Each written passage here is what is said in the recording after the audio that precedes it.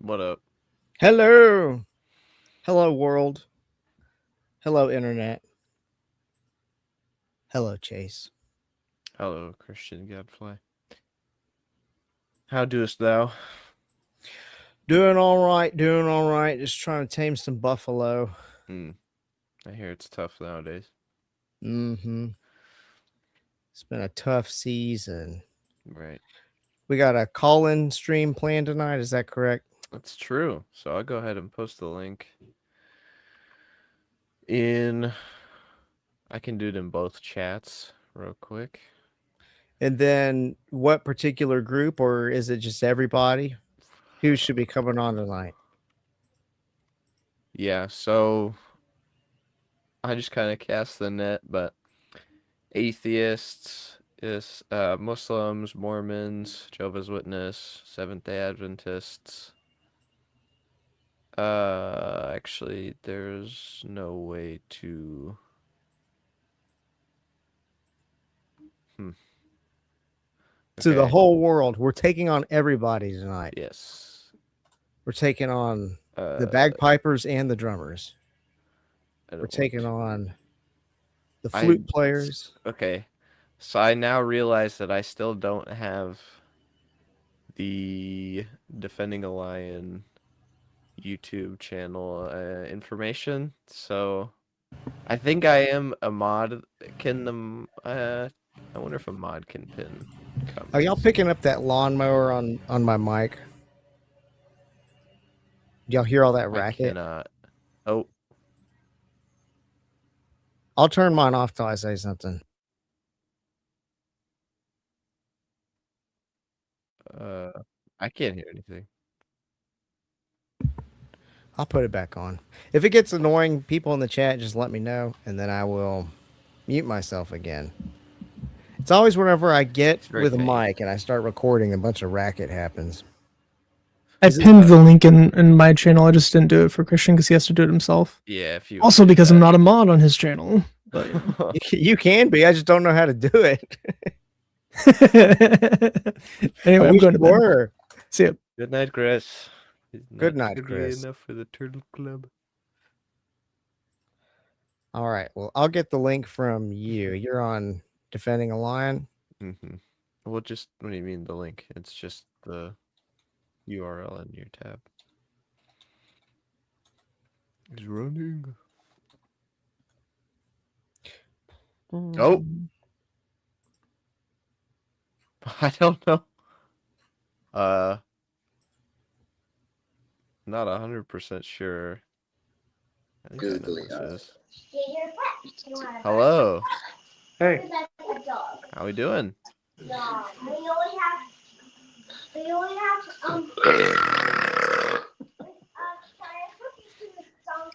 That would be what one of our calls in would be. Right. That person saved that burp just for us. Okay. Did they It leave was- already? Yeah. That was it. It just left. Hang on. It was Steven with Hebrew. And so I was like, oh, maybe Steven. But I was like, I don't quite recognize. And I was like, what? I wish he would join. I know. Who was I have that? people in my comments that are like, I'm not going to watch unless the wizard's there. It's like, well, wizards, they're never early or late. They just come when they want to. And there's nothing I can Precisely do when about they it. mean to. Yeah. Yeah, it wasn't even a fantastic burp. Epilepsy lighting. Well, I saw it down there. I was like, what? Well, that was a great first caller. Yep. What's the join this channel, access the perks? It's not that link, is it? No. For the it's just callers to join? The very well, I assume it's just the link on the very top. Like I always Okay. just copy the URL that's in my search bar. But wouldn't that just make them watch the video? No, on StreamYard. Oh, that link? Oh, Mhm. okay. Very well. That'll be easy to put in. What videos have you been working on lately, Chase? I haven't been working on any videos. I have been playing a ton of Project Wingman. What's that game about? it is an Ace Combat like flight sim. Oh, is that the one So you were like, showing? The yeah. For those who don't know, I have a super dope flight sim set up uh with like a hot ass setup and MetaQuest 3 headset. But yeah. Um but it is one of the few arcade flight sim Jinn have games come that after my are camera. Hold on. yeah, it's one of the few arcade flight sim games that have VR. So a lot of the other flight sim games are just like 30 minutes of flight checks and then hyper realistic combat. So is it like super realistic? Project Wingman is not at all realistic, no. But a lot of other flight sims are like I tried a VTOL hyper VR. realistic sim of driving and I was terrible on it. Yeah. Are you a good driver in real life though?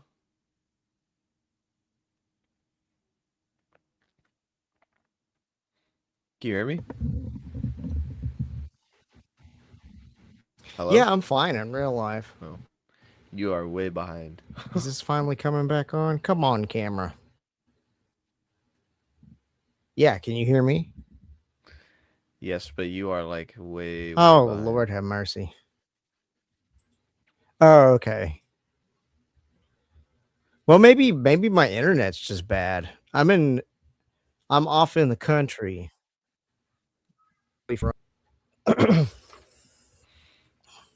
Yeah. I'll try plugging it on the other side. Hold on 1 second. Yeah. But yes, most flight sims are very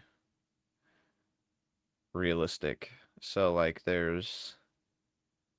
well, most VR flight sims. So like Microsoft Flight Simulator is hyper realistic, supports VR. DCS World is also hyper realistic, that supports VR. Um VTOL is not hyper realistic, but it's semi realistic, but it supports VR. And then Project Wingman is arcade and it supports VR. There are plenty of flight sims that are oh, his devices are not connected. Anyways, there are plenty of flight sims out there, but a lot of them are flat screen only. So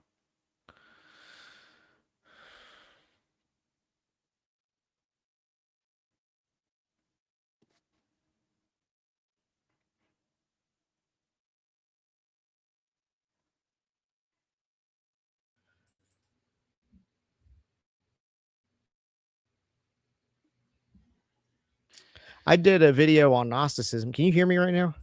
mm-hmm. Okay, wow, that's bad lag. I did a video on Gnosticism comparing it with Islam, and there's a bunch of interesting parallels in that both of the cults try to redefine a whole bunch of terms such that whenever they're speaking and saying things, it sounds like they're saying Christian sounding things, but really they're saying completely different theology. It reminds me a lot of Mormonism. And okay, my camera on Filmora is working fine. That's so oh, it tried to work for a second. Did you see that? I did. Well, we'll just go without my camera going on. I don't know what's going on. Okay. Yeah, and next I want to do a video on Troll 2. Have you ever seen Troll 2? Bro. No, I haven't seen Troll 2. You've only posted the trailer like you've only posted the the trailer in the Discord like 4 times. Well, you know, you got to evangelize to spread the good news. So Right. Troll 2 was this movie that was made by this Italian couple who could barely speak English. And the plot is that there's all these trolls. Well, actually, they aren't trolls, they're goblins. And the goblins want to eat people, but they're vegetarians. And so they make the people drink this green slop that turns them into vegetables before they can eat them. So it's a What? horror movie. It's from 1990, but it's so horribly done that it's hysterical. Wait a minute. So you said it's an Italian couple made it? Yeah, they could barely speak English, and it's filmed, I think, in Utah, and it's all these Mormon actors who can't act. How to get... So people who don't understand American culture and norms came over to America, found the least American Americans, and then made a movie about small town America with goblins. And here's what's interesting is there's actually a lot of parallels with Islam. So I don't want to get into everything I'm going to have in the video, but there's the thing that powers up all of these goblins is this big stone that they all kind of like worship, sort of. And the whole movie is set up to be, it's named like a sequel for the original movie Troll, which was a decently big hit in the 80s. But the Troll 2 has nothing to do with Troll 1 at all. So it's kind of like, I came confirming what came before, but then it has nothing to do with what came before. All right. Yeah. So same kind of vibes there. See settings. Yeah. I almost thought about kidnapping Gadfly. He'd have better Wi-Fi in my trunk.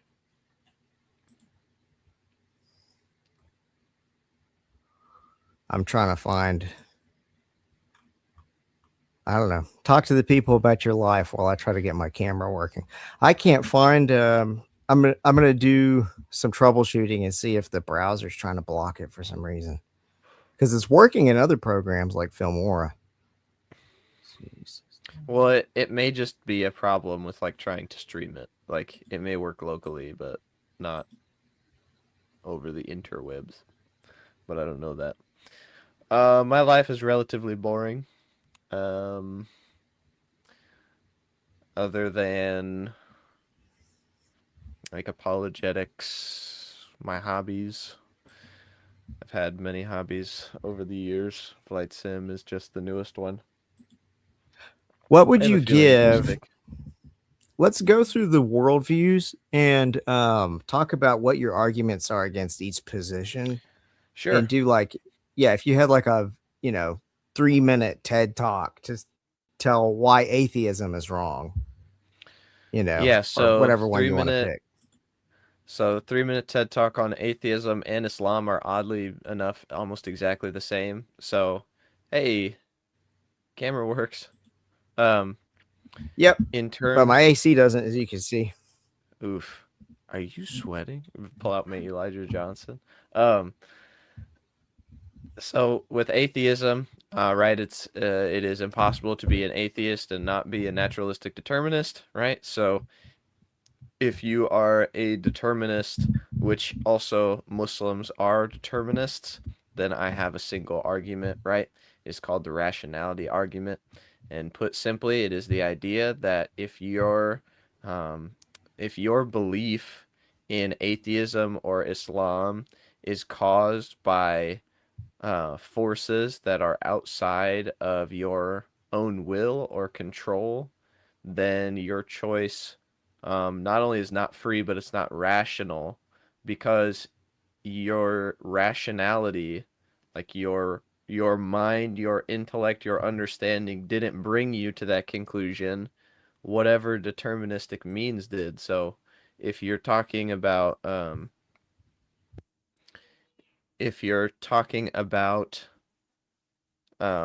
atheism, right, we would say that, well, the chemicals in your brain caused you to believe in atheism and not your rationality, not your intellect, not your understanding. So it was because it was blind chemical processes that led to your belief in atheism, I would say that that completely discredits it because you did not actually use reason to formulate your belief. The same thing with Islam. Because Allah determined you to believe in what you believe and you had no part in it, then you cannot say that your belief in Islam is truly rational because your reasoning ability did not get you to believe in Islam. Allah determined for you to believe in Islam. So it falls apart. For Mormonism, my favorite argument is that the Book of Mormon mentions that in pre-Columbian America there was steel horses and chariots, which did not exist in pre-Columbian America. Wheels barely existed in pre-Columbian America, let alone carts and chariots. Horses will have died about 10,000 years before Columbus ever came on the scene, and these were generally very small horses that would not have really been rideable. And then in terms of steel, we have no evidence of any advanced alloys coming out of the pre-Columbian American age, let alone an alloy so advanced that it needs like superheat folding processes and all that kind of stuff. In terms of Jehovah's Witnesses, I would say that because they do not believe that Jesus is God, that they're false. The Bible very clearly teaches that Jesus is God, that he created all things. And then for Seventh-day Adventism, I would say that their belief that Satan actually atones for some of the sins of the believers is false, that they have a false gospel. How did you get into apologetics? I got into apologetics about 9-ish years ago. I think I was that old. I may have been a little bit younger, between 10 and 13. I don't remember. But my church had an apologetics study every Tuesday night. And so I would go to that because my dad was actually the one that would teach it. And so he roped me into apologetics. That's how I got introduced to it. And then I became interested in doing online apologetics after I got out of high school. I got into apologetics because when I was 25, I prayed. I knew I was going to have kids one day and I want to be ready to answer any of their questions. And so I prayed, God, test my faith so that I'll be able to answer any questions that come their way. And then within about 3 months, I was an atheist. And I stayed an atheist for about a year. And a big part of my journey coming out of that was what you were mentioning about determinism.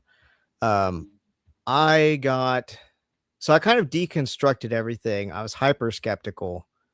I didn't really believe in anything. But then I realized that if you don't believe in anything, you can't really believe in the value of truth either. Right. And if you're a hyper materialist, so you mentioned that atheism has to be a materialist. I don't think that's true, but it's true that 99.99999% of atheists are materialists.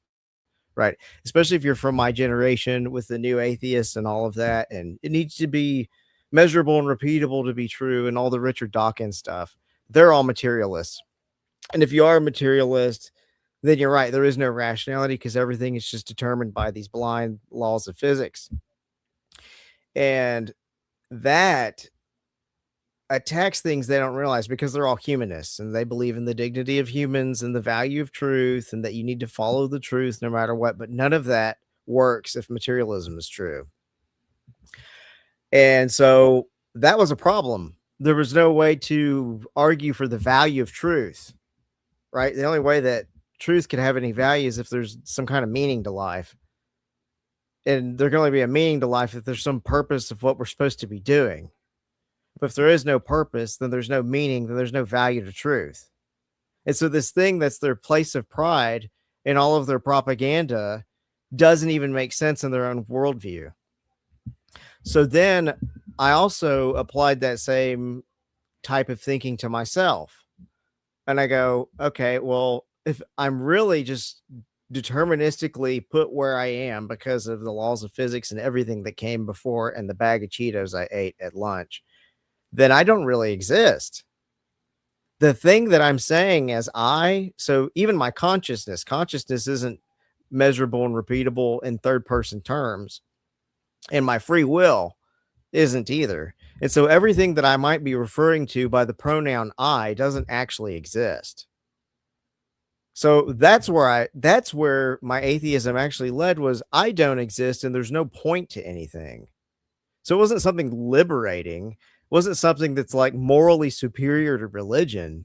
It was just like a very easily defended dung heap.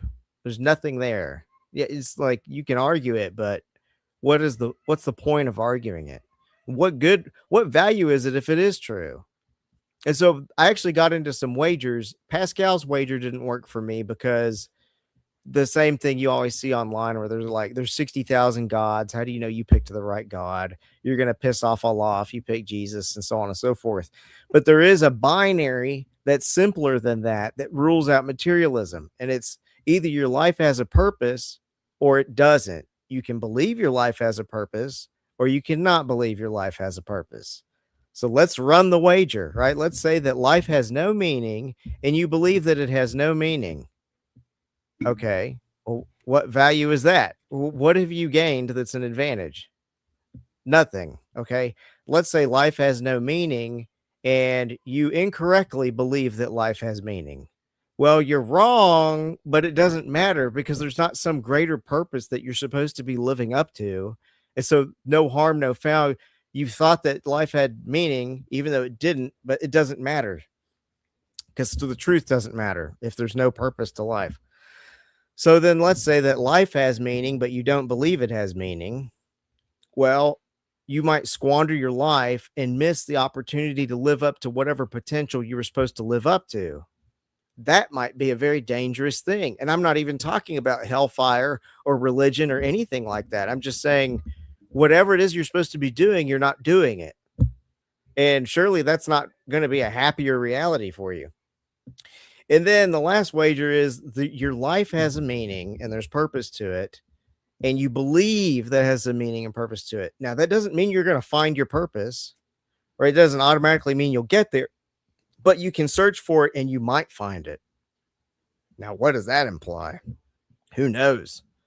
Something much greater than having no purpose and believing you have no purpose, or having a purpose and then missing out on your purpose to believe. And that doesn't take a whole lot of faith. That's not like, with someone, if there's someone out there who's like hyper skeptical and they've been burned by religion and burned by their past, they don't know what to believe. Here's something very simple that you could believe to take away from this stream. Just go, you know what? I'm better off believing my life has meaning than thinking my life is meaningless.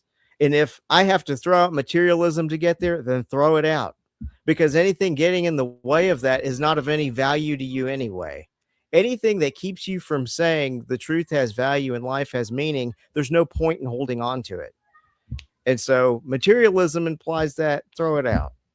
That was one wager. The other wager then was I was struggling with whether I existed or not, right? Am I just a bunch of these chemical reactions, or is there actually somebody there?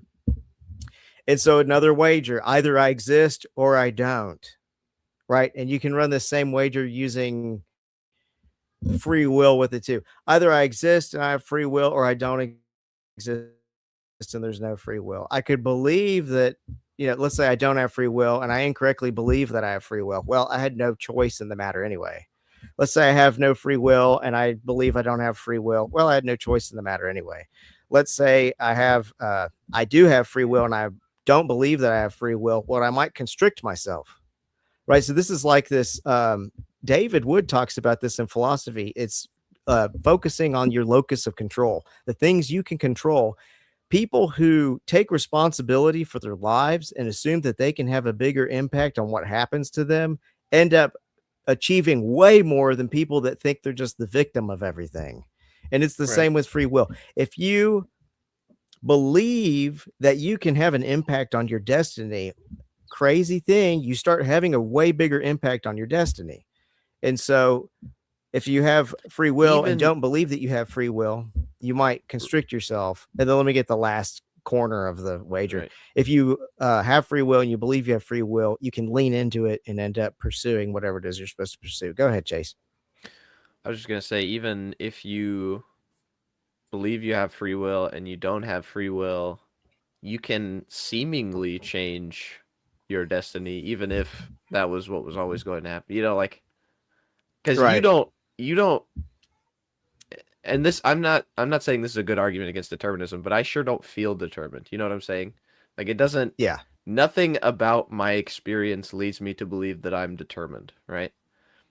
Yeah. So, like, why, I don't know, like, why would I,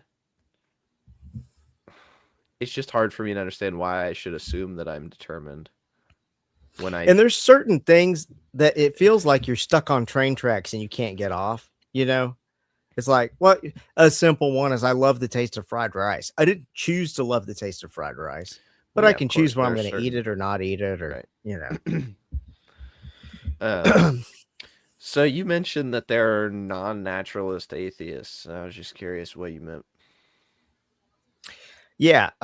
So just as a logical possibility, not anyone I've actually met, there could be people who believe that ghosts exist, but there's no God, for example. You know, there's not a lot of people like that, but they probably exist. You know what I'm saying? And there's no logical rule that saying you have to believe there's a God if there's ghosts out there. But just in the modern West, almost every atheist you see is a materialist. And then they always go, well, atheism doesn't mean materialism. It's like, okay, fine. I'll nuance that whenever I make these arguments. But I'm going to end up blasting 99.9999% of all of y'all's beliefs whenever I attack materialism. But the real question is, are you a naturalist, right? Like, atheism doesn't necessarily entail materialism, but are you a materialist? If you are, then I said the right thing. So, yeah. Yeah, that's what they'll do a lot of times too, is they say, well, atheism isn't materialism. They're a materialist anyway. If you sit there and like cross-examine them, it'll come out that, well, actually, yeah, I believe all that exists is physical matter and the laws of nature. Okay, then why are we talking about a difference between atheism and materialism?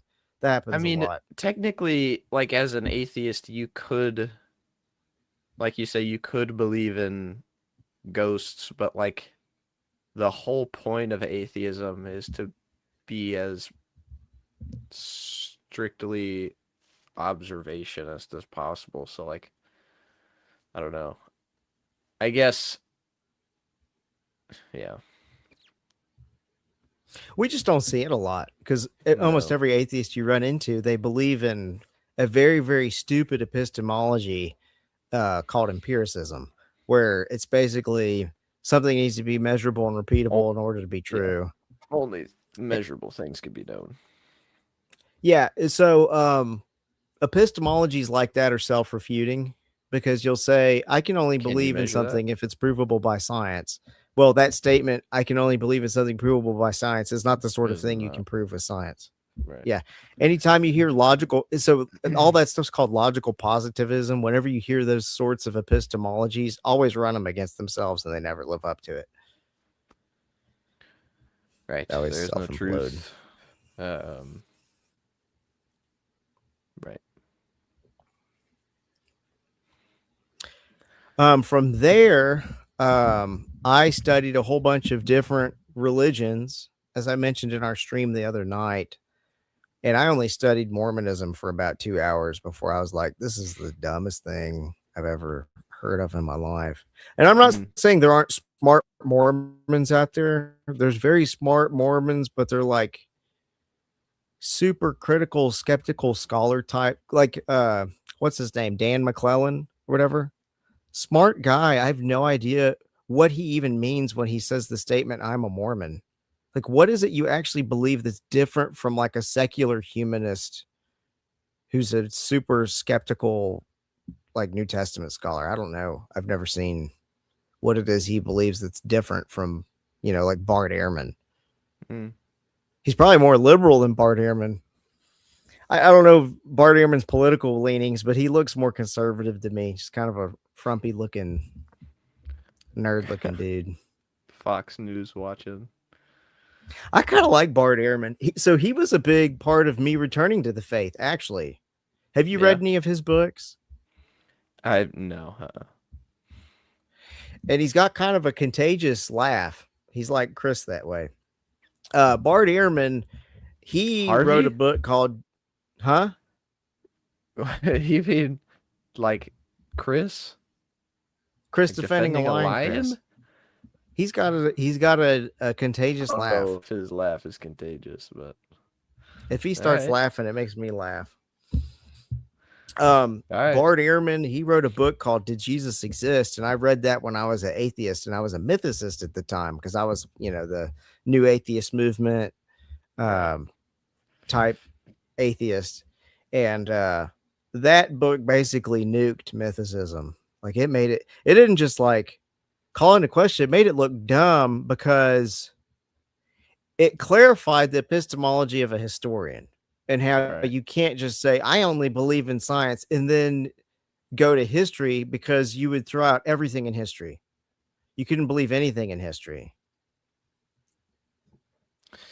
Yeah, it is. And even like, not just the fact that Jesus lived, but that he rose again is like, just historically so I don't know if you saw the Andrew Wilson Candace Owens debate on Kirk's assassination, but in that debate Candace was arguing for the negative side and Andrew was arguing for the positive side, that Robinson pulled the trigger, and Andrew's case was cumulative over DNA, like security camera footage, eyewitness testimony, character witness, all, text messages and all that.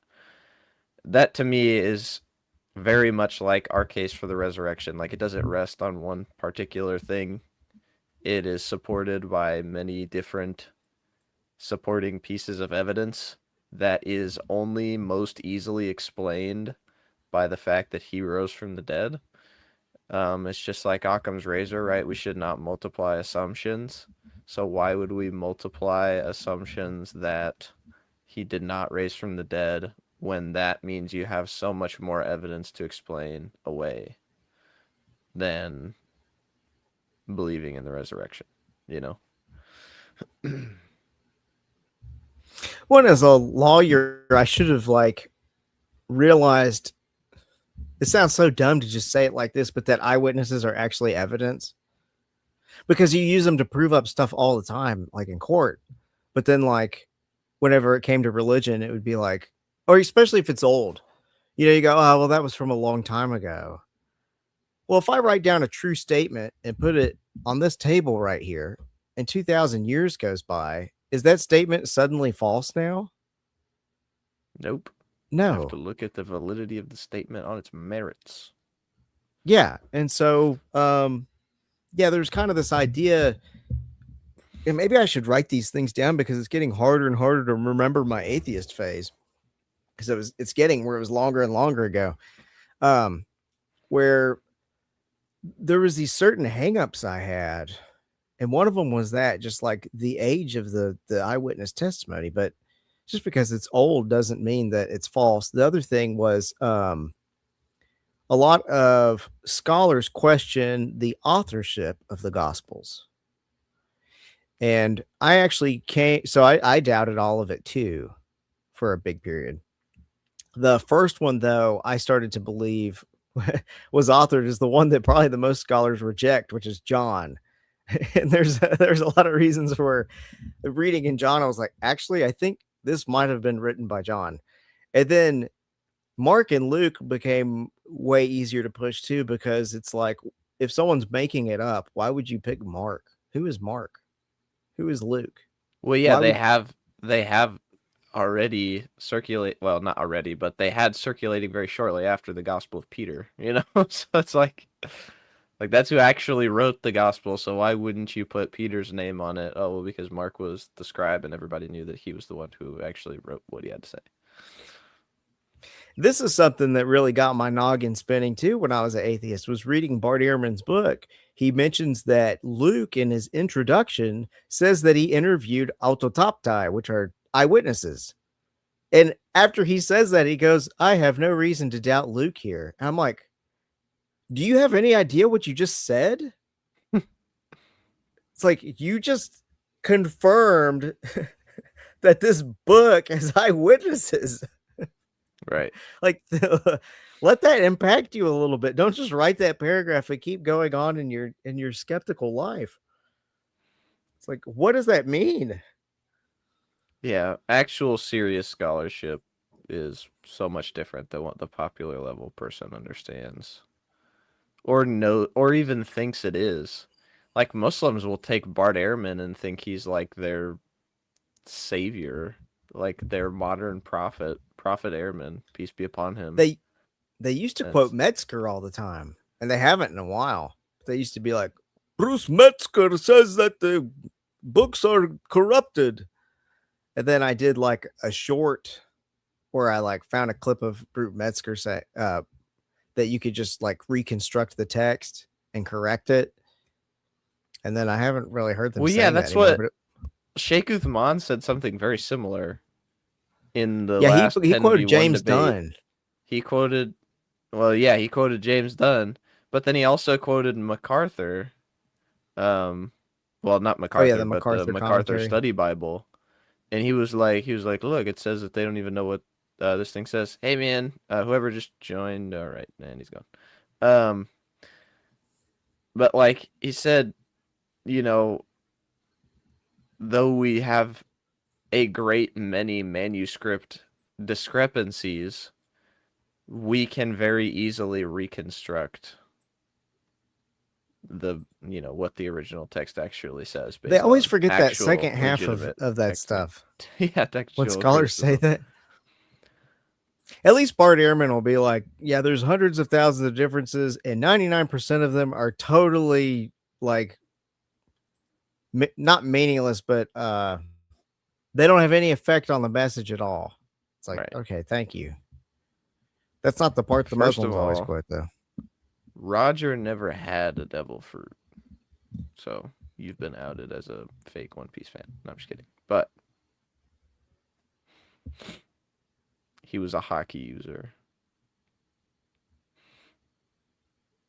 Have you seen the clip of that one imam, that Muslim imam, talking about how anime is evil? And he's talking about Naruto. Yes. But he just knows way too many details about it. Oh, okay. Hang on. Maybe I've just seen the clip. I've never actually seen him talk about it. We could play that clip, I guess. Hang on. Let me see. It's that same goofy guy that Sneeko talked to. I can't ever remember his name. It's like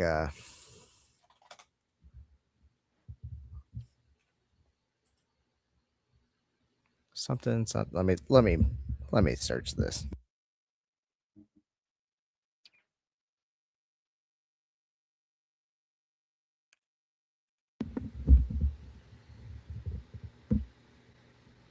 Asim al-Hakim.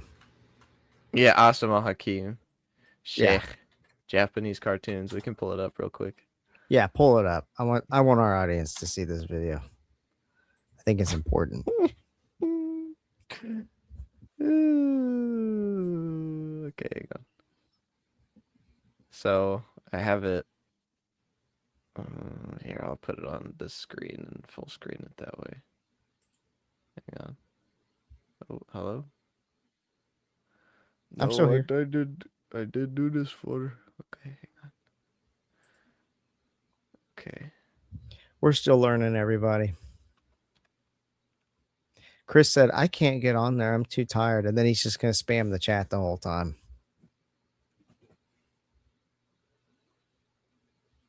Yeah, I know. Okay. I feel like Chris is doing us like Jesus did his disciples, where he like pushes them off to try to make them do stuff on their own. Go find bread for these people. Here comes Sheikh Asim Al Hakim. Oh, shoot. I totally did that, didn't I? All right. Stop it.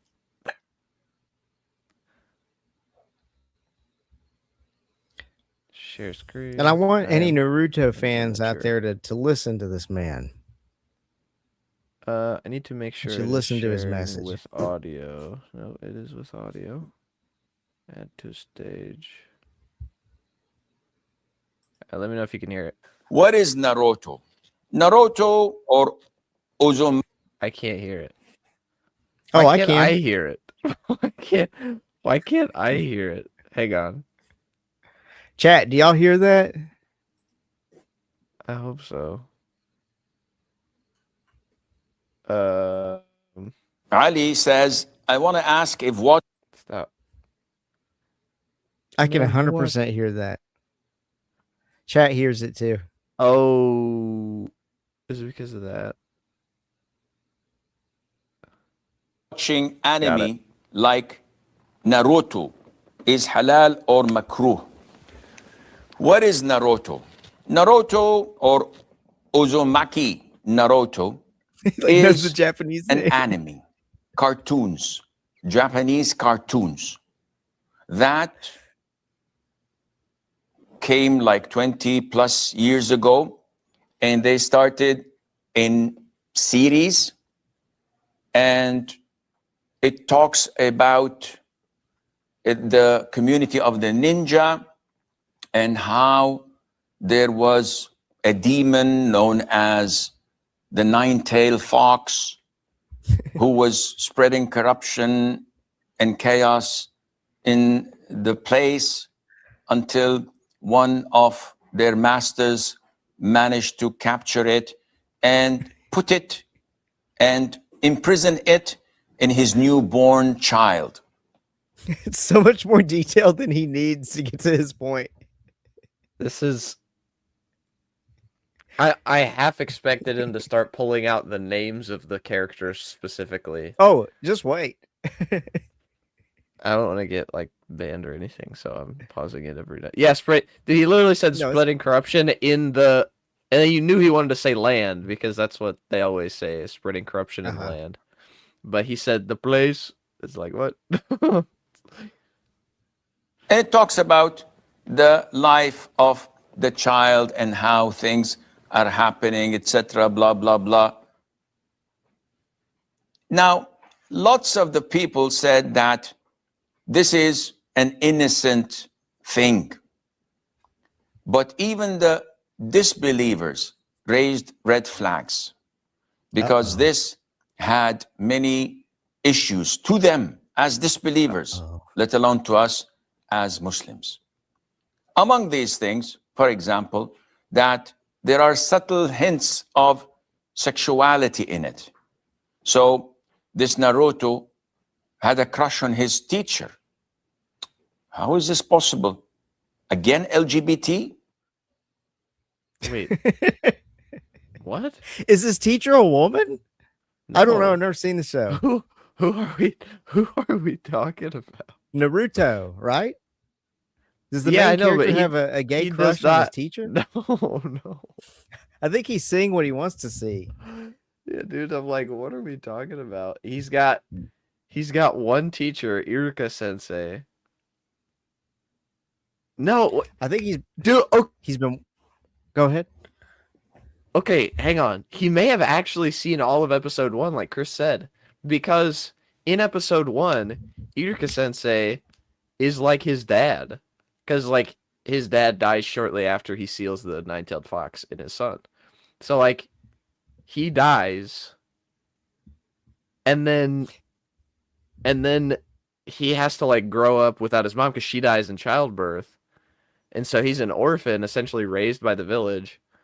But Iruka Sensei, his like quote unquote middle school teacher, essentially, was like his dad, and he like felt bad for him. He felt very similar to Naruto because Naruto's like, you know, he was also kind of an orphan and all that. And at the end of the episode, Iruka ends up taking a proverbial bullet for him. He like takes a massive shuriken to the back for Naruto, and he saves him. But it's like none of this is sexual. Like it's very halal. Like like He's watching with those rainbow colored glasses. That's what's I don't know. happening. It's like it's like how I view like my mentor or like my uncle is how I feel like that whole situation plays out. Like he's not sexually interested in his And then the teacher. mule asked, has he seen like the whole thing? Just wait, the mule. Just wait. Here's how's he done the story? another Just thing wait. though. Well, so he also uses a jutsu, which is a technique that like makes clones of himself and then like turns his clones into like scantily clad women. So like that's sexual. But like I'm his teacher. Notice he didn't mention that. You know why? Because polygamy's fine in Islam, and so are fantasy women. He can summon huris. Okay. Well, what are you going to do? Condemn that? Well, no, because that's what you're trying to get in paradise. Yeah, exactly. I don't think he ever summons more than 72, so well, maybe he does. I think there's maybe one time that he summons like a ton of them. I'm not reading that super chat, the mule. I appreciate it though. Anyways, let's continue. Is he a transgender? In one of the episodes, he comes in the form of a... Oh, pause again. That's what I said. One more thing. I'm wondering, check out this phone number. It looks like something created by AI. Is his station like on the moon? Why would it be a number this long to call in? Dude. I don't understand.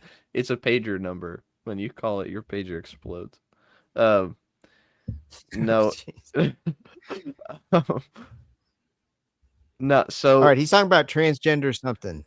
Yeah, because so in the show, like I said, in the show, how is this possible? Again, LGBT? Is he a transgender? In one? So the reason why he might think this is because in the show, Naruto uses a transformation technique that turns himself into a scantily clad woman. He's not insecure in his gender identity. He uses the technique to like pull pranks on people and stuff like that. But it's just like, what? Anyways, let's continue. One of the episodes, he comes in the form of a woman wearing bikini, trying to seduce his sensei or teacher. I understand now. So he at least is intimately familiar with the story of the show. I know this happens. This actually happens on like multiple occasions. Well, it happens on multiple occasions because I think he does it with Kakashi and he does it with Iruka. But anyway, along with other men who act like women though they are men. So this is promoting transgenders, promoting homosexuality. If anything, it's actually like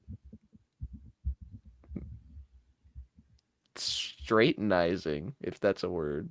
It's like, it's very like, it's not suggestive to homosexuality at all. I don't know, like it's very much meant to appeal to the straight man, like the way everything is presented. Anyways. From a hidden angle. As Muslims, we are very careful to what we see because we acknowledge that such influence of the media is very dire and dangerous, especially... Dang it. Okay, there we go.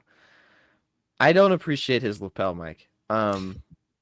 I don't understand why you would have that. If you took that clip out of context, it's fine advice. Sorry, go ahead. What were you saying? I just have a lag. Like, every time he messes with his shirt, it bumps up against the mic and You know what I'm saying? Like, stop. Get a proper microphone. It's a little free ASMR. That's all that is. That's No, that Islamic it ASMR. bothers me because it's like, dude, it's not that hard to just run a microphone right up through the dang table where you're at.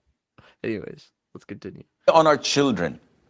And this is why even the most innocent of all cartoons may have such embedded messages, not necessarily directed to the Muslims.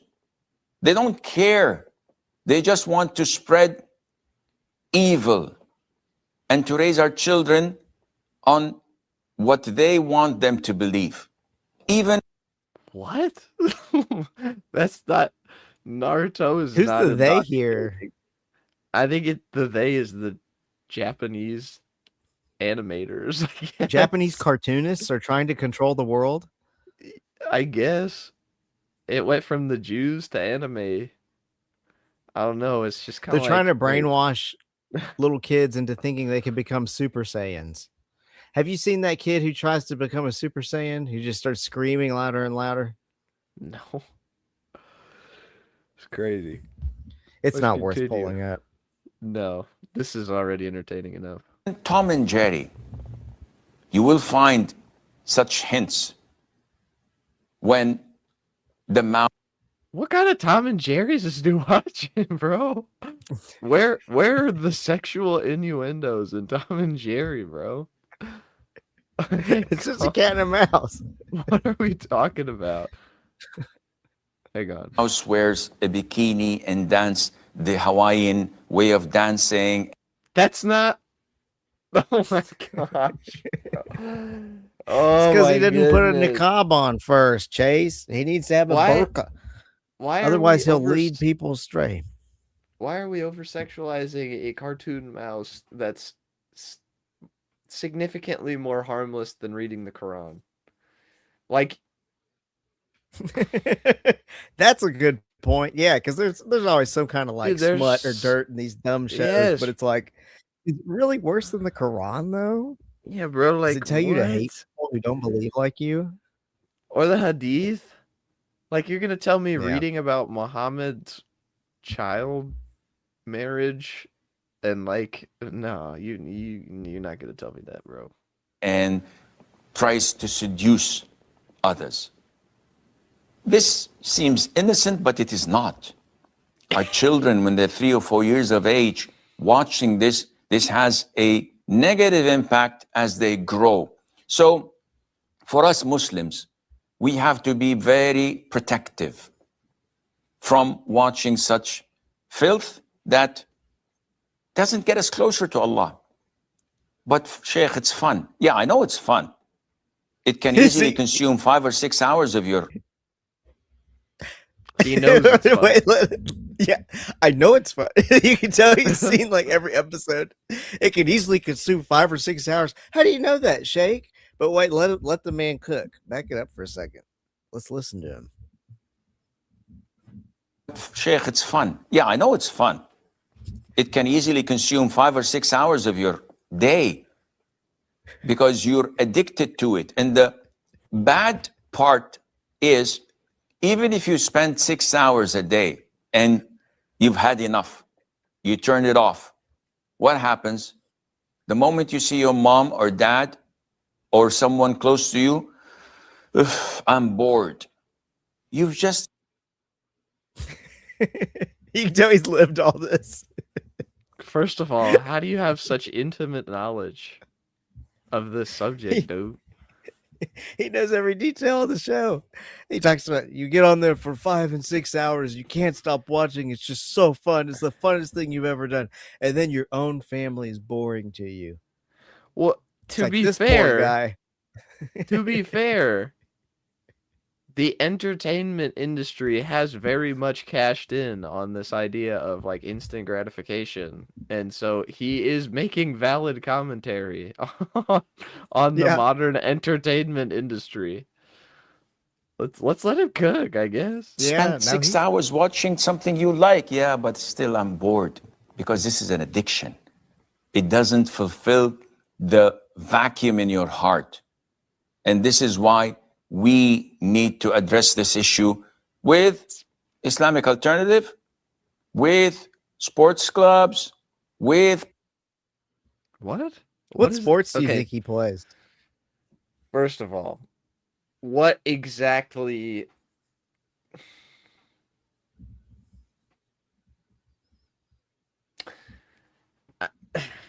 Islamic alternatives? And I understand what he means, like Islamic hobbies, essentially. But like the way he phrased it is like Islam. I thought he was gonna say Islamic cartoons. Like I thought those were gonna be the next words out of his mouth. I There was is like, one.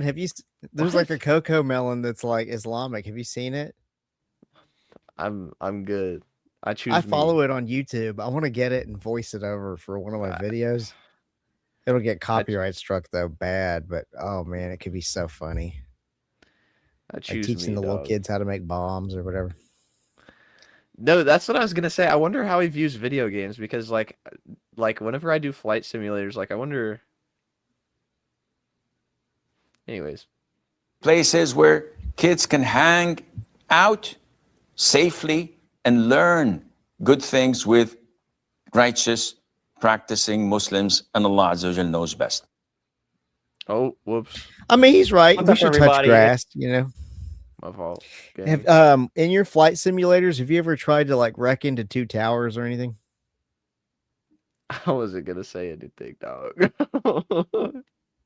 I wasn't had a gonna say Muslim anything, friend dog. where I used to work, and he was so funny. We were like talking trash to each other at a video game, and he was like, "Yeah, say something else. I'll wreck a plane into this building." And it made me laugh so hard.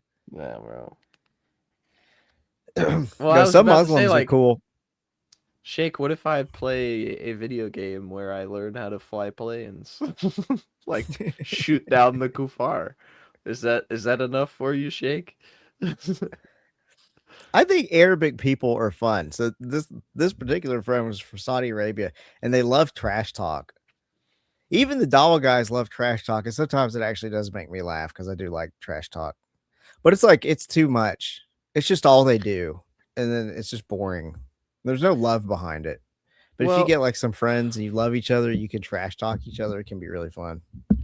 it's not just that it's like all the time. They're like malicious. Like I Yeah. genuinely think that the Orthodox Muslim is so jealous of God Logic and his immense popularity and success that he just despises everything about him. And whenever he takes shots at like his wife and everything like that, he genuinely means every word he says. Like He copies everything he does. I know. You know. That's See, why if I I'm was saying he wants him, to be I would him. like. If I was him, I would just be polite so I could get on people's shows, and that would make because that's how he first got his crowd of people watching him was getting on God Logic's show. It's like quit running your mouth and be kind to people. Christians like debating.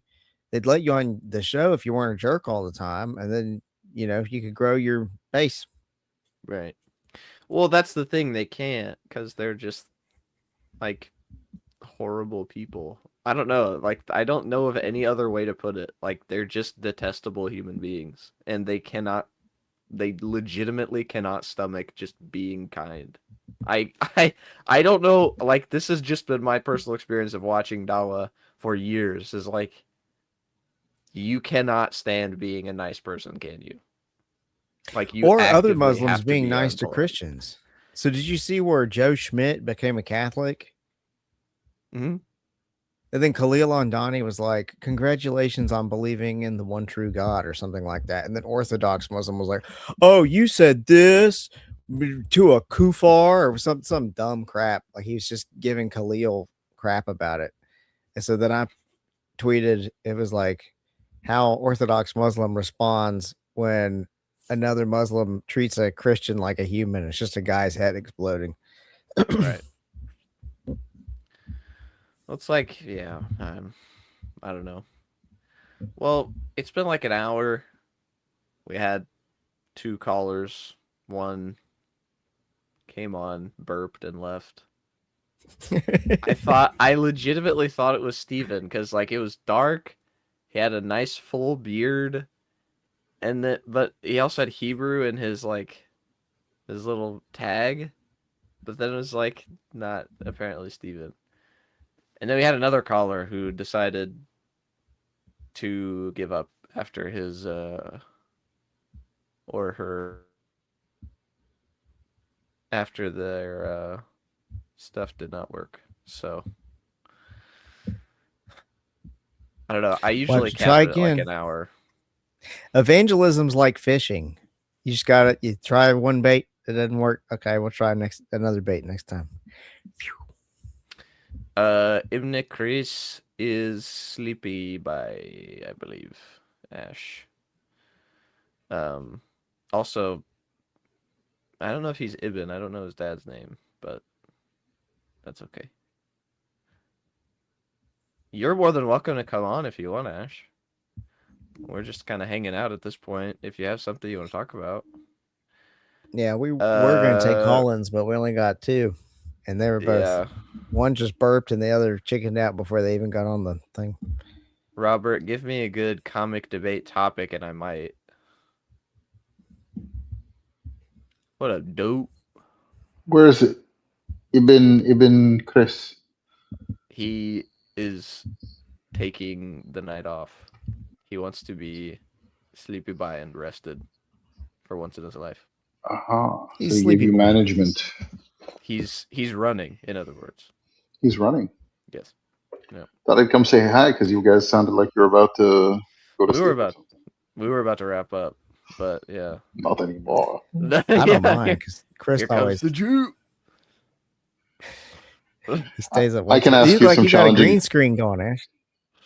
No, it's just my wall and my down. I painted it this color because mint. I got sick of. Yeah, it's avocado, but I got sick of. Wait, I don't think this is avocado. I think that was the other one I was thinking of. No, it's something else. I gotta look it up. Aguacate. Aguacate. It's probably that because we're in Texas. Right. It's a Spanish green. You wouldn't get it. It's a Spanish green. I can ask you some challenging questions if you'd like. Sure.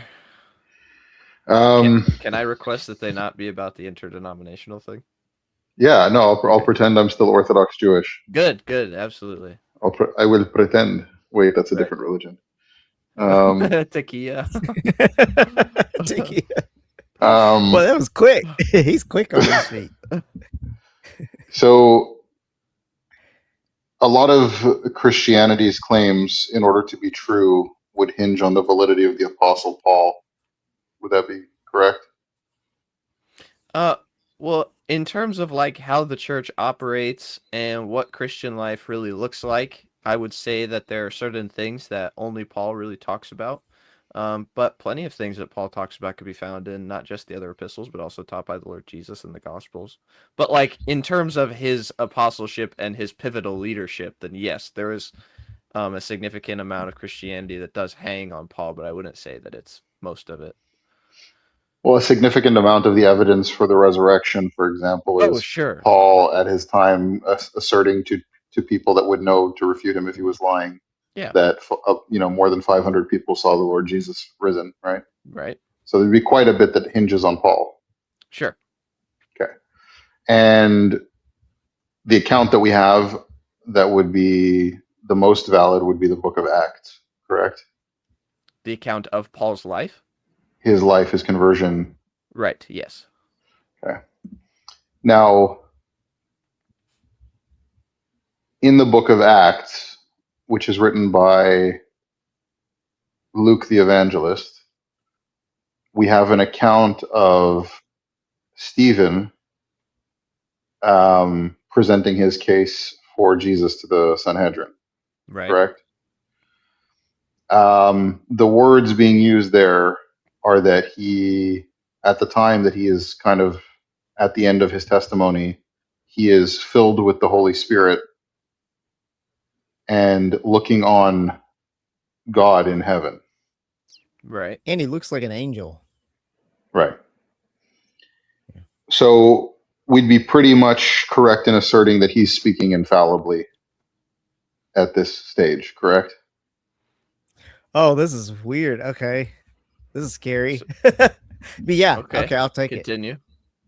Right. Well, we know that. So Luke is presenting this infallibly as he is writing scripture, Right.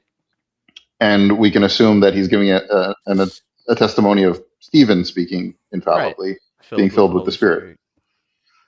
So Stephen gives this account where he says that Abraham purchased the cave of Machpelah from Shechem, the son of Hamor,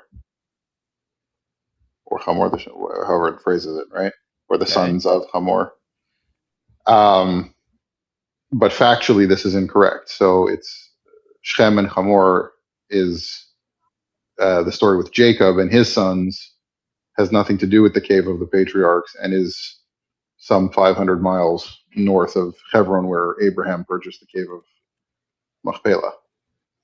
Right. So you're talking about the modern day city of Nablus versus Hebron. So Luke, being a historian who writes pretty accurately about some random details that other people would miss, is getting this geographical location incorrect. And it's not like people of the time wouldn't know about it, because it was just a massive project undertaken by Herod to rebuild the structure around the Cave of the Patriarchs into this massive building around it that's still there to this day. So it's a pretty significant landmark and monument of the time. And scripturally speaking, it's the wrong people and the wrong event being discussed. Okay. So you would say this is like a contradiction, right?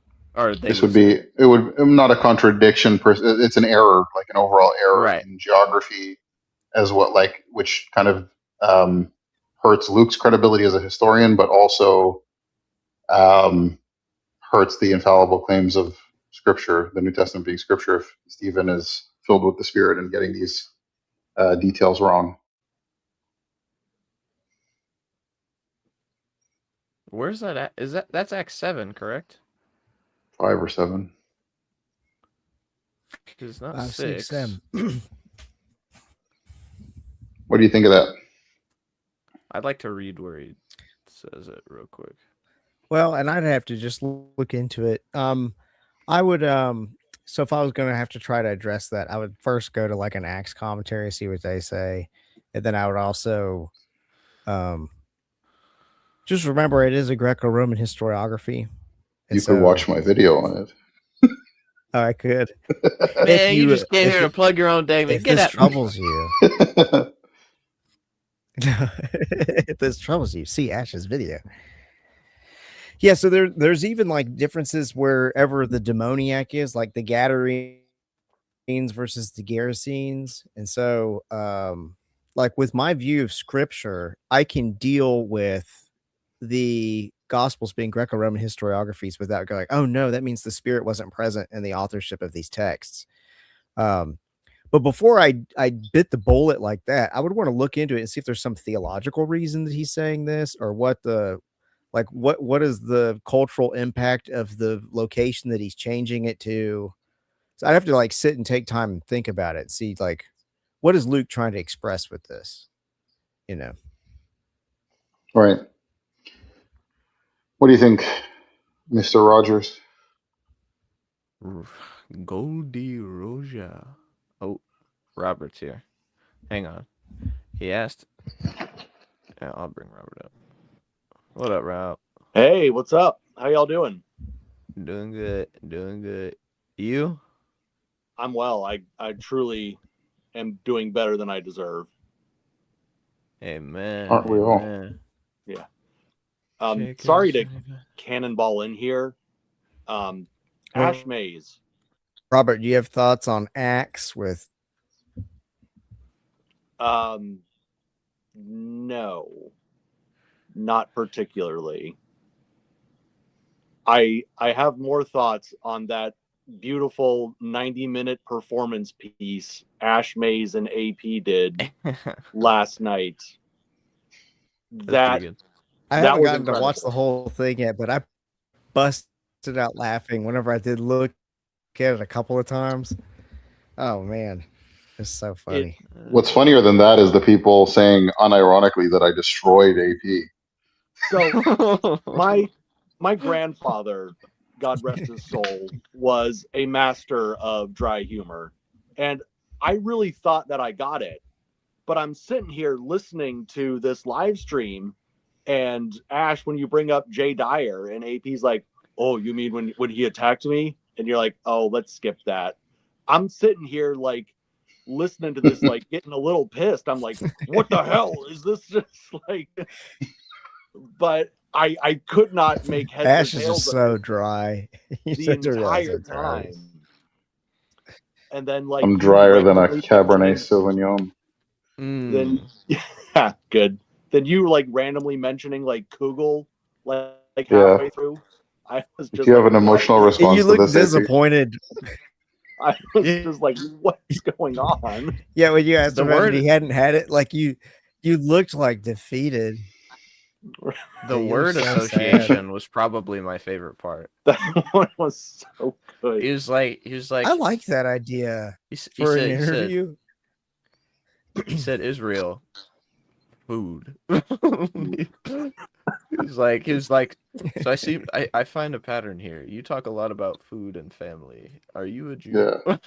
Yeah, it was so good. And then Ash, I got that Kugel recipe like recommended to me. Like Oh, Chris told me about that. Was that you? that was me. Yeah. You got Shay's Taub's Kugel recipe. And I'm gonna make it. It looks so good. Your Shalmi Kugel is pretty dope. Yeah. Not for the faint of heart if you've never had it. I definitely want to make that. I want to keep it parv, so I guess I'll have to use like margarine, but I want to try one with margarine and maple syrup and really make like a redneck spin on it, or like honey or something. I think that Don't can messing be with your Shalmi Kugel like that, man. with the black. Real quick, Ash, what is the name of the video that talks about Steven's speech on your channel? Steven. It's not. It's something about like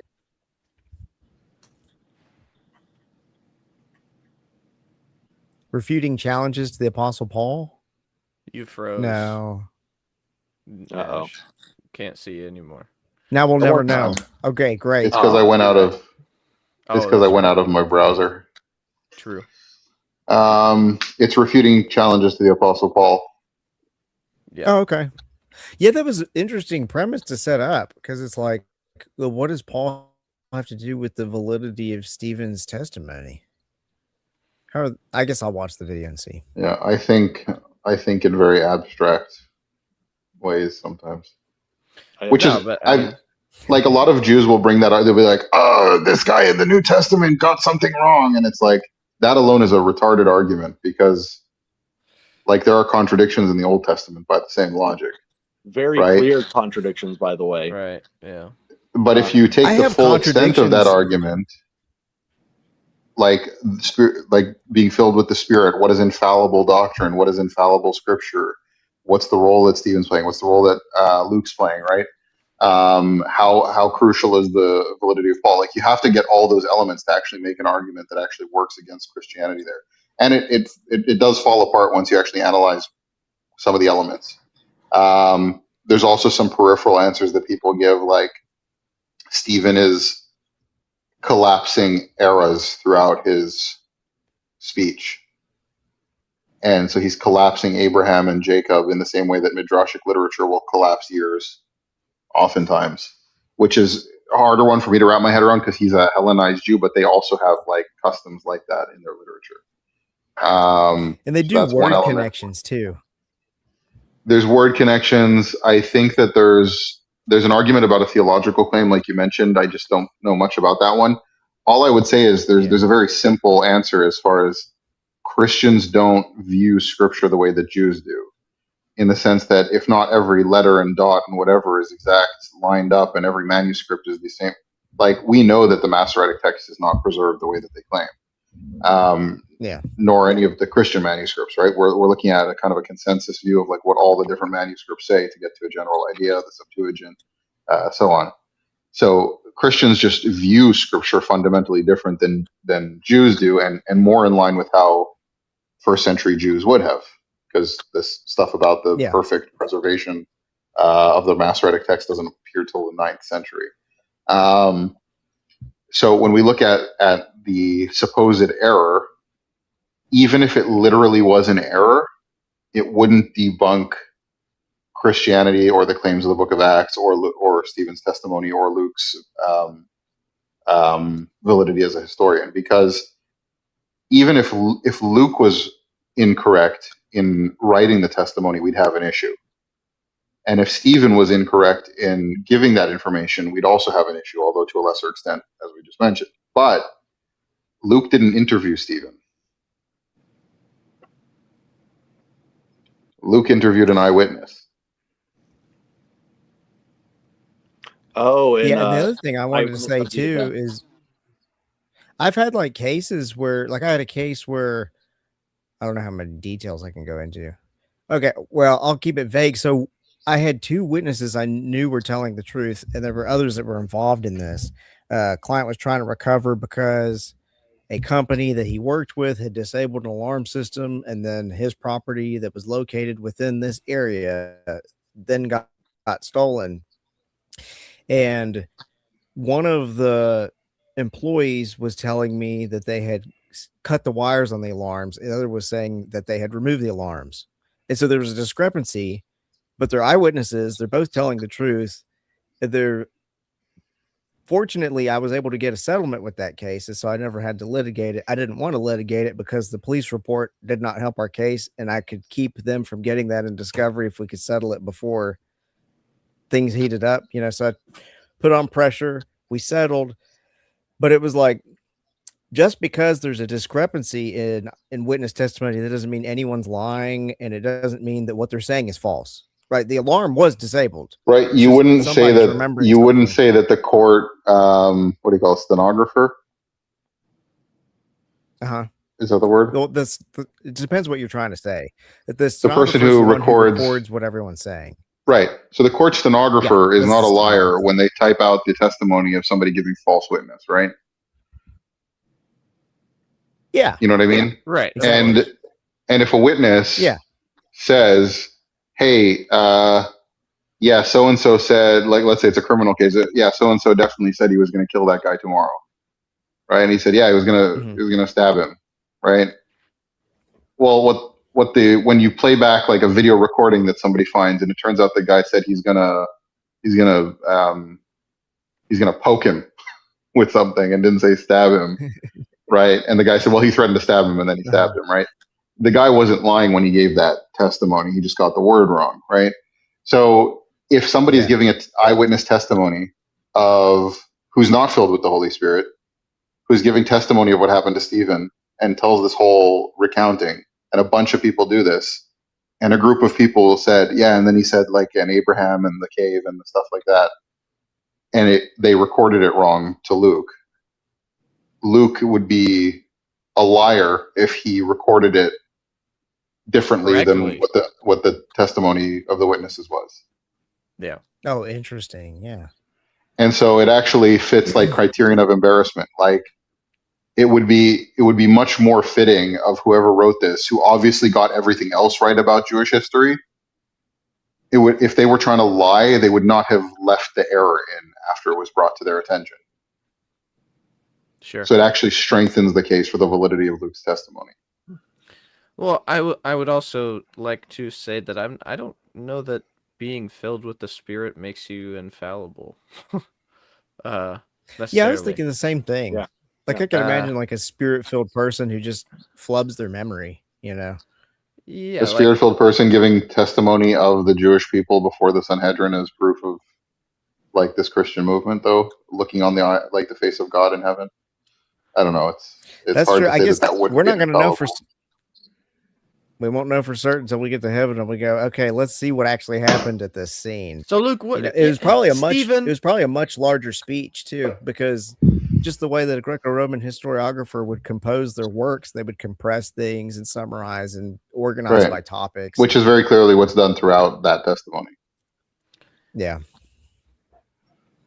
Right? Because as a Jew looking at him, I'm like, I get why this is important for him to say to the Sanhedrin, but as a Jew, this wouldn't convince me of the Christian movement. You know what I mean? It's like, Sure. Yeah. it's like, Hey, but that's a kudos to the manuscript preservers for keeping the embarrassment in there. 'Cause it'd probably be once they tempting knew to for change sure the that it was an manuscript to error, make it- Yeah. right? Because there's obviously some reason why it's there that's authentic. Right. Yeah. But Well, that's what And I that's was. why I'd want to that's- look into commentary, see if there's some like theological reason. You know, that's because like I've seen that like in the Matthew genealogies where they won't match the Old Testament, but then there's like really interesting theological arguments for why they change the names. Like there's one that's changed to be like a psalmist. I don't remember why, but I read this in Craig Keener's Matthew commentary.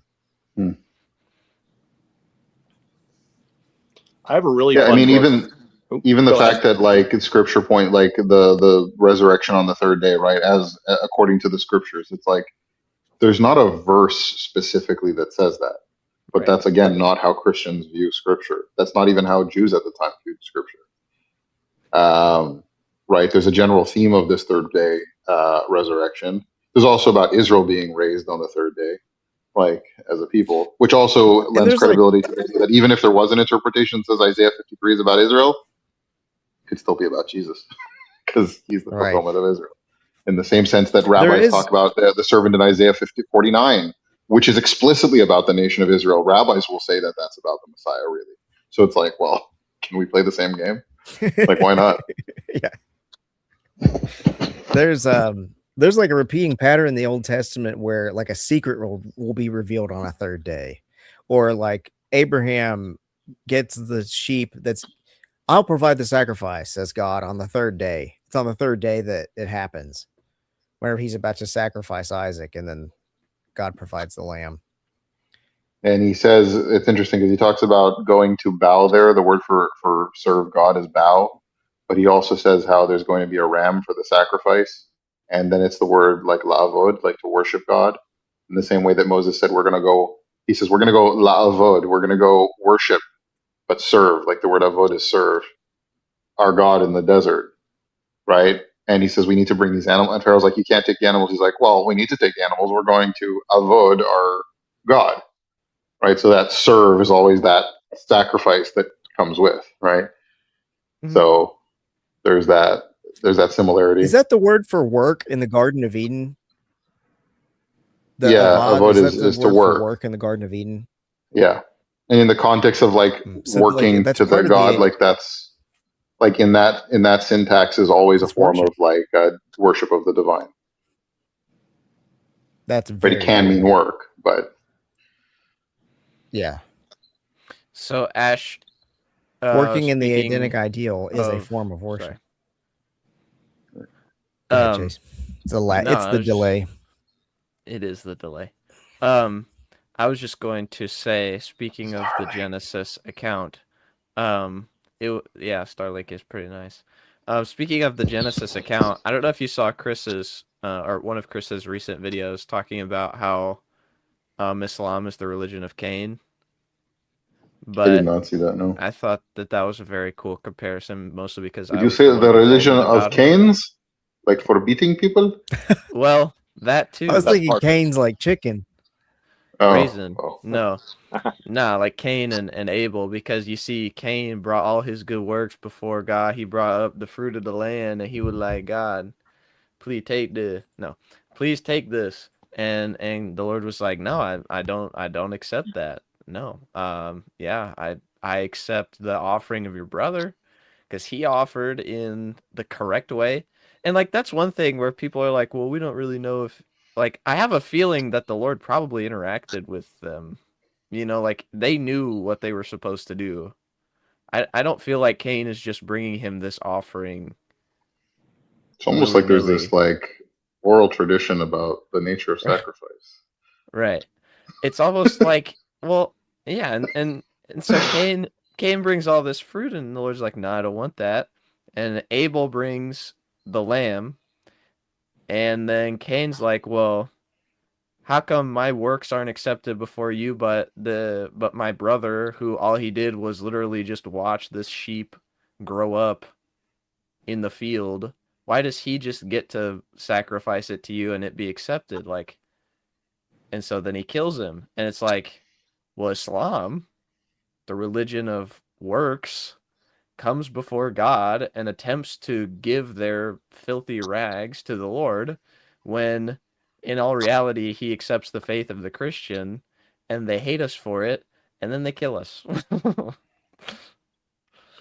The real thing is, wasn't Cain was the vegan, right? Right. Yeah, I mean, it makes sense. Well, we don't know he was a vegan. We just know that he grew vegetables. Right. He might have also eaten sheep that his brother raised. I mean, possible. Yeah, or he's a dirty vegan. I'm a vegan now for like too. a third of the year, because in the Byzantine tradition we do like long stretches of no meat or fish or anything. Oh, you don't even do pescatarian? Yeah, so the Byzantines don't when it's like days that you would fast, you like abstain from meat, you also abstain from fish, which is why you'll see a lot of people eating way too much shrimp, because the Byzantine fathers, they thought that shrimp was a bug, not a fish. So.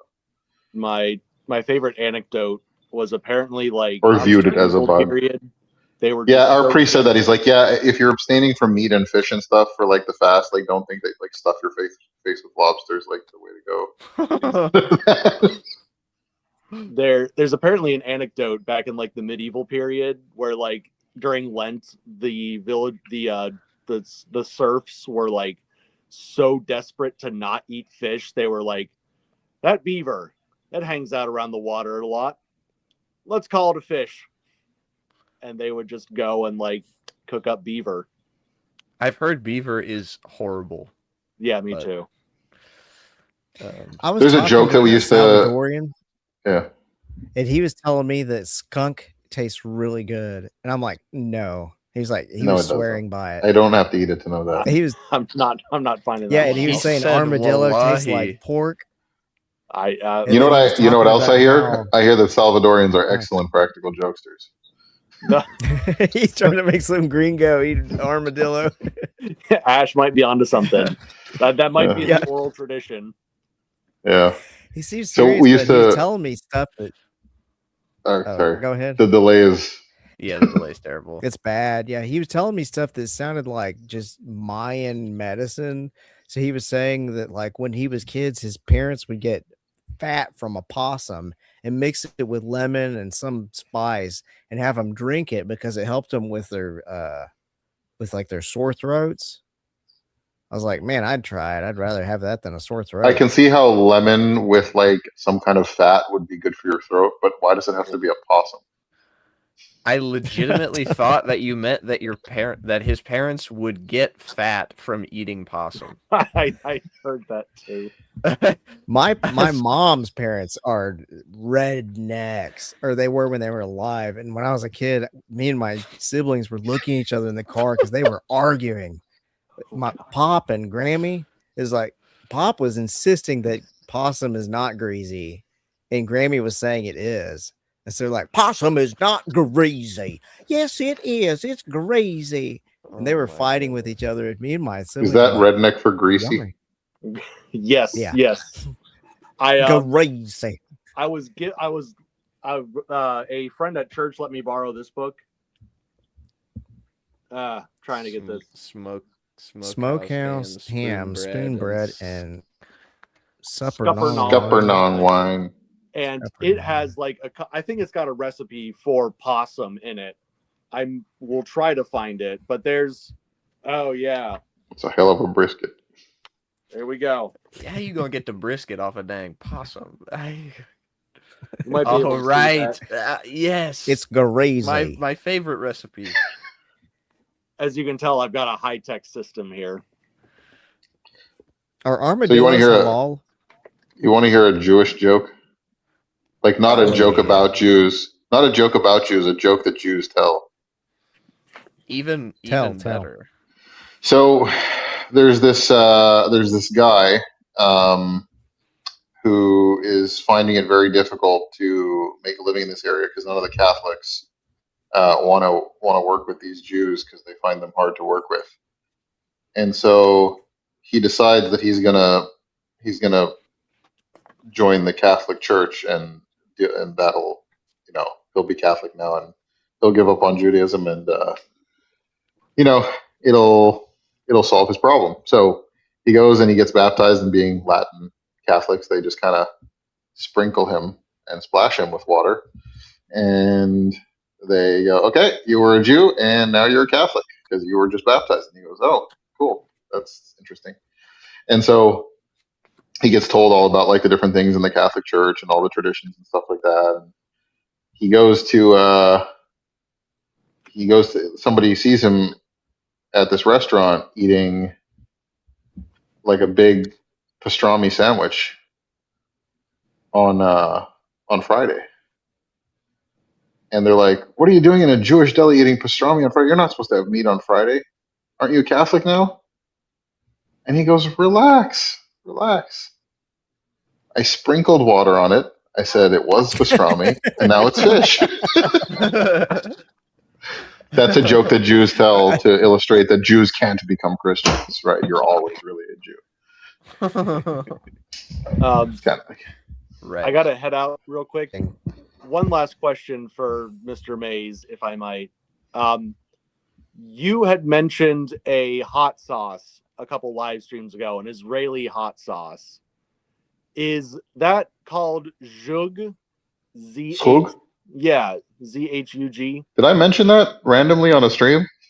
Now it's stuck in my brain because I work in food, but yes, you did. You said that why you hated the diet was because one of the reasons was you couldn't find any Zhug or the Israeli hot sauce.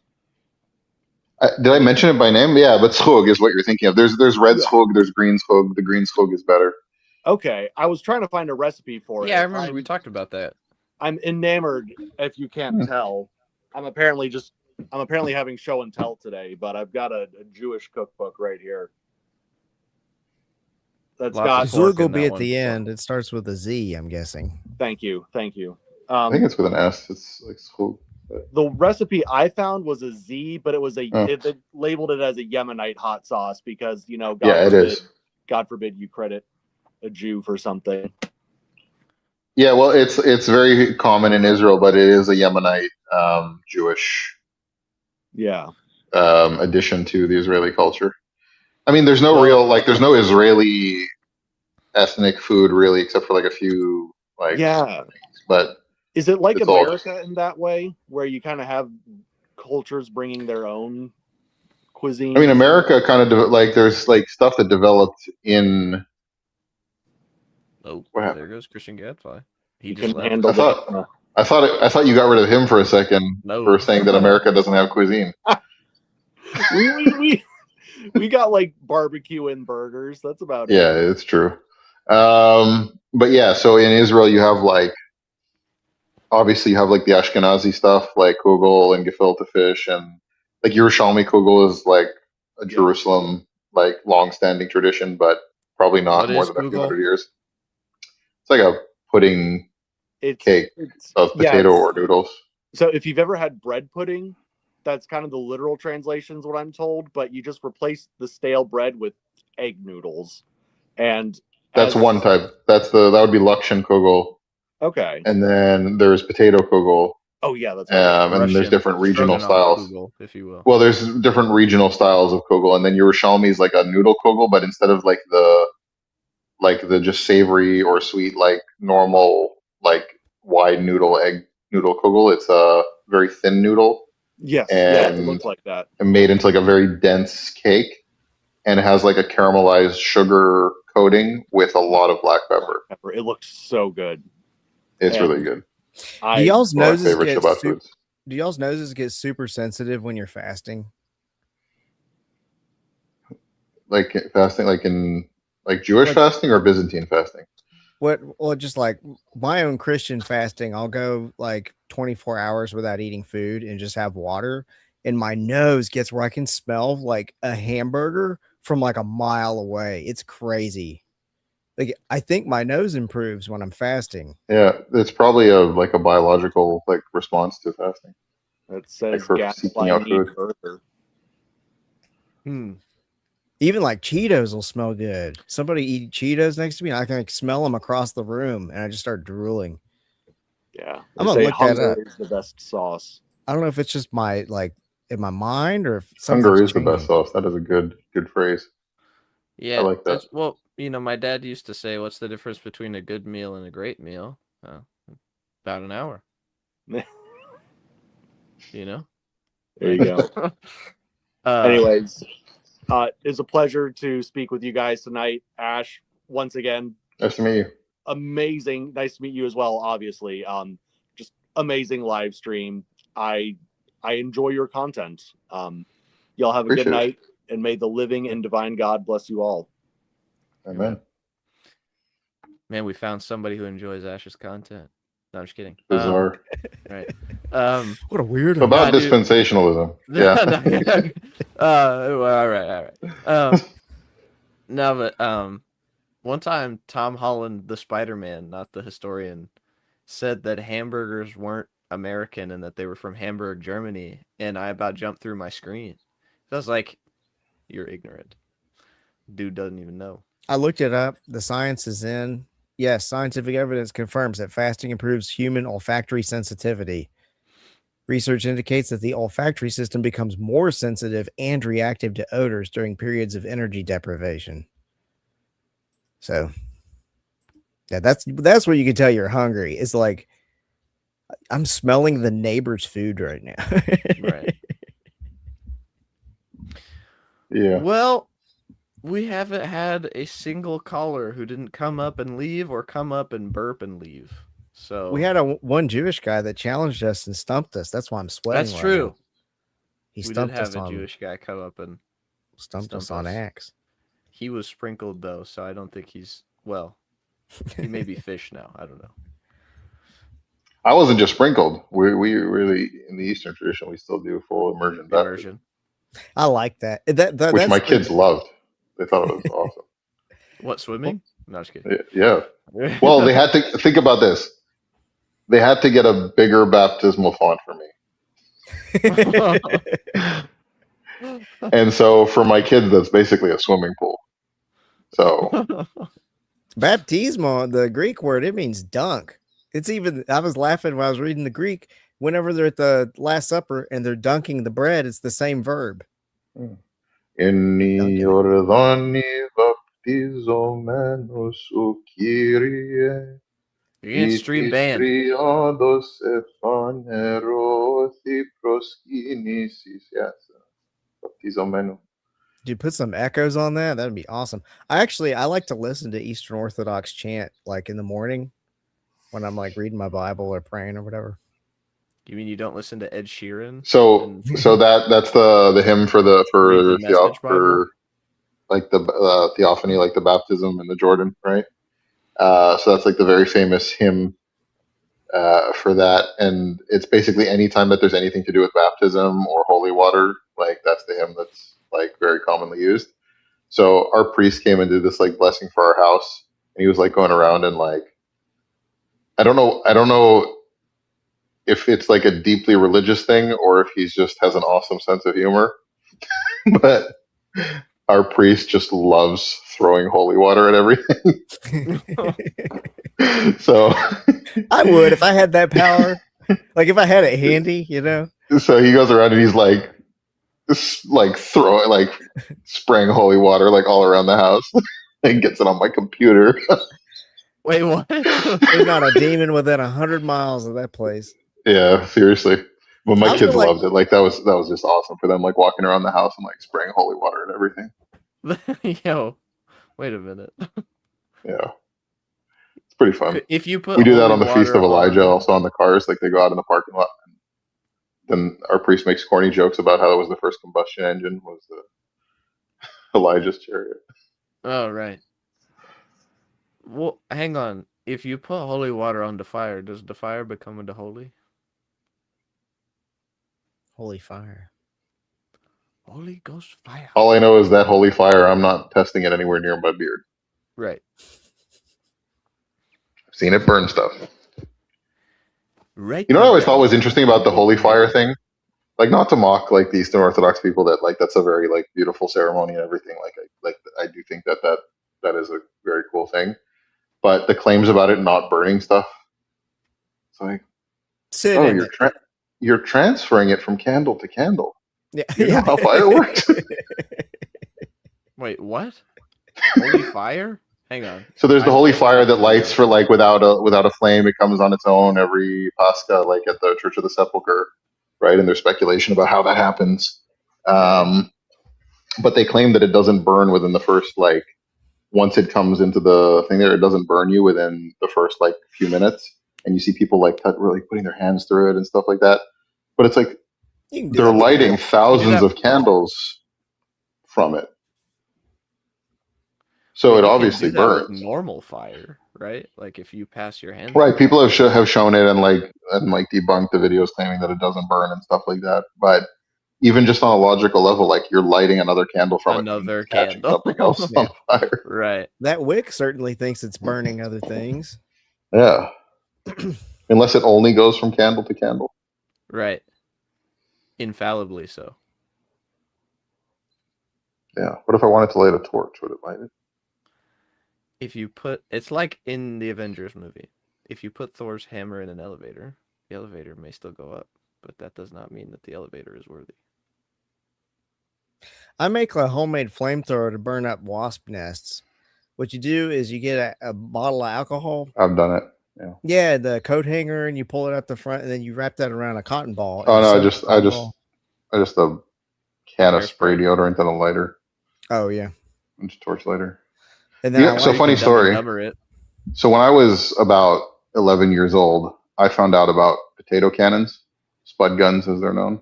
Mhm. And I was like, I'm going to build one of these. And so, how do I say this without mocking my dad? Did you grow up in the country? No. Oh, you didn't have like acreage. How are you fooling around with a potato cannon? Damaged fences. Oof.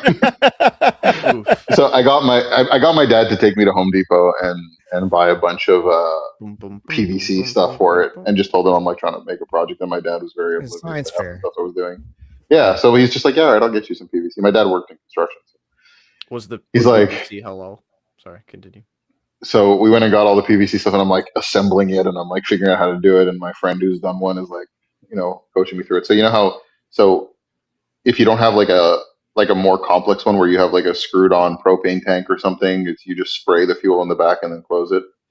So I had disassembled the lighter, put the lighter thing in for the trigger and all that. So it was, good to go.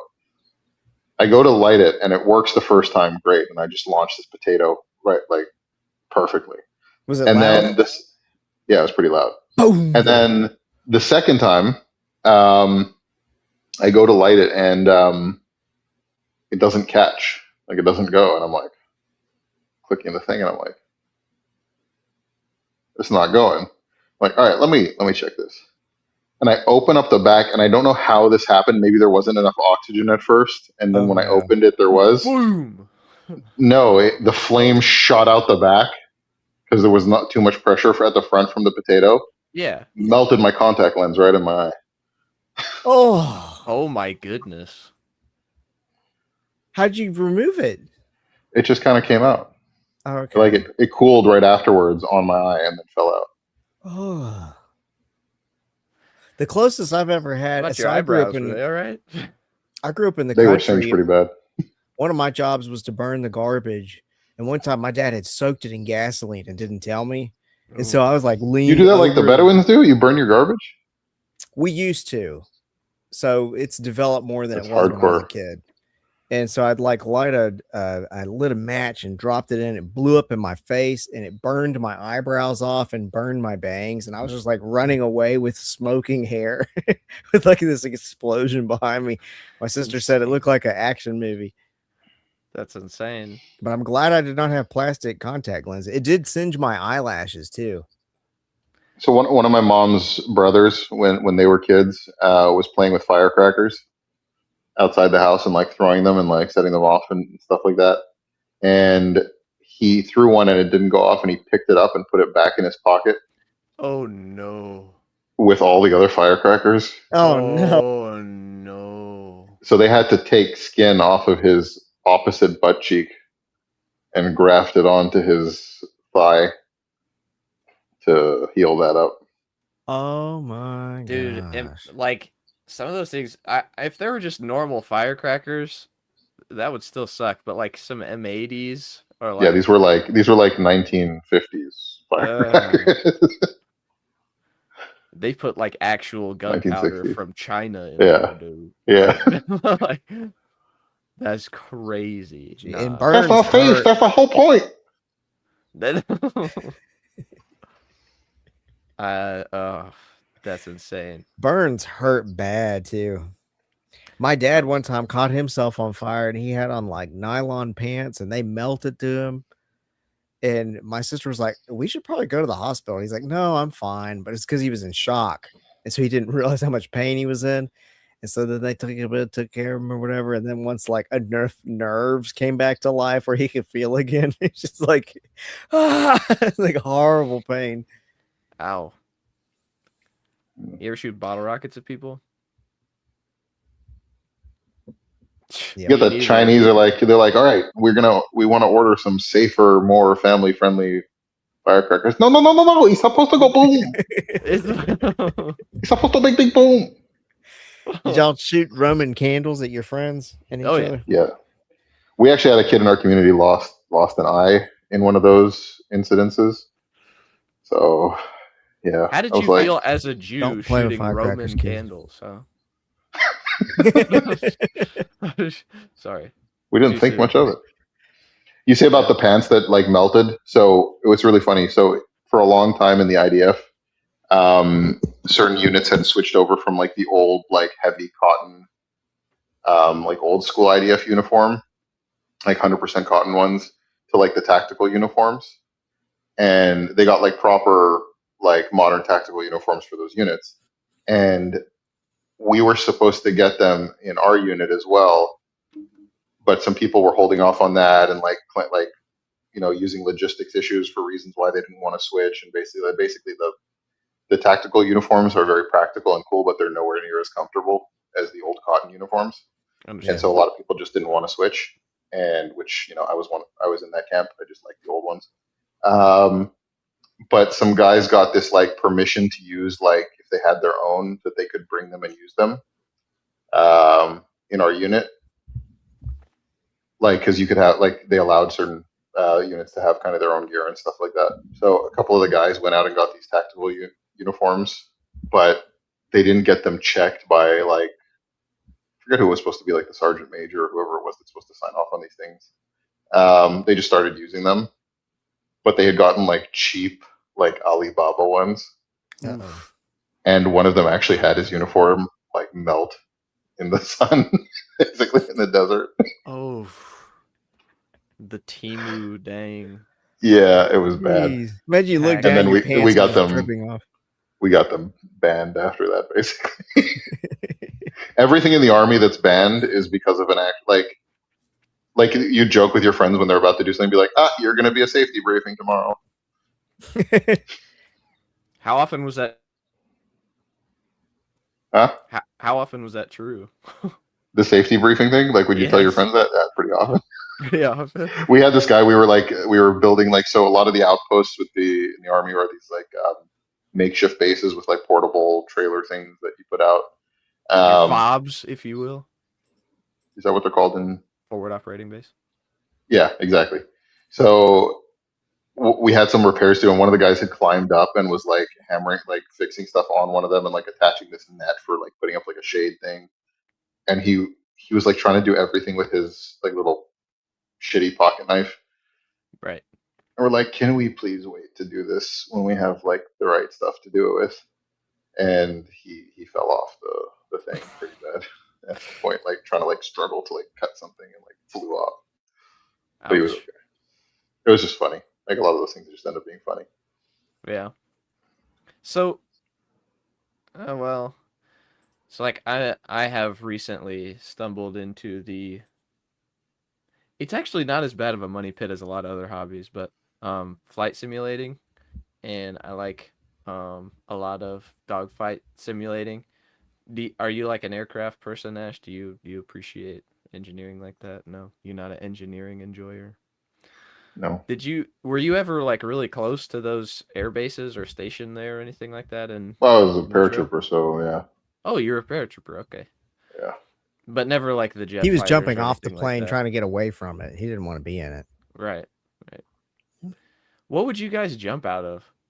C-130. C-130s, that makes sense. Yeah. It's a shitty plane. They're We had the old actually ones. fantastic. No, we had planes. the old C-130s though. Like Right, but still, like to me, aircraft in general are just like. I was so relieved when I was out of the thing. Yeah. And in the air, like even before I knew that my chute is open, it was nicer to be out of the plane than in the plane. You'd rather be falling than in the plane. Yeah. I like being on the ground, man. I don't like heights. I couldn't do it. Oh, dude. I was I can't terrified do of it. heights before that. It was very difficult Yeah. So why did you choose paratrooper then? because I was scared of heights. You wanted to get That was That's- that was part of my motivation. I was like, I'm gonna do the most like badass thing for me, like difficult to do. That Right. is pretty badass.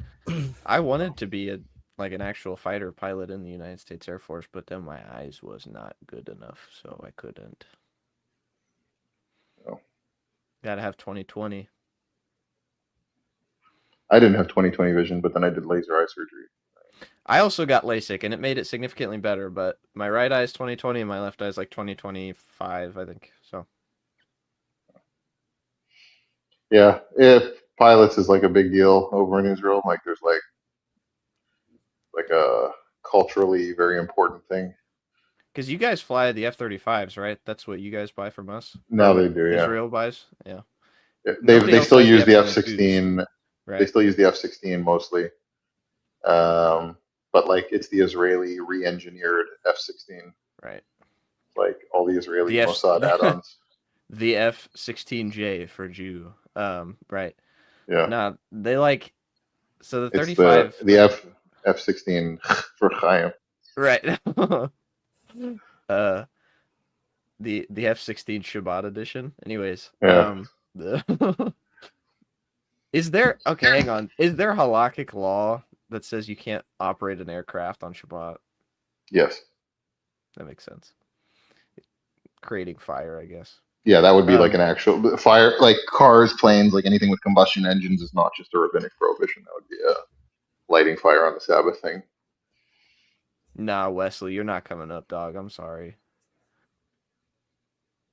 Is it too late? Is that why?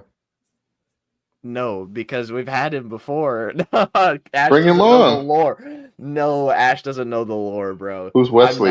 No, okay. So so he came up on Sons of Thunder when I was still with Sons of Thunder. Like one of our first, actually, I think it was our very first call-in live stream. He was our first caller.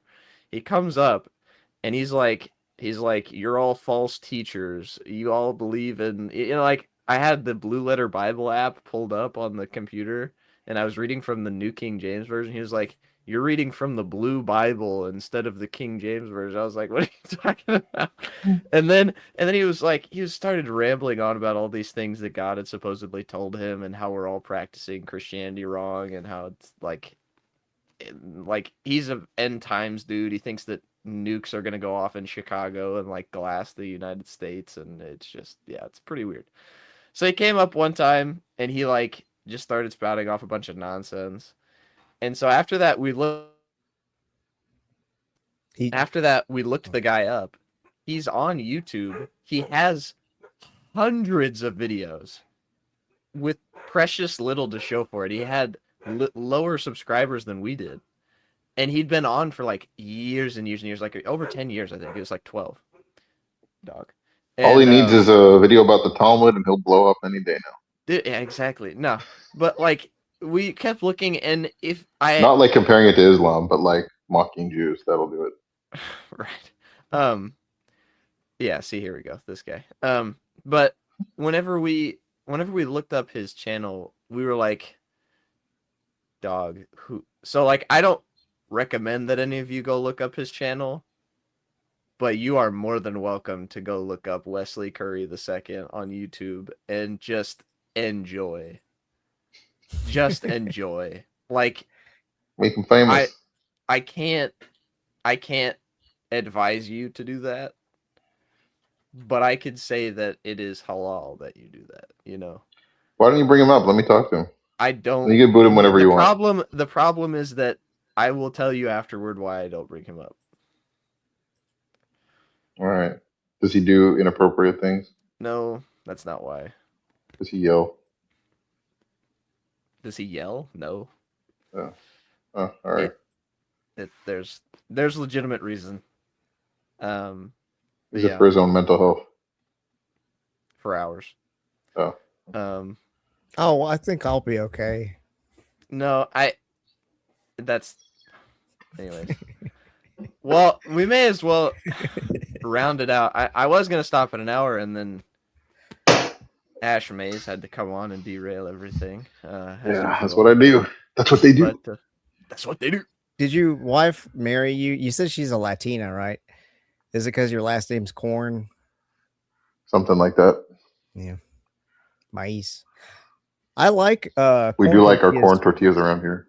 I was corn about to tortillas say are better than flour you can tortillas. tell someone's legit if they like corn tortillas more than flour ones.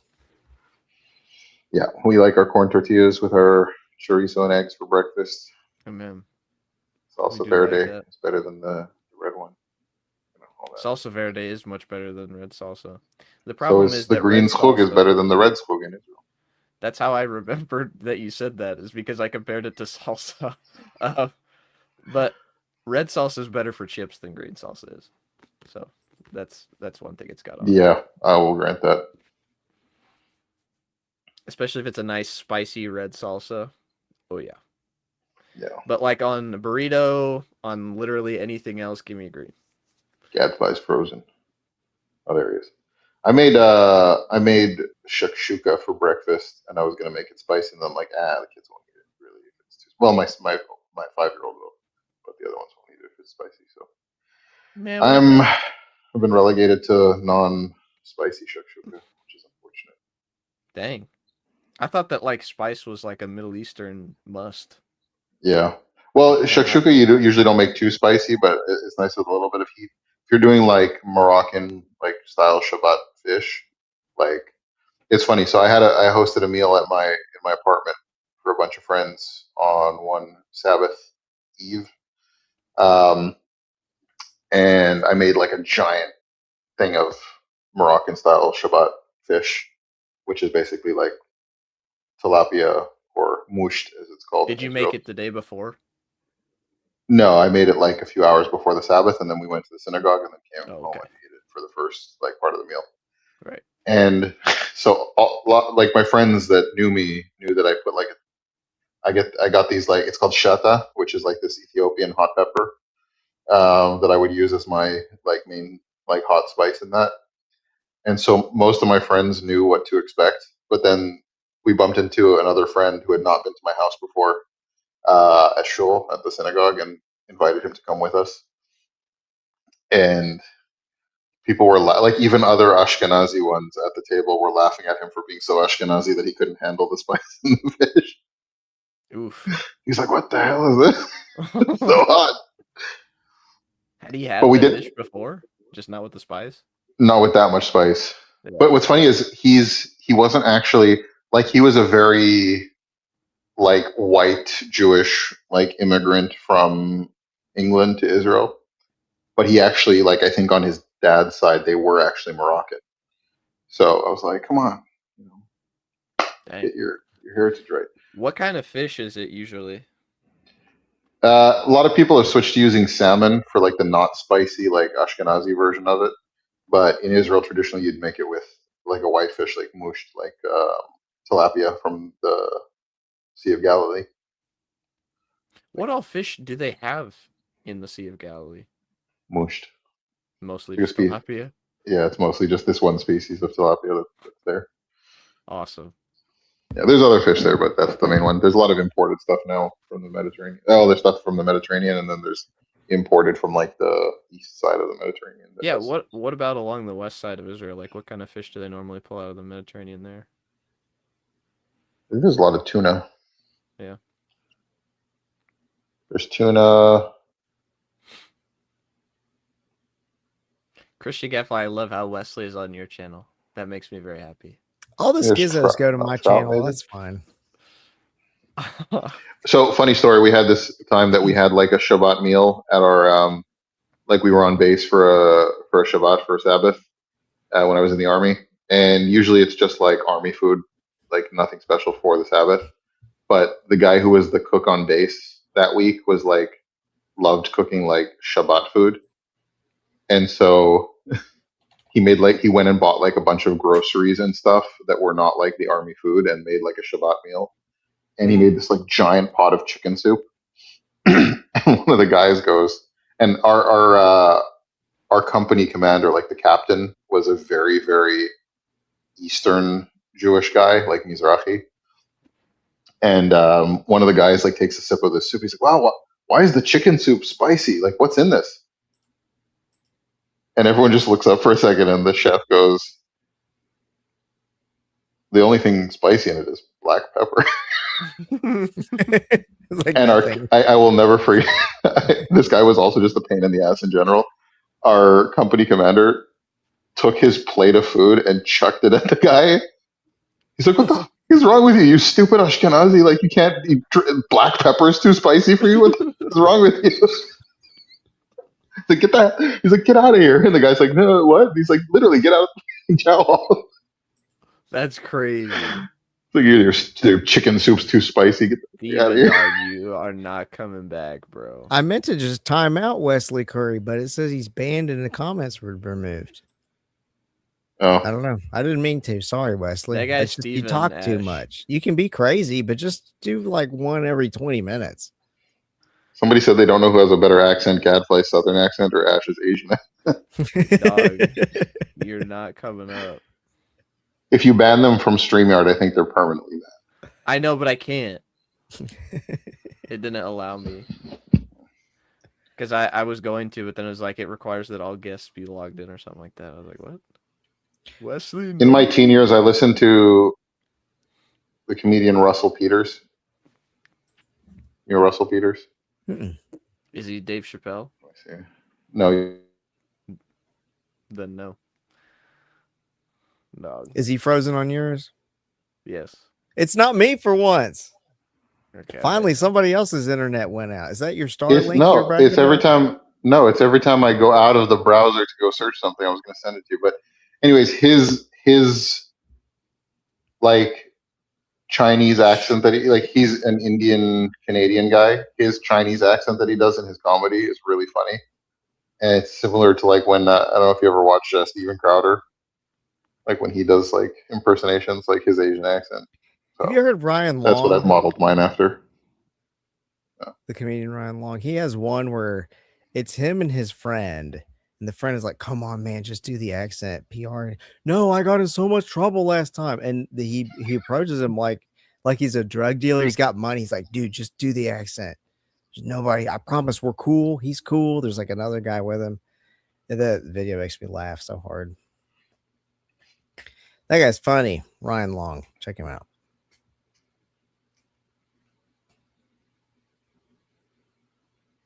What's shakshuka mean? You said that earlier. It sounded like a pet name. Shakshuka. Yeah. Shakshuka is a Israeli breakfast egg That sounds- dish. That with, sounds like sauteed. sweetie pie or something, like something you would call your sweetie, you know. My daughter laughs when she tries to say it. She says she calls it shaka shaka, and she laughs. Shaka shaka. It's really cute. Because she was like trying to like very stubbornly say I don't want the shakshuka, but then she called it shaka shaka and laughed and cracked herself up, and then she ate it. So like whenever your kids are being stubborn and they know they're like whining too much and they start laughing at their own like attitude, that's so fun. Yeah, it's a lot of fun. My oldest one. But yeah, so what you do is you saute like there's different ways to do it, but you saute like chopped up onion and like green pepper and stuff like that, like strips of it. You saute that in olive oil, and then you do like chopped up fresh garlic. I didn't have fresh garlic to use, so I used like a little, the frozen garlic.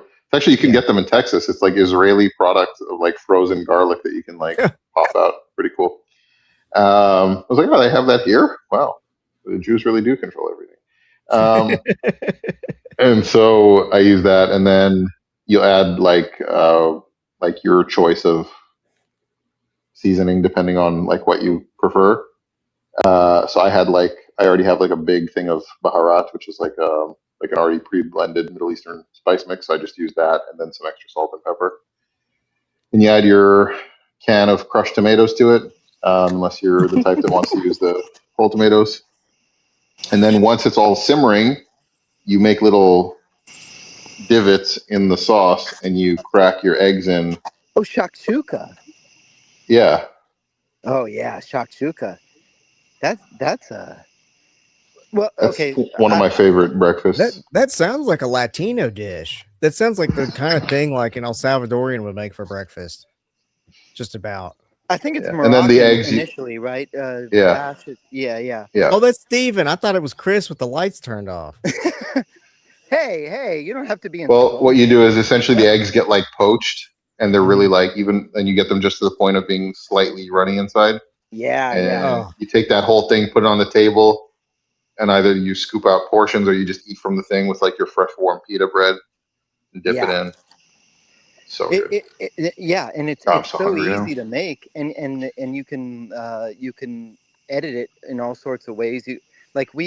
To make it more like substantial, we'll put like zucchini or potatoes or things like that in there, just to give it because I've got a big family, and so you gotta make the food spread out a bit. Last. Yeah. Yeah. Put So some water in it.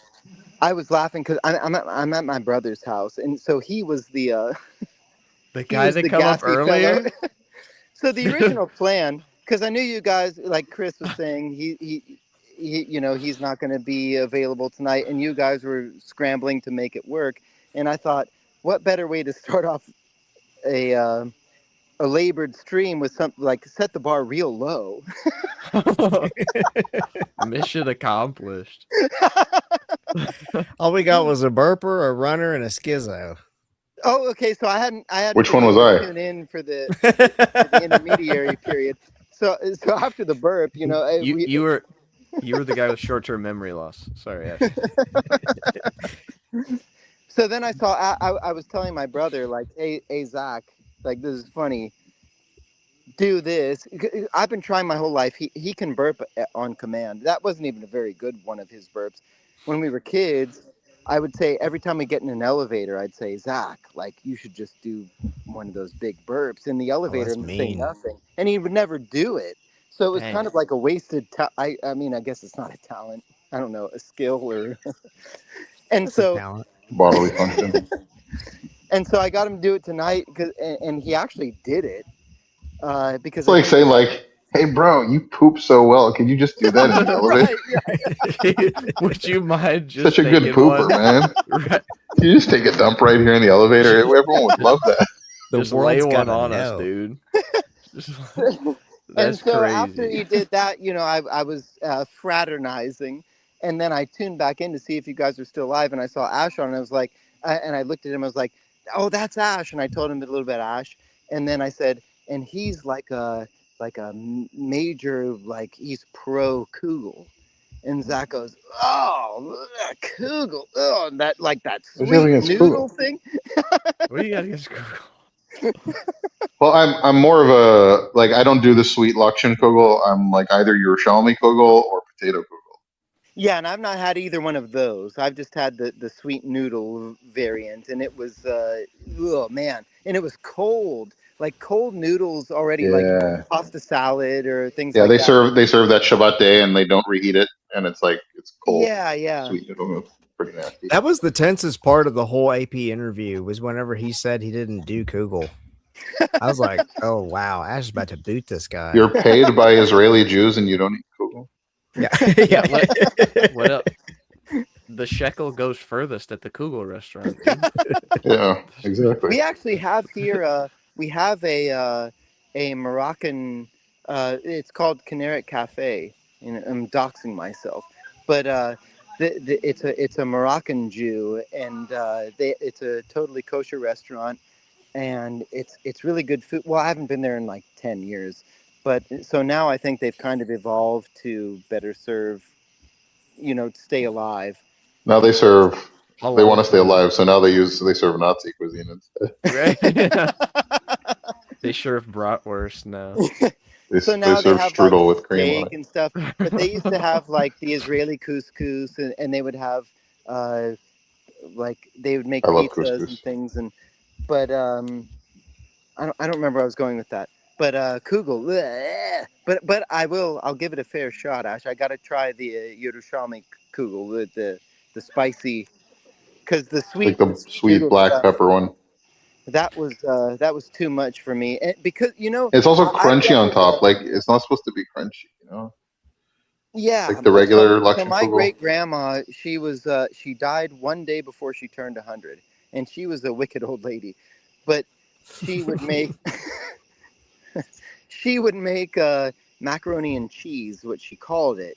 And I think most of us are familiar with what macaroni and cheese is. It's like it's a creamy, it's yellow and Comes in a box. yeah, Yeah, it's a and it's good. craft. It's good. It's not like gourmet, but it's good. But We had she like would make kosher Jewish brands growing up because they didn't have like kashrut for the craft one.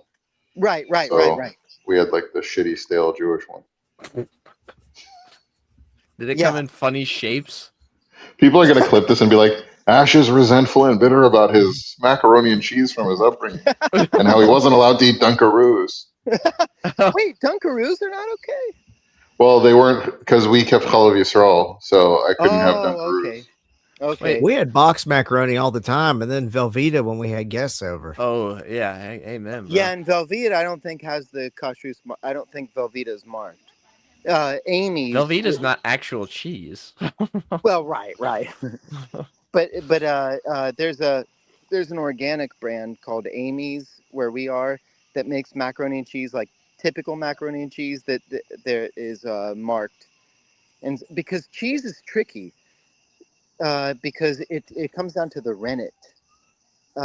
So to make cheese from milk, you have to have like some sort of enzyme. It's And hard, and it takes forever. yeah, And it so takes way more milk than you would think it would need. mhm. And to I've get done it it to one kind of, I time. hate to use the word in like for food, but to like coagulate basically, to make Yeah. cheese from milk, you have to have an enzyme that comes from an intestine of an animal. And generally, because pork is like most readily available in the United States, and it's the cheapest, that for a while most cheeses were made with pork rennet. And so that was one of the things when I started keeping kosher. And again, I don't keep rabbinic kosher. I keep just biblical kosher, not like unclean animal stuff. Do you mix like cheese and meat, like a cheeseburger? Yeah. To me, biblically, So there's my no dad's kind of like Ash, where like if he loves someone and knows them well, he can't help but challenge them if they have something that he thinks is dumb that they believe. Uh-huh. And we have a really good friend who's a rabbi, and he just like, I was like, Dad, let it go. He was like, nope, I got. He started asking him about like, so you can't mix the milk of the mother with the child, but this cheese isn't from that mother, Right. and like, why can't you have the cheese on the hamburger? And I was like, Dad, just drop it. Have I told like y'all the story about you can't even have my chicken with sister and the milk. not kosher cookie? No.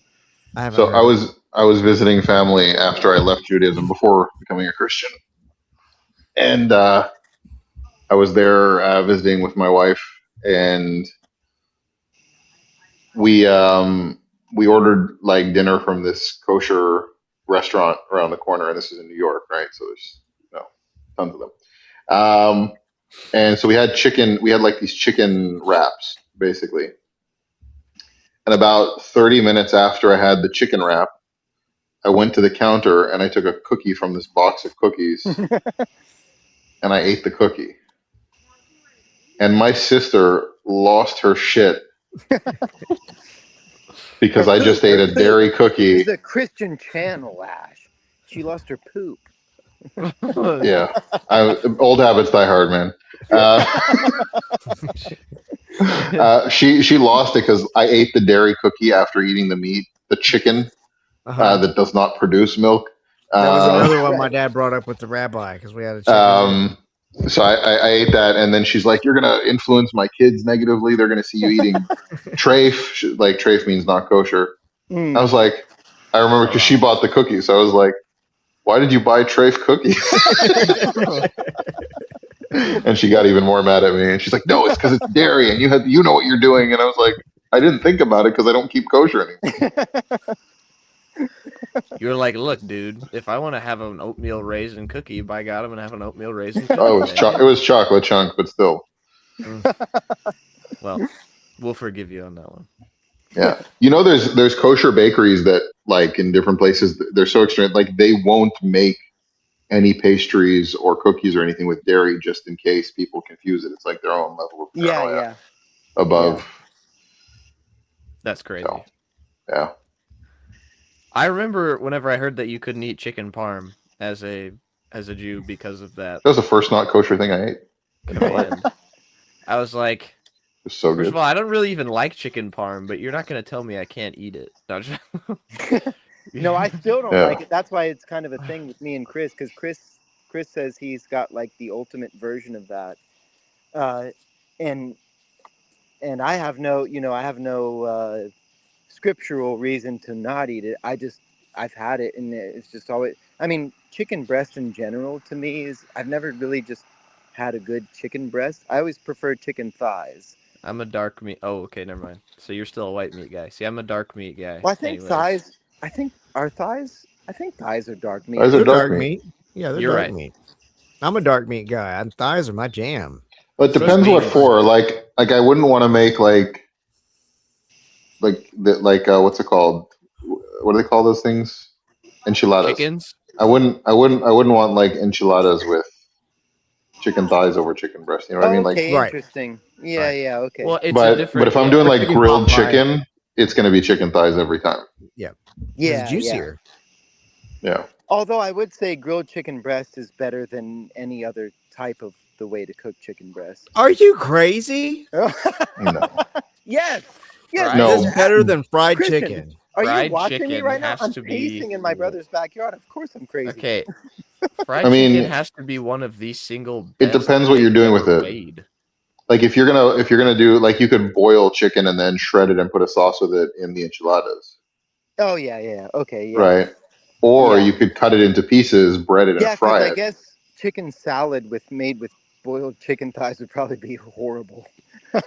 No, we're talking about like actual like fried a chunk chicken. of chicken. The best way to have the chicken, like a is chicken wing. grilled breast. Is that what you said? I just want to make sure that's clear for the record. Oh no, I said a grilled breast I'm would getting be a call. the Be right best back. way to have a chicken breast in my No, chopping it up and frying it in breading.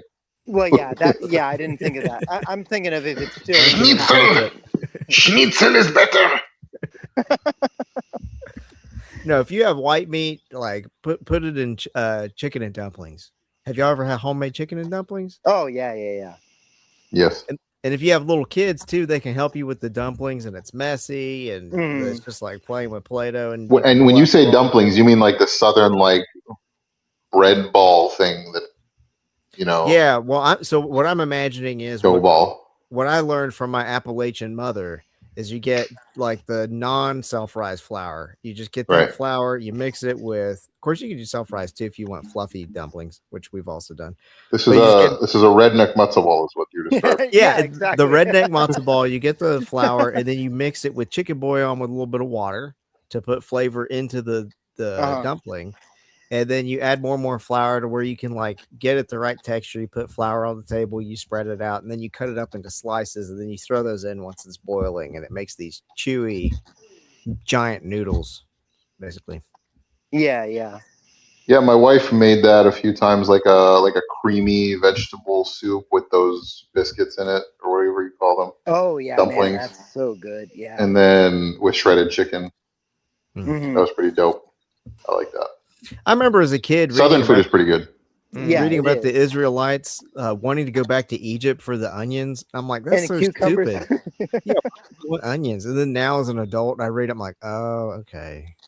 Oh yeah, no. When I cook, They I want those onions. generally a Leeks and lot of the onions. times whatever you're making, you've got to And the start with the melons. onions. And so everyone in my house And the will come up and malafacon. go, "What are you making?" And I said, "I just got onions. I just got onions in there right now." And they're like, "Wow, the whole house smells good." Do you fry them in butter? Yeah, Yeah, that onions and smells butter. so good. It's like that's the smell of food. That's like the Yeah. quintessential food smell. And they're like, what are you making? And it's like, and they don't even know, but they're like, whatever it is, it's good. And all they're smelling is the onions frying in butter. When I discovered steak basted in butter, my Mm. mind was blown. Well, yeah, because you're not allowed to have that. I'm assuming halakhically you're not allowed to have that Correct, Oh, right. because that I is didn't have actually steak. milk. I didn't have steak basted in butter until I was like 29 years old. Oh, it's so good. It's That's interesting. how I make my steaks. Are The you a ra- grilled steak guy? Sorry, Steven. Oh no, I I've got a bit I'm delay. almost This always always like happens to grilled me, steak, so I but don't want to me too. interrupt. I think stainless steel pan is also pretty dope. Yeah. Cast iron skillet happens to be a favorite as well, but I like grilled probably the best. Yeah, Grilled well, it's ribeye. weird though. The Oh. the stainless steel actually, if you manipulate it correctly, in my opinion, that like makes the best steak. It just for You're me, allowed to have that opinion. I need some kind of fire smoke Mm. whiff in my nose when I have meat. You know what I mean? Yep. Yeah. Like it doesn't have to be like brisket smoky, but like a little bit. Mhm.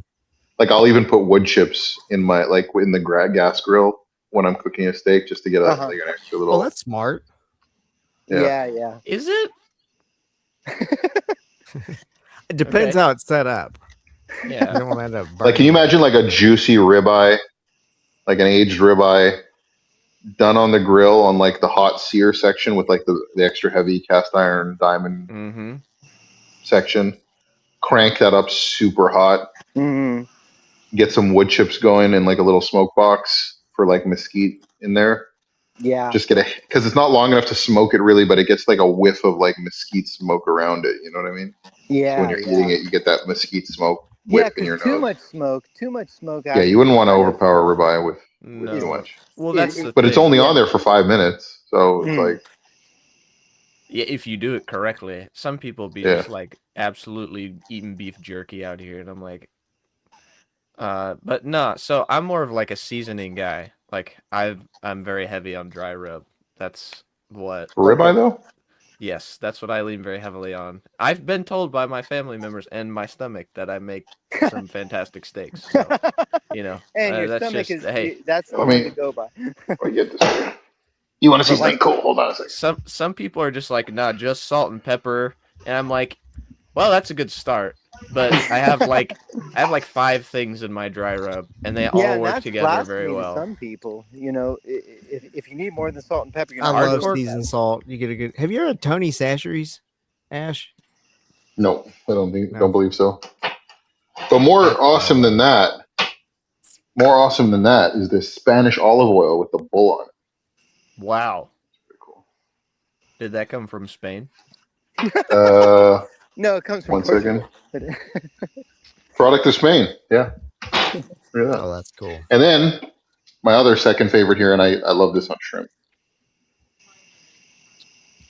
Yeah. See, that's what Tony's is like. It's like a Cajun seasoned salt. You can put that on just about everything. You put that on Oh, yeah, eggs, yeah, put it on yeah. steaks, put it Yeah. on Yeah, I hamburgers. got lemon pepper. I got carnivore red rub. I got Cajun. So Ash, having been in the South, have you had like an actual crawfish boil before? No, but they have it every Saturday at our local HEB. Don't do it, Ash. Don't do Dude. it. They're gentilizing you. Dude, It's crawfish. crap. I have Boil. I probably have more bacon in my fridge right now than you've ever seen in your life. No. Just I because used he to when I can. was a kid. When I was a kid, I don't even eat it. I just keep it there.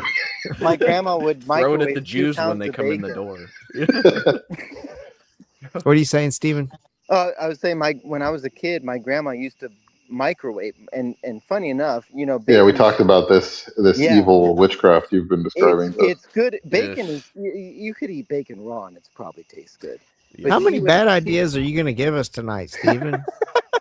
Are you advocating for microwaving bacon right now? I hope not. I all hope I'm that's not what's saying is going. no. Here's It's because you don't my want us to eat it official- anymore. You want us to get so sick. Here's my official statement on bacon. It is delicious, just like all sorts of sinful things are attractive to us. Oh my I can goodness. acknowledge that it is alluring and it serves You desire. sound like who's that? I think I think you're mixing up sins here. You eat pig, you behave like pig. It is scientific. Yeah, it is a scientific thing. You read the book. You are what to eat.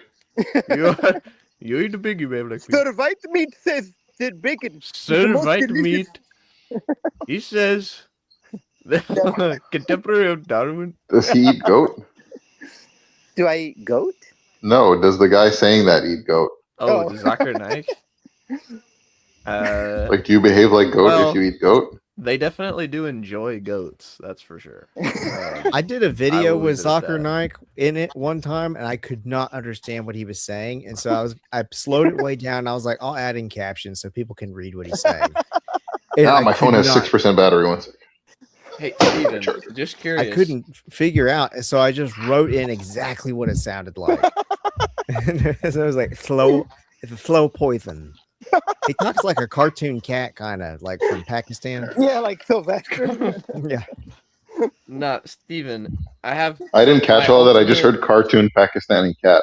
yeah, Yes. that's Zakir Naik's voice. Steven, I think probably the best argument for being able to eat pig now is because if God didn't want us to eat them, then why would he make them out of food? Well, why would he make them what? Out of food. Out of food? That's a pretty solid argument. It is a solid argument, and I think you've been thoroughly No, I would refuted. say I would counter with, if God didn't want us to commit adultery, why did he make so many women so attractive? You keep mixing up sins. It's a non sequitur. We may I have. don't agree. No, I'm not. It's an I'm not equivocation mixing up. fallacy. It was a joke. It was a joke. Yeah. Equivocation It's like- fallacy. I usually use this joke against my vegan friends, of which I have none. No, you know what like, though? if I was I mean, supposed I to eat know cow, it's a joke. I why know aren't it's they a made of joke, but food? it is a valid question. I think. I think people who do eat that stuff. I mean, I was one of them. I was one of them till I was 19. Are we out group now? You're in group. We're out group. You're acting like this was like your battle with gout or something. Like when I used to have that. You know, No, it's like no. You're reading me wrong. You're reading me. I only say that to say that I know what you're talking about. I've been there. That I'm just saying, hey, I know how delicious bacon is. I used to eat it. All I know is this. Ever since I started eating bacon, okay, I behave like pig. I've been less susceptible to mind control lasers. From the Jews. Well, that's really redundant because where else do mind control lasers come from? You know? Well, there's the Jewish ones and there's the Finnish ones. Those are the two options. Well, yeah. What about the Masonic ones? And the They don't have Illuminati ones, which mind could control be, lasers. You know, there could be all They sorts. don't have of those yet. They have portals to hell. Right. Really easy to just walk right through. Where you can eat all the bacon you want. Yeah. Yeah, Thanks. crazy. If hell is more bacon, you're not making a very good case for Christianity. Dude. But fortunately for you guys, and unfortunately for me, my silly phone is about to die. So I'll let you guys. Go get your charger. I just got my charger. Yeah, dude, I'm at my brother's house. Go I'm at ask my brother's house. Go ask Bigfoot for a charger. But I mean, I don't expect you guys should be on too much longer. But by by the time I get to a point where I have a charger, I'll check in if you guys are still on, and I'll hop back on. But if not, God bless you guys. Well, Love you guys. Chase is probably going to go to bed in like 20 minutes. So You as well. Well, I don't have to work tomorrow, so Oh. no. Okay. Well, I might be back, and I don't know if that's probably not a good thing for you guys, because I started off your night with a burp. Yes. What are we supposed to expect now? Yeah. Who Have you knows? Wait a seen- Who knows second. what's coming? Yeah. do the rabbis prevent people from eating bacon so that they can control them, or is the bacon what they give to the Gentiles to mind To control them? control them. Goy slop, I think, is what you're referencing. The goy slop. Goy Man, I slop. remember when I was a kid. So this is what's weird for me. This will be my last little manifesto before. Don't put goy slop in words in my mouth. You put bacon in my mouth. I remember seeing an infomercial because we would, I was raised by my dad without a mom for a long time, and so you know how dads are. They're dads. And so we would be up at all hours of the night, and there was this one guy who had an infomercial, and probably Chase, you're probably too young to even know what an infomercial is. What? No, I'm not. Okay, so man. Wait a second. I don't know what you're talking about here. I'm a dad. My kids are all asleep. So, well, yeah, you're a good dad though. My dad did a good job, but he wasn't a good dad. Well, that's a whole complicated story. Anyway, there was this infomercial where this guy was talking about kosher salt. And I mean, this is on mainstream TV, which Was this your first step into Messianic Judaism? No. He was Kosher salt. This guy was saying there's kosher salt, and the reason they call it that is because it doesn't have the poison in it that the Jews feed to the rest of the world, which is bad salt. So you got to buy the kosher salt. That's on an infomercial? On an infomercial when I was a kid. Publicly aired. What state is this? Ohio. The state of Germany, probably. Did they show people eating the normal salt, and it would be like in black and white, and they'd be. That's what he said. Ohio. It was Ohio, and so I mean I was very anti-Semitic for a good 5 years of my life. I mean I wrote there's a guy. You're guys still anti-Semitic. You guys remember those books, such and such for dummies, like. Yeah, the dummy books. Yeah, so there was a book called Judaism for Dummies written by a guy named Rabbi Aaron Perry. No, Judaism definitely isn't for dummies. That's got to be haram.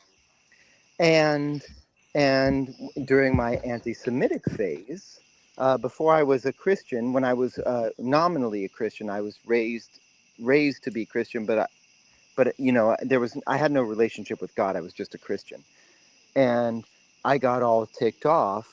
And I remember emailing this guy and saying, "What do you know about God? This and that. You don't have the sacrifices. No one can atone for your sins. You do this and that."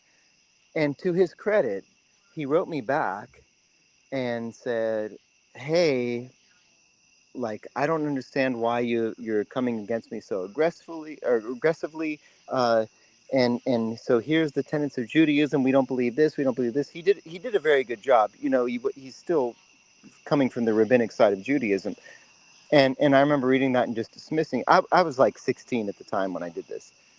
And then did he explain to you why they swing the chickens over their heads? I don't know if he was one of those that did the kapora, did that thing.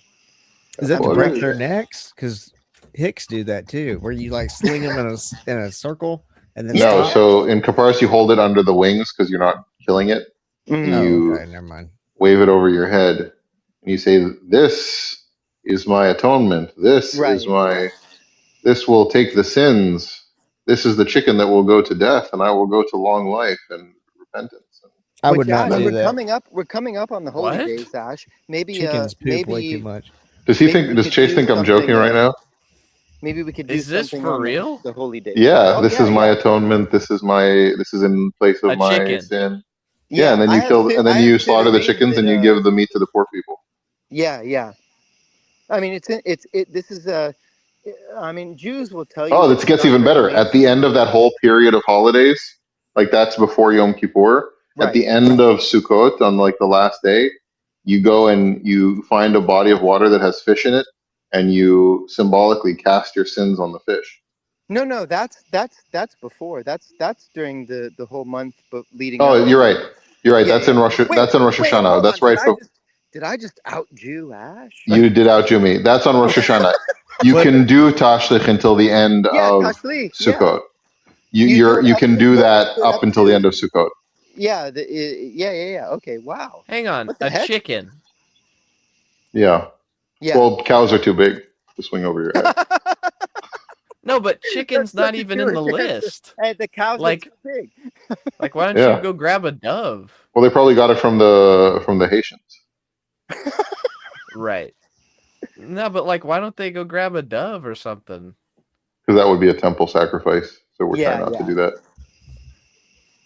So, Well, anyway, guys, but- gosh darn it, I'm having like, so much what- fun. I don't want to just like randomly cut out because that would be like somebody just joining and burping. So I'm gonna head out of here for now. So- But love Sorry, you guys. continue, Steven. Catch up Yeah, with Love you you too, later. Steven. love you Yeah. too, man. Shabbat shalom, and see you next time. Shabbat shalom. Hey, Okay, so wait, in their efforts to exclude temple sacrifice rituals and everything, they essentially made everyone their own priest? yeah, you do it over yourself and then you kill the chicken. Yeah, so everyone's their own priest. Yeah, kind of like Protestants. Right, but that's what Gavin. that's what I'm saying. It's like, what? That was a good one, huh? That's, You like that? Hang on, that's just Protestants though. That's in the Bible though. Anyways, No, I'm kidding. yeah. Interesting though, but oh my. Okay, well, this changes things. I didn't know they Yeah. did that. The chicken is takes your sins and then you kill the chicken. And the fish. Some people do it with money. They'll just swing money over their head and then give it to charity. Not as fun. You Okay. have But to it's like be you go to the poor people and you're like, here, have my sin chicken. It's like, what do you Yeah, mean by right? sin chicken? That's probably what I'm eating at Popeyes. That's why they're still poor, dude. That's where the chronic poorness comes from. Is because they're eating all these sin chickens. Okay, Yeah. hang on. It's a cycle. And taking sin money. Sin money, sin chicken. So wait, what You about can use the a fish, but it's too slippery. The tashlich? yeah. You literally Yeah, so you just go up to the ocean and be like, ah, yeah, there's a whole bunch of prayers that you say. where'd that come from? I'd have to look into where that started. That's so interesting Don't though, know off because the what top if of my somebody head. comes and catches and eats one of the sin fishes? Well, they don't become sin, like you can't transmit sin by eating the fish. You know what I mean? You can only Right. do it by pretending like you cast it on the fish. That actually works. Right. So it's like, But the my fish dad is isn't bigger thinking that than it's your giving you dad. sin. Yeah, so like the fish doesn't think it's transmitting the sins to you when you eat it. So you're probably Right. safe. The fish doesn't attempt to give you its sin. It's not aware that it's becoming a penal Sinful. substitutionary It's like atonement holy for fire you. that Right. way. It doesn't spread the burning. It's You unaware. chasing this chicken, and the chicken's like, "What the hell are you doing?" It's like penal substitutionary atonement, man. John Calvin coming at it with a knife. Yeah. If I ever want to make cartoons like making fun of Calvinism, I'm gonna do that one. Yeah, that's got to be one of them. Martin Luther, John Calvin, running after Yeah. chickens. That's crazy. That is pretty crazy. Well, have you had any fun, interesting interactions with rabbinic Jews lately, Ash? I had a very unpleasant one 2 days ago. Oh, wow.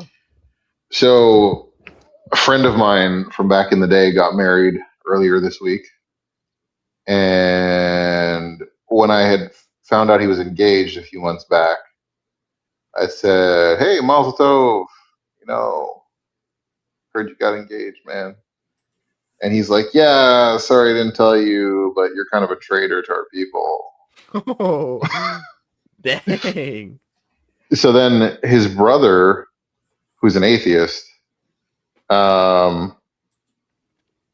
sends me a message saying, "Hey, do you know that so and so got my brother?" You know, I'm saying so and so because I don't want to say names of Right. people. Yeah, of course. But like, you know, he got married like yesterday, and I was like, "Oh, cool! Like, congratulations."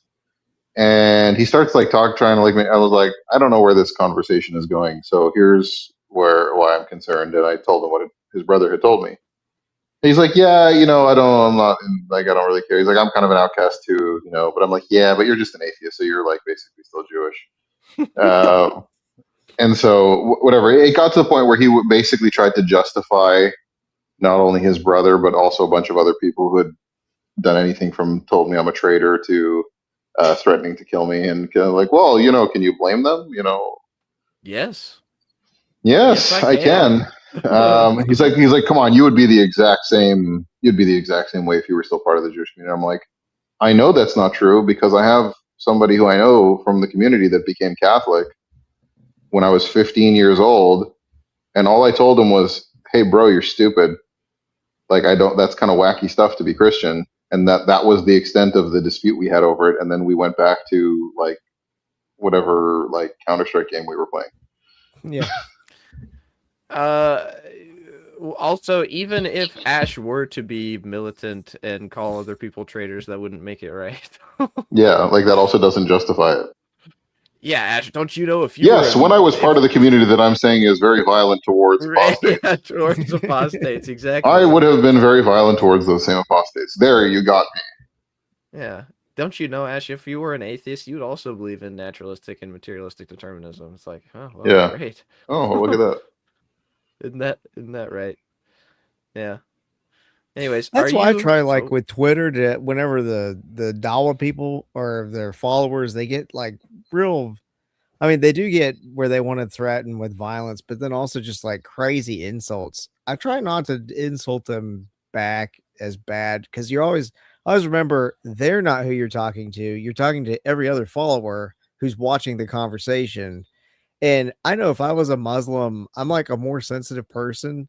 Like I would be so tired of just the constant trash talk, constant threats. And to see someone like responding with some like dignity and respect, it would put pressure on my worldview because it's like everyone that's associated. That's why we have Catholics have Vatican II. Yeah, everyone associated with it's what we do. Dawa is just like middle school bullies, and that would be so tiring to be a part of a community like that. That I feel like there's probably a lot of Muslims that's the misunderstanding that people make about. They think Vatican II is some kind of weird like syncretist council, like to include all religions and Christianity. It's not. It's talking about seeing whatever little snippets of truth you can find in those places so that you can speak to those things, understand that those people have some commonality with you that you can address, and then it explicitly says to evangelize people and bring them to the church. But it's about respect for people. Like, hey, you know, the Muslims also believe that they're worshiping the God of Abraham. They adore the one true God in that capacity. Talk to that when you're evangelizing them. That's essentially what it's saying. Right? Point them to the Bible. Show them what the God of Abraham actually says. Well, right? Like as a parent, it's corrupted, Ash. So as a parent too, like I want my kids to be able to. Pope Paul VI did not know the Dawa script when he approved it. When he was wrote. Yeah. He was looking over and he was like, yeah, looks good. When I don't want to be the kind of parent that just shuts everything down, anything new or anything unknown, you know, so you have to build this habit of being able to chew up something and go, actually, yeah, they have a point here. They have a point here. They have a point here. They're wrong here. They're wrong here. They're wrong here. Right. And so just going, that's all wrong. That's all stupid. That's called critical thinking. Well, my 5-year-old asked me, Papa, did people actually go to the moon? And I looked at him and I said, son, the moon isn't real.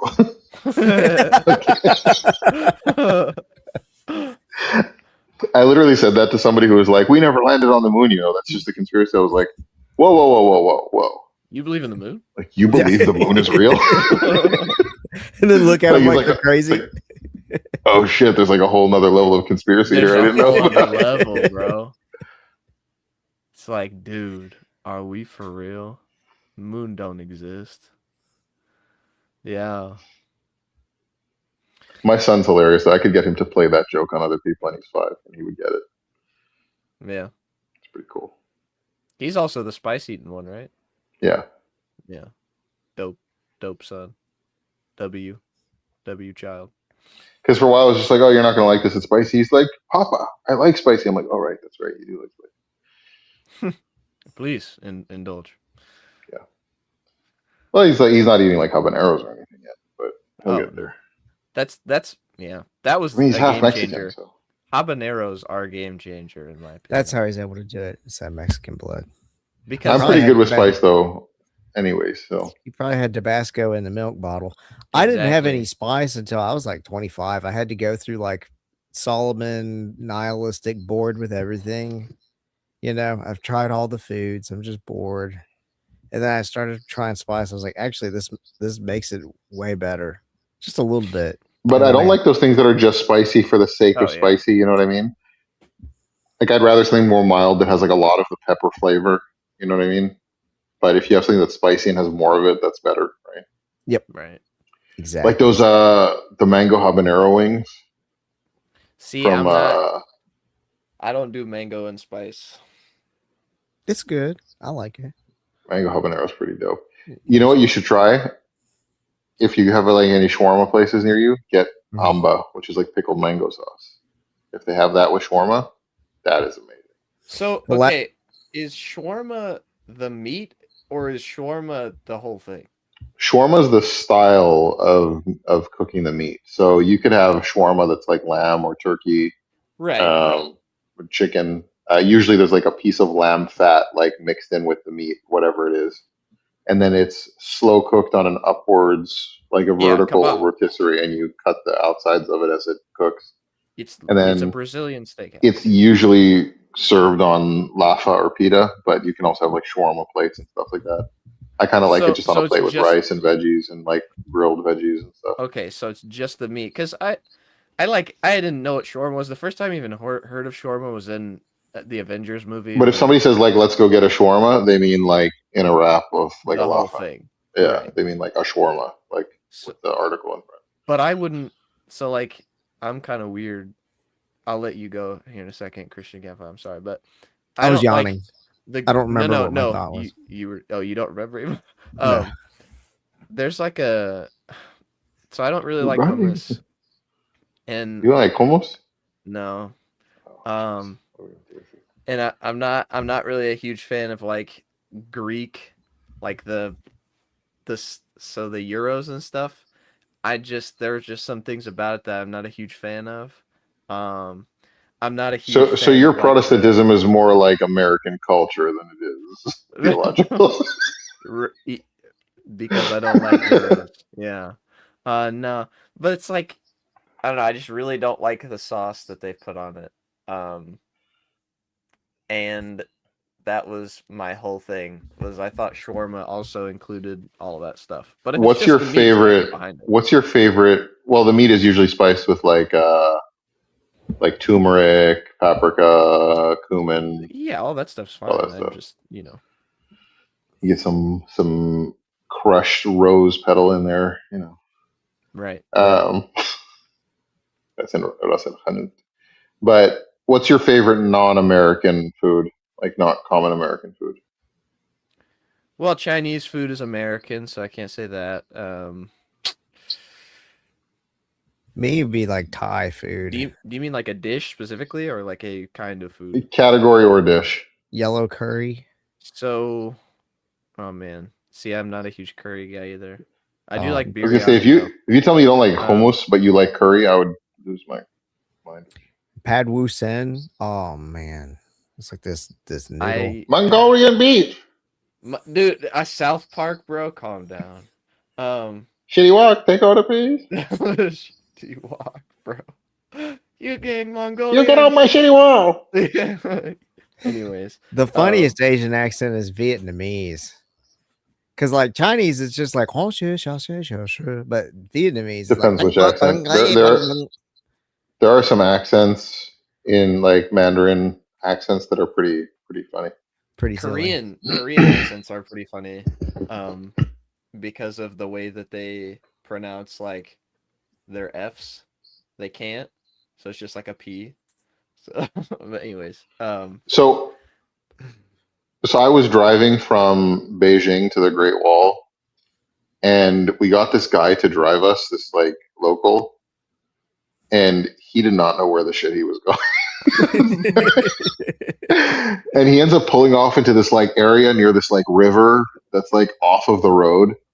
And I'm with my friend, and I'm like, oh, he's for sure gonna try to kill us. Yeah, serial killer. But he pulls over, and there's this old man in a pinstripe suit that's really baggy with a t-shirt under it, and he's smoking a cigarette, and he's holding a fishing rod out to the side, but not like fishing or anything. He's just holding it in the water and smoking. And this guy stops to ask him for directions. And I record. I gotta find the video somewhere if I still have it. Like it's got to be on like my Google Drive. Is or it a something. Chinese you got it guy? on video? Yeah. And this interaction between these two, like the cab driver, like local guy who has this like taxi service that he does, had like one of those like choppy Chinese accents. Oh no. And then the other guy had like the sure, those pictures and Yeah. accents. And the interaction was just hilarious, like between them. And then the guy who was driving us, like the guy tells him like basically that he's gone the wrong way, essentially. And he goes, oh. And he goes, and he's like so bummed. And then he starts to turn the wheel. He's like, and he starts to go the right way. And he like calls out the window and he goes, see ya to the other Chinese guy. I'm like, did you just say see ya to the other Chinese guy? Dude, Chinese people might be the psyop, Dude, the Jews. They are so epic. It was so funny. And then the Great Wall is just awesome. How you gonna be a Chinese taxi cab driver and not know where the Great Wall of China is at? Because he has like a rundown old car and runs this like cheap car service for people in Beijing. And we're like, we'll pay you a ton of money if you take us to the Great Wall, so we don't have to take this other thing to the Great Wall. Because there was nobody else at that time who was going to take us. Like there was no, like we couldn't figure out. Oh, okay. And so he's like, yeah, I'll do that. We had like a translate app to communicate with him. Yeah, I would say that my favorite is probably Asian, more specifically Chinese. But I've been really spoiled. We have a really good Chinese restaurant where I'm at, so I love Mexican food. But we have a I've sushi had place. so much of it. I love sushi. I didn't know love it a Mexican lot. food counted as non-American. Mexican food is my favorite. God, I love Mexican food. Well, it depends. Is it like, because real like authentic Mexican food is Mexican food, but then there's like Tejano and like No, I'm thinking Right. like Tejano. Tex-Mex. Yeah, real Mexican would be like goats cooked underground in a clay pot. No, I'm I mean thinking there's of, like, cheese like enchiladas. northern Mexico stuff. There's like thinking- like tamales. Like tamales are pretty dope. Yeah, that's what I'm thinking. I- It's like cheese enchiladas, nachos. all I that. took these tamales that we had that were like a day old, and I chopped them up and put them in my chicken soup. Oh, that was good. It was good, but my wife looked at me like I was a psychopath. Like, are you There's putting just so much tamales in flavor chicken packed soup? into it that goes into the soup, and probably the corn helped thicken the broth a little bit. It was too. pretty good, but she was looking at me like I was nuts. Huh. Looking at Yeah, you we like a do also sinner. have a pretty good Middle Eastern restaurant down where I'm at. It's called it's literally just chicken with like chicken bits with rice, yellow rice. It's called I don't remember anymore, but it's fantastic. I like Indian food too. It can be It's pretty not good. biryani. Biryani's fantastic though. Somebody in chat said I'd kill for some good Dao Xiaomian. Right. Do you know how you say Jews in Chinese, in Mandarin? How's that? Yu Tai Rin. You Tyron?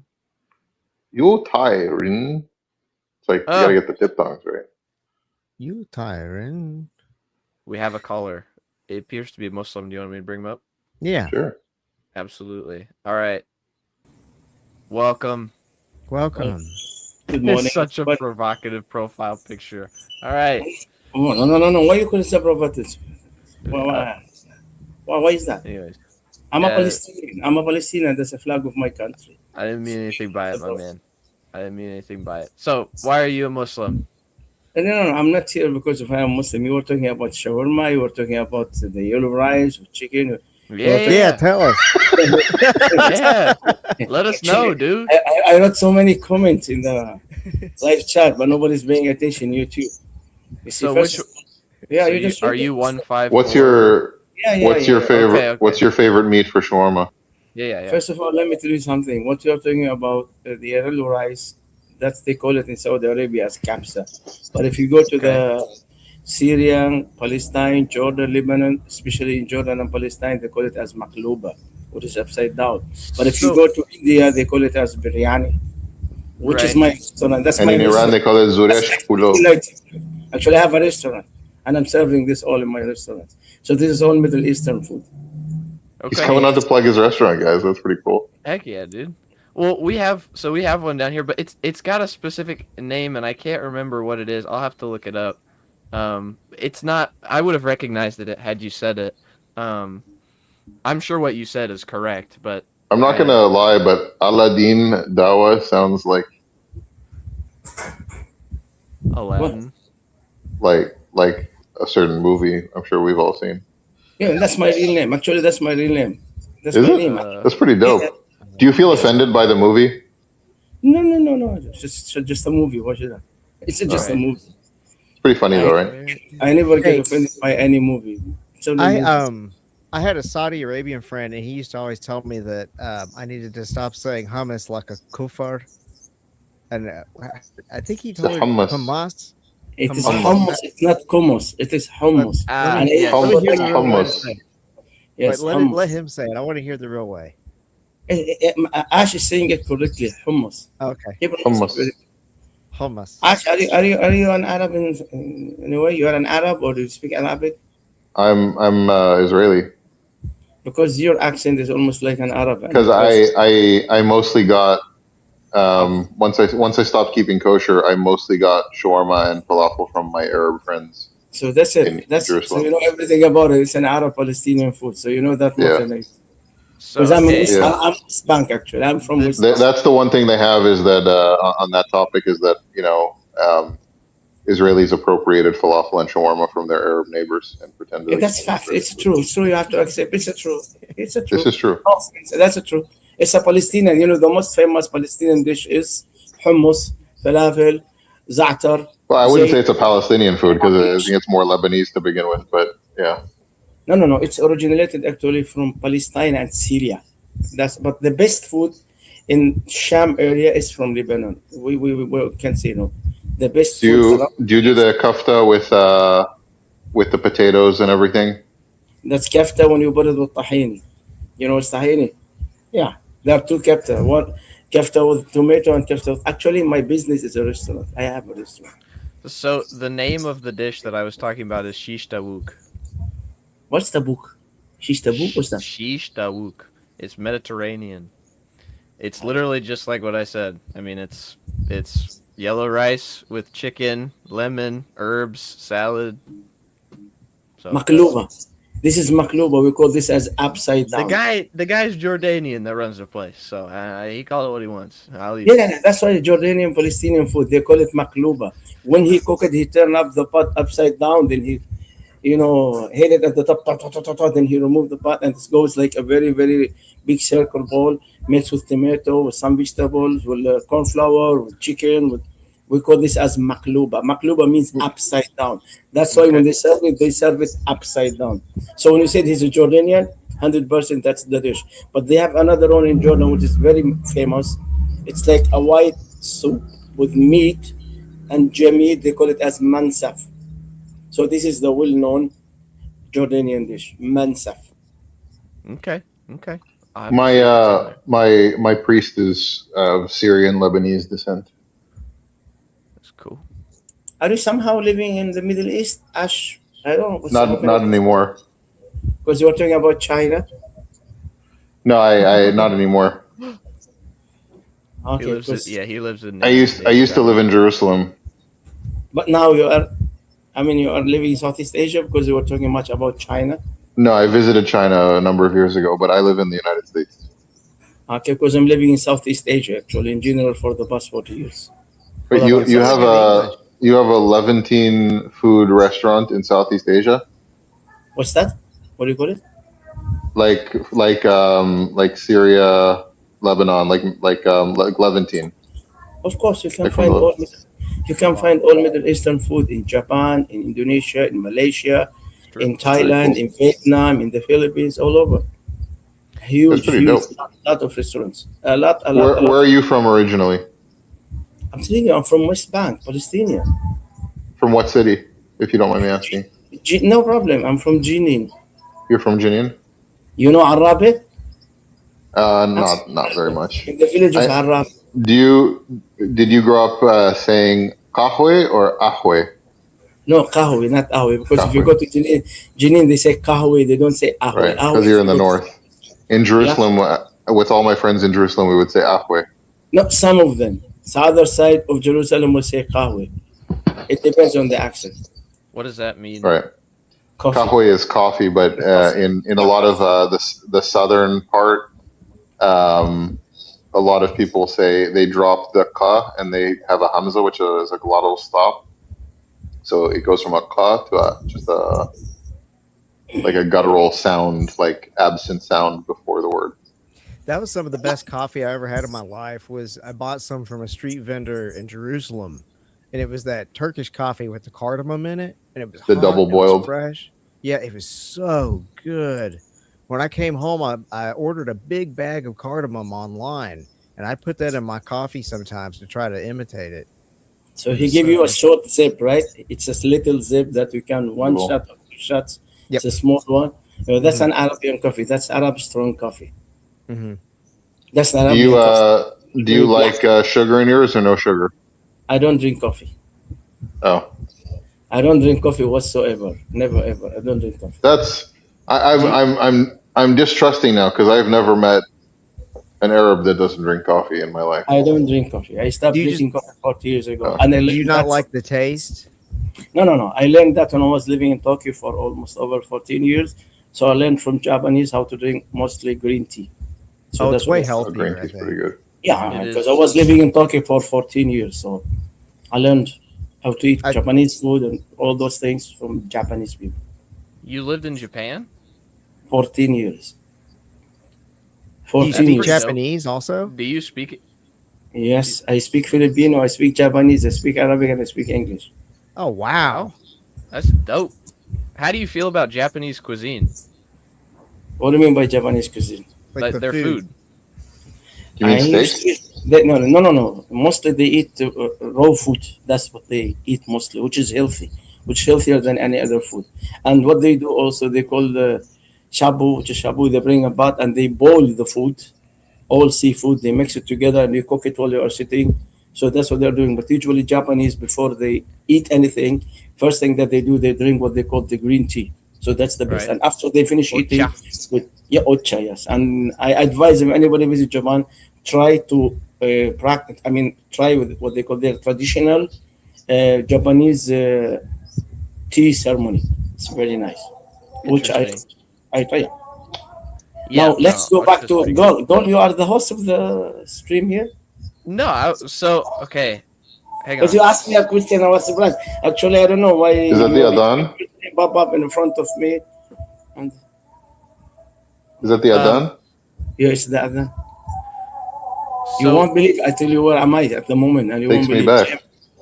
Yeah, I'm calling you right now from the Philippines, and I'm living in an area which has majority 98%, 99% Christian, but we have one of the biggest mosques, and I can hear the adhan right now.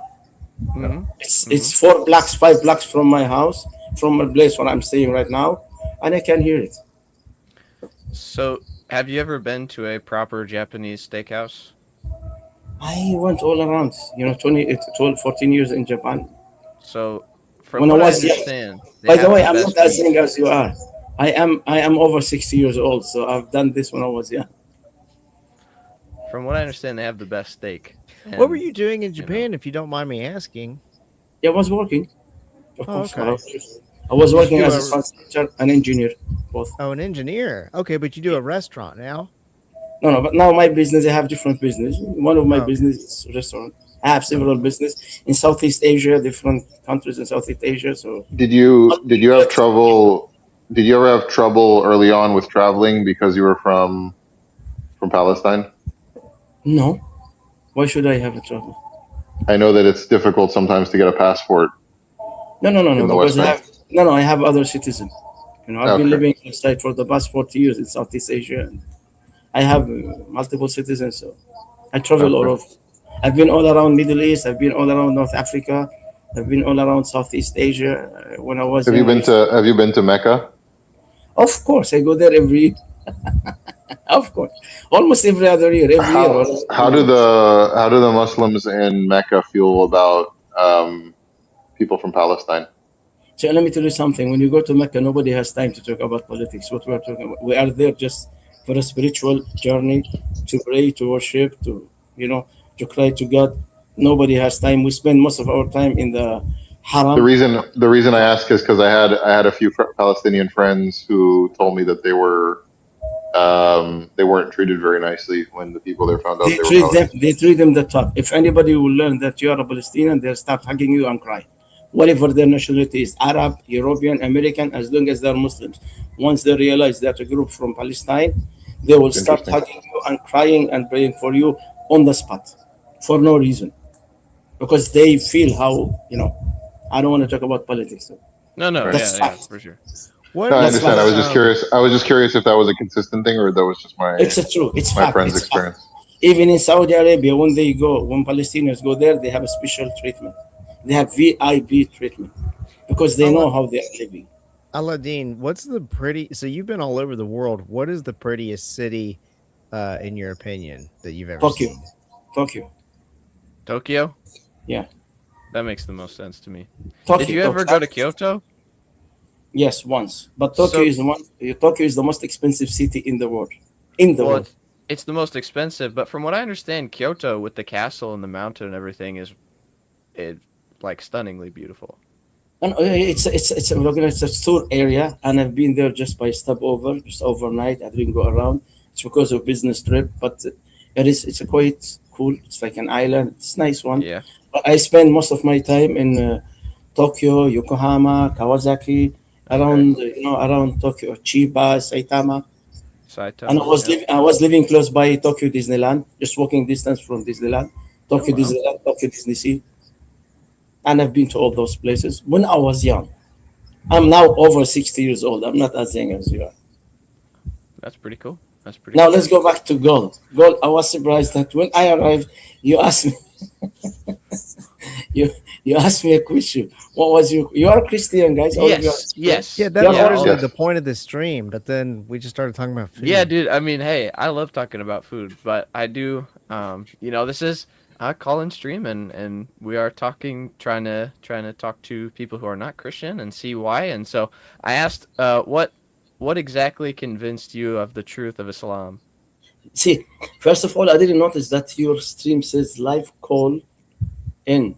Come talk to us about religion. I didn't notice that because I heard you talking about shawarma, blah blah. So I was interested. Yeah, well, you don't have to unless you want to. We can. No. Yeah, you don't have to. Actually, if you go to my channel, you just go to Aladdin Dawa channel, and you will see me that I'm a specialist actually in comparative religion. And I studied comparative religions for more than 30 years in several languages. And I've done a lot of debates with those all famous Christian politicians like David Wood, Speaker's Corner, Bob of Speaker's Corner, Hatun, those big time, Good Logic, his brother. What do you think of David Wood? I don't like him. He's not an honest man. Even Christians disagree. Many Christians disagree with him. You say if you have a discussion, first thing you have to be honesty. So what he's doing always, he's twisting anything just to suit his needs as a Christian. Whatever. Excuse me, because I have to go to the doorbell. Doorbell is ringing. I'll be back in a couple of minutes, please. Sure. I just subscribed to him. I thought Aladdin sounded familiar. Hang on. Aladdin Dawa. That's pretty cool. Yeah, he seems pretty nice.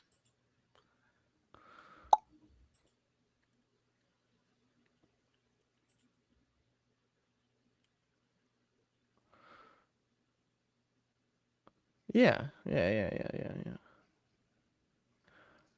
Oh, so he was on with Eric 9 hours ago. Well, I don't know if he was there. He posted the video with him and Eric 9 hours ago. Were they in it together? Is it? Oh, I think it's just him. Dude, So how did he end clips up? this and posts a cool food talk with Christian? Yeah, how did he end up watching the stream? No idea. Not know it. Like he clicked on it, not knowing what it was, then heard about shawarma and food, and like, oh, I should probably go on, and thought it was like a Middle Eastern food channel. So maybe he watches apologetics channels like David Wood and Eric to respond to them, and so we popped up in his algorithm, and then I don't know. But surely like, the thumbnail. He's like, these Christians don't know what they're talking about with shawarma. But then he told me my accent for the Arabic pronunciation of food was correct. So yeah, he must be correct. Yeah. Well, I guess we can wait for our brother, but no, but that's how it's pronounced in, like, Israelis say hummus and Arabs say, well, there are Israeli Arabs, but in Arabic accent it would be hummus. Hummus. With a what did you say? Oh my God. Hummus.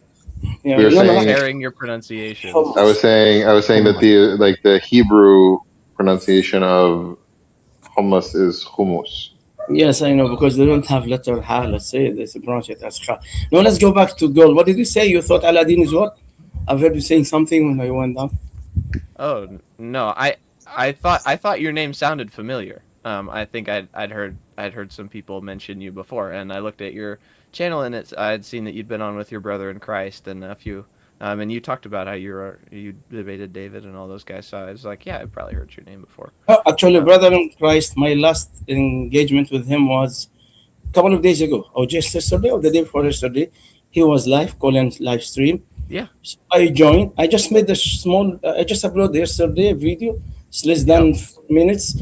So as soon as he recognized me, he removed me. He insulted me like he's doing always, and he's done this. So I just made a video that said, you've been challenging Muslim for the past 2 years, and you want Muslim to call in. So I called in. I answered your challenge. So why don't you let me speak? So if you would like to discuss about his favorite topic, which is, does the Quran affirm the Bible, I will be more than happy to have a discussion with you. And if you bring any others with you, even all your partner, I have no problem to discuss. But he doesn't want. He keep insulting me for no reason. I would like to actually address my favorite argument against Islam, if you wouldn't mind. So I believe that the Quran and Hadith both, including Tafsir, all teach determinism.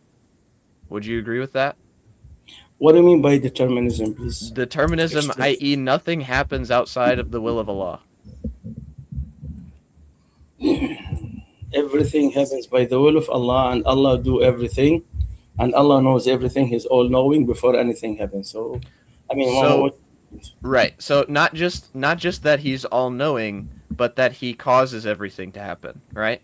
No. He doesn't cause everything. We have our own free will, and we are the one who do things, but Allah knows them before we do it. Sure. So I'd like to bring something up to your attention, just because it seems to me as though the Quran and Hadith both teach determinism. If I can find my notes.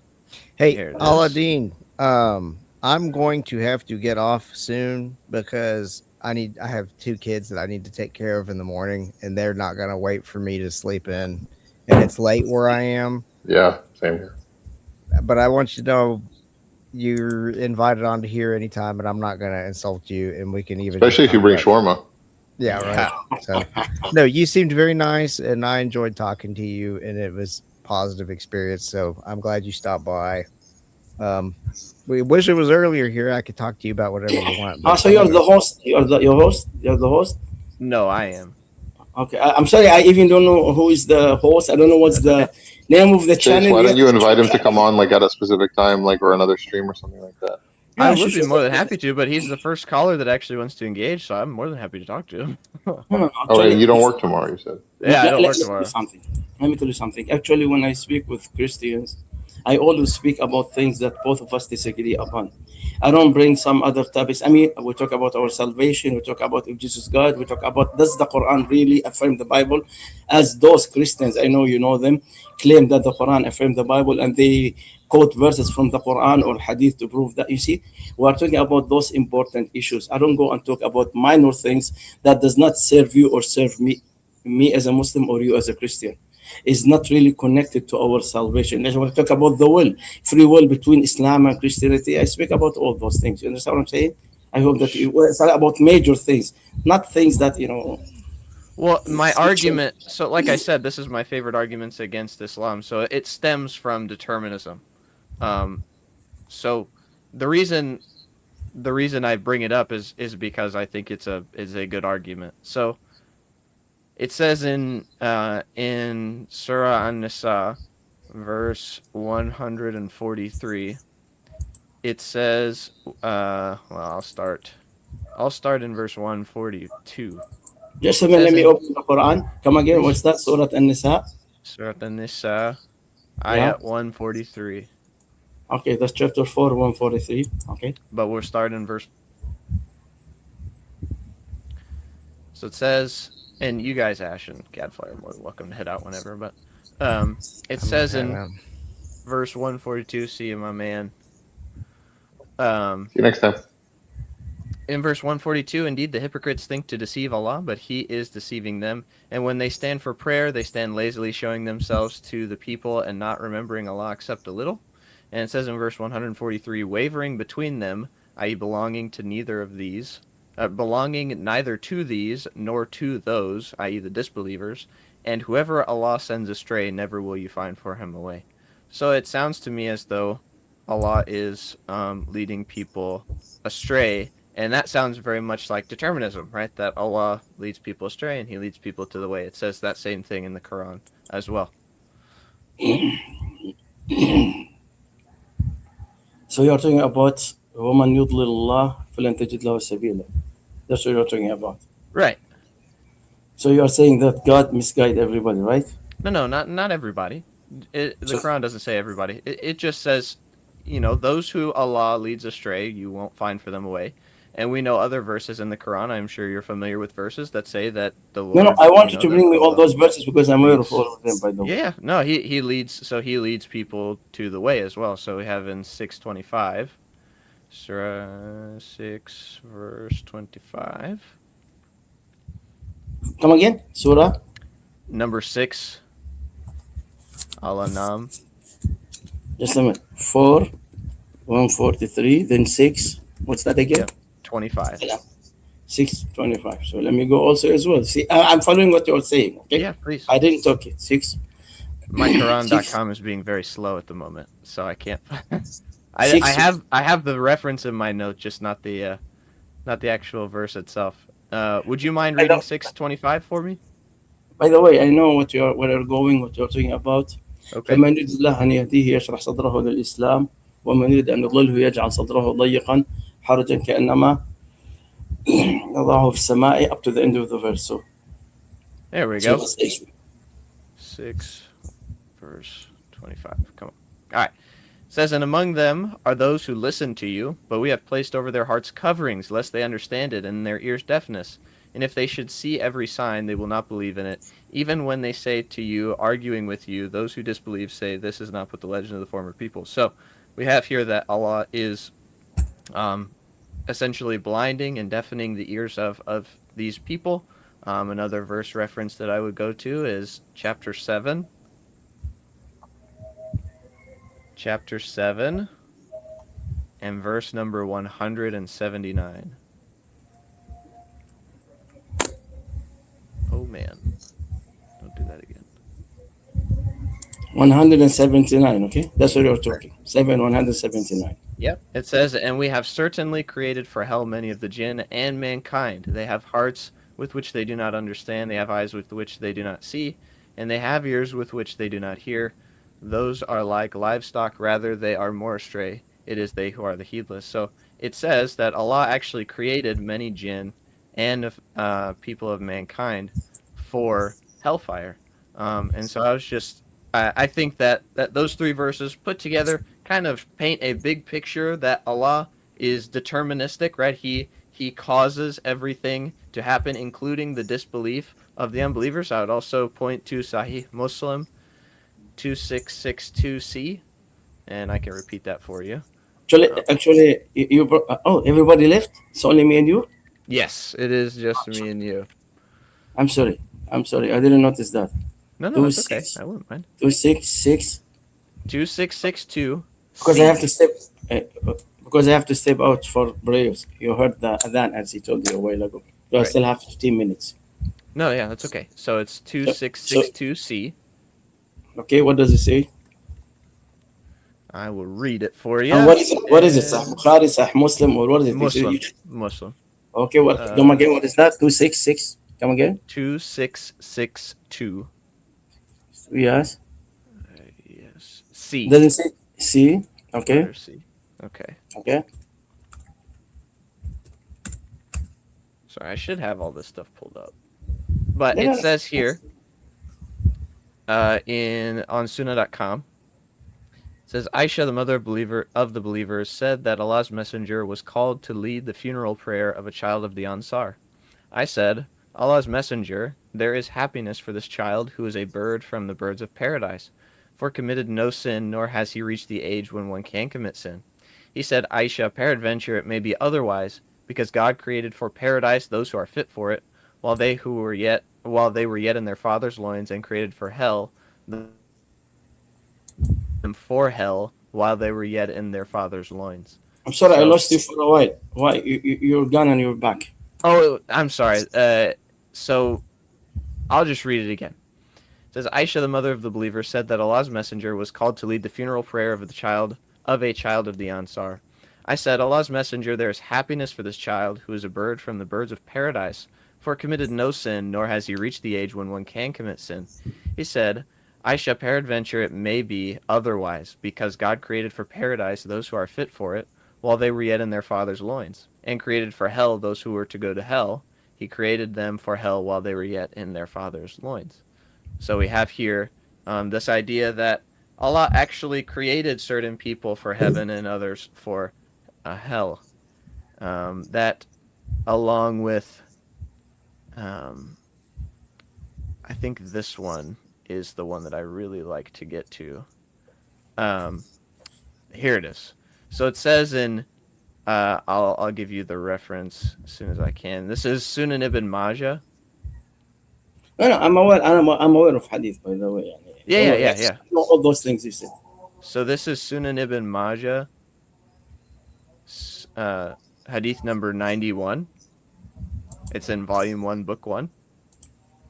You see, let me tell you something. You see what have you done here? And that's one of the things that I disagree with Muslims or Christians if they do this. They start shotgun each other's. I bring you 3, 4, 5, boom. Then he will give you 3 or 4, 5. You see, I mean, for me, sure. I like to think about one. No, I can't. I was just trying to show you why I believe that Islam teaches determinism. Not necessarily. I'm not trying to challenge you on all of these. No, it's okay. No, I understand. I was just trying to say that. Yeah, I think that this. So it says and I don't mean to overwhelm you or anything like that, but I think this one is really good for us. Okay, let me answer you. Go ahead. First of all, you got the hadith that I'm aware of, hadith number 2662c. Actually, there's another version of the hadith which they are not telling you about. So please, next time, with all due respect to you, if you want to learn about Islam, try to learn about Islam from the right sources. Like me, if I want to learn about Judaism, I go actually to Chabad.org and I read what Rabbi Rashi or Rabbi bin Izra says about the Hebrew Jewish Tanakh. If I want to read about the New Testament, I go to Christian scholars and I read from them. I never go to an antichrist to learn from him about Christ. I will never go to a Jewish man or a Jewish rabbi and tell him, please teach me about Jesus. He will knock him down. That's because he denied him. Now, what you have done, with all due respect to you, you are listening to those who are throwing things and claims about Islam without going and doing your own homework to make sure if what they are saying is true or false. Now, the hadith you quote, we have another hadith, another version of the hadith, what says that Prophet Muhammad went to that child. They brought this child to Prophet Muhammad to pray to the child because the child was considered as Muslim. Now, this hadith, we call it hadith of destiny. And the reason for the hadith is that the Prophet Muhammad sallallahu alaihi wasallam uh, returned to Aisha after he had prayed the funeral prayer for the child from the Ansar. Aisha said to Prophet Muhammad, this will be bird from the birds of Jannah, birds of paradise, birds of heaven.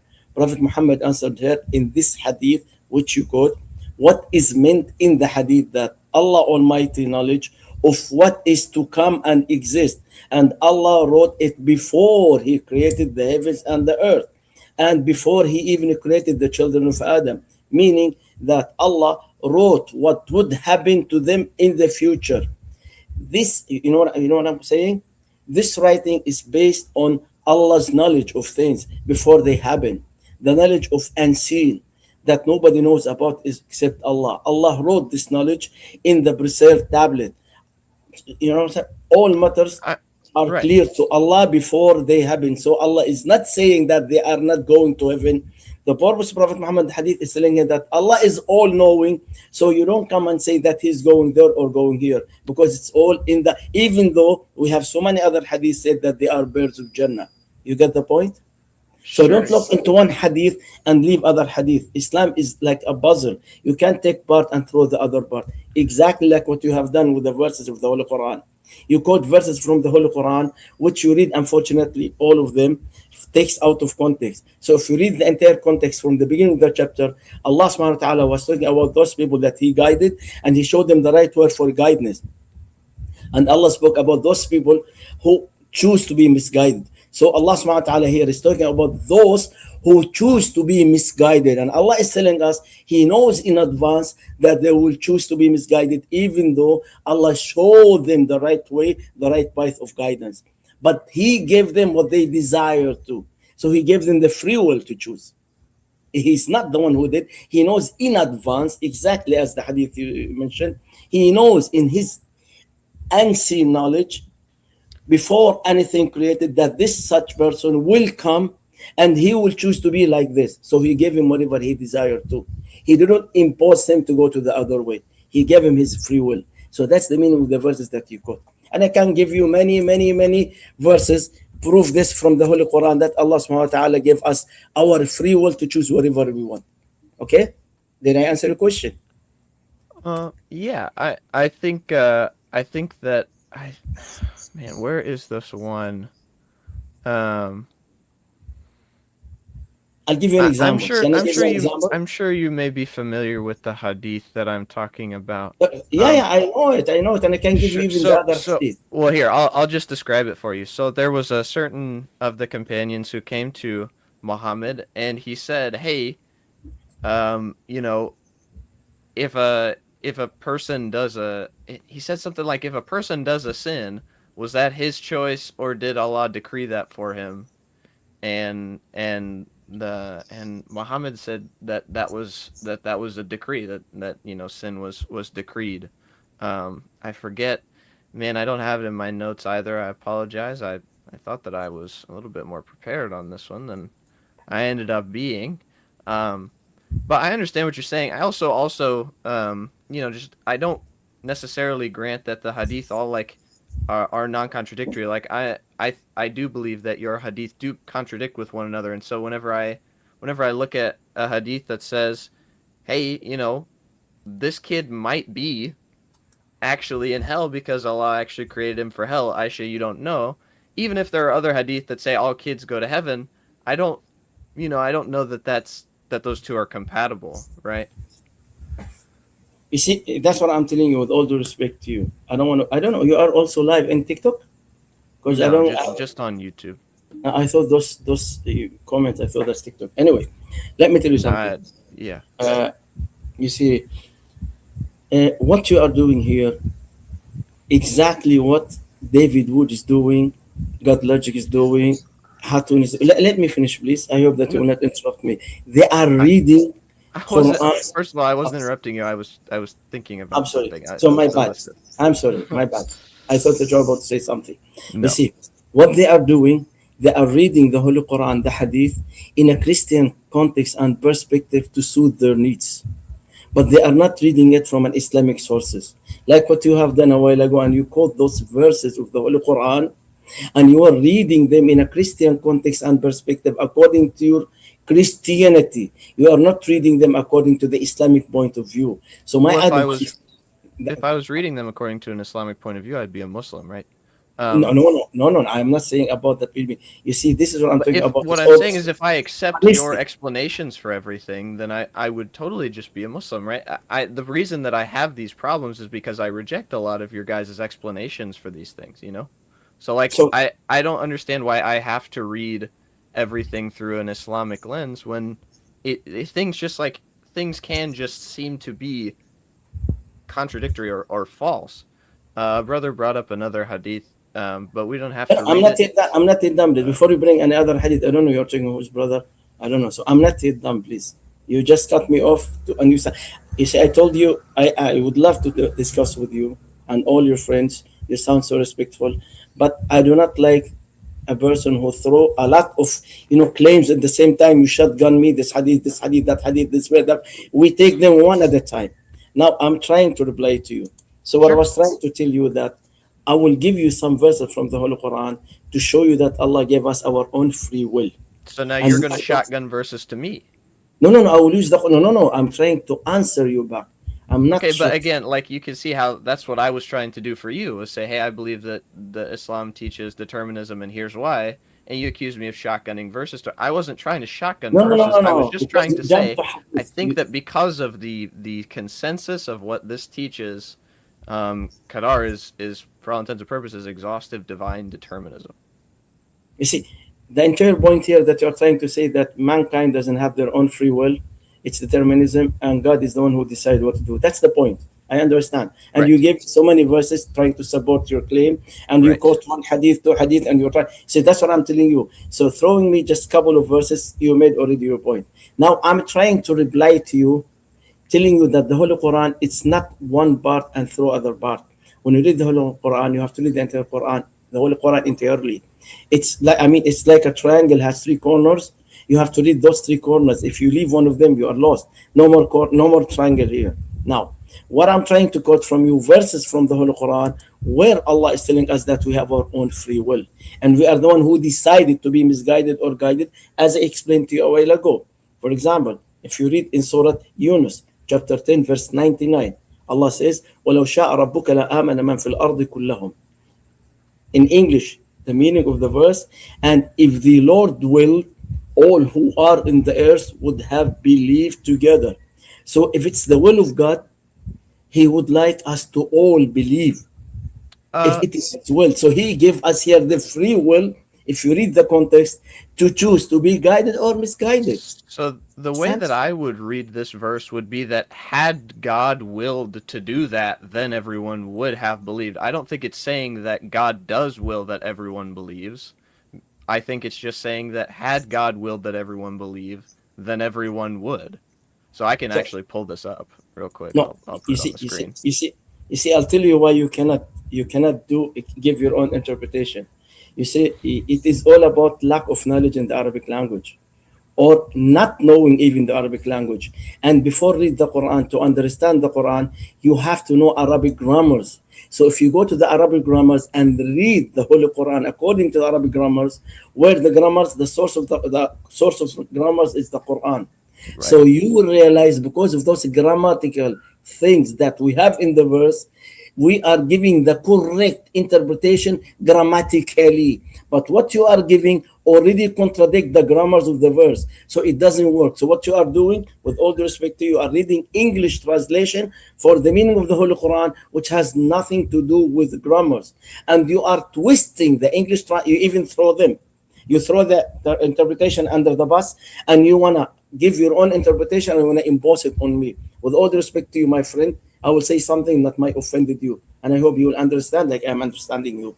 Now, of course. I'm not offended by what you're saying. Of course not. Jewish rabbi and scholars, you know what did they say?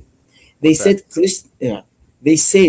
Christian corrupted the Hebrew Jewish Tanakh by add, delete, and change, and they corrupted the Hebrew Jewish text to impose Jesus and Trinity on the Jew, and they throw all Jewish interpretation and verses under the bus to suit their needs. So they were reading the Hebrew Jewish Tanakh in a Christian perspective and context to suit their needs as a Christian. Now we are doing the same thing with the Holy Quran. For us as a Muslim, it doesn't work this way. If you want to discuss with me, please bring me my books, bring me the things that I accept as a Muslim. And if you disagree with them, give me a valid reason why you disagree with it's written in the book. But what you are doing here, you are telling me you disagree with them, and you are not giving me a valid reason, logical, rational reason why you disagree. Now, I can use the same argument with you, by the way, and I can show you as well that you don't have free will in Christianity.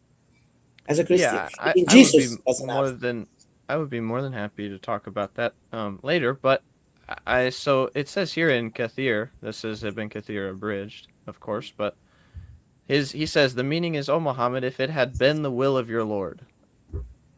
So not that the Lord does will this, but if it had been the will of the Lord, then so he it would is have not the made will of all your the Lord. people. Yeah, So so it's- it is not Yeah. God's will that all people believe. So it's our will. So we are the one who decided either to believe or not.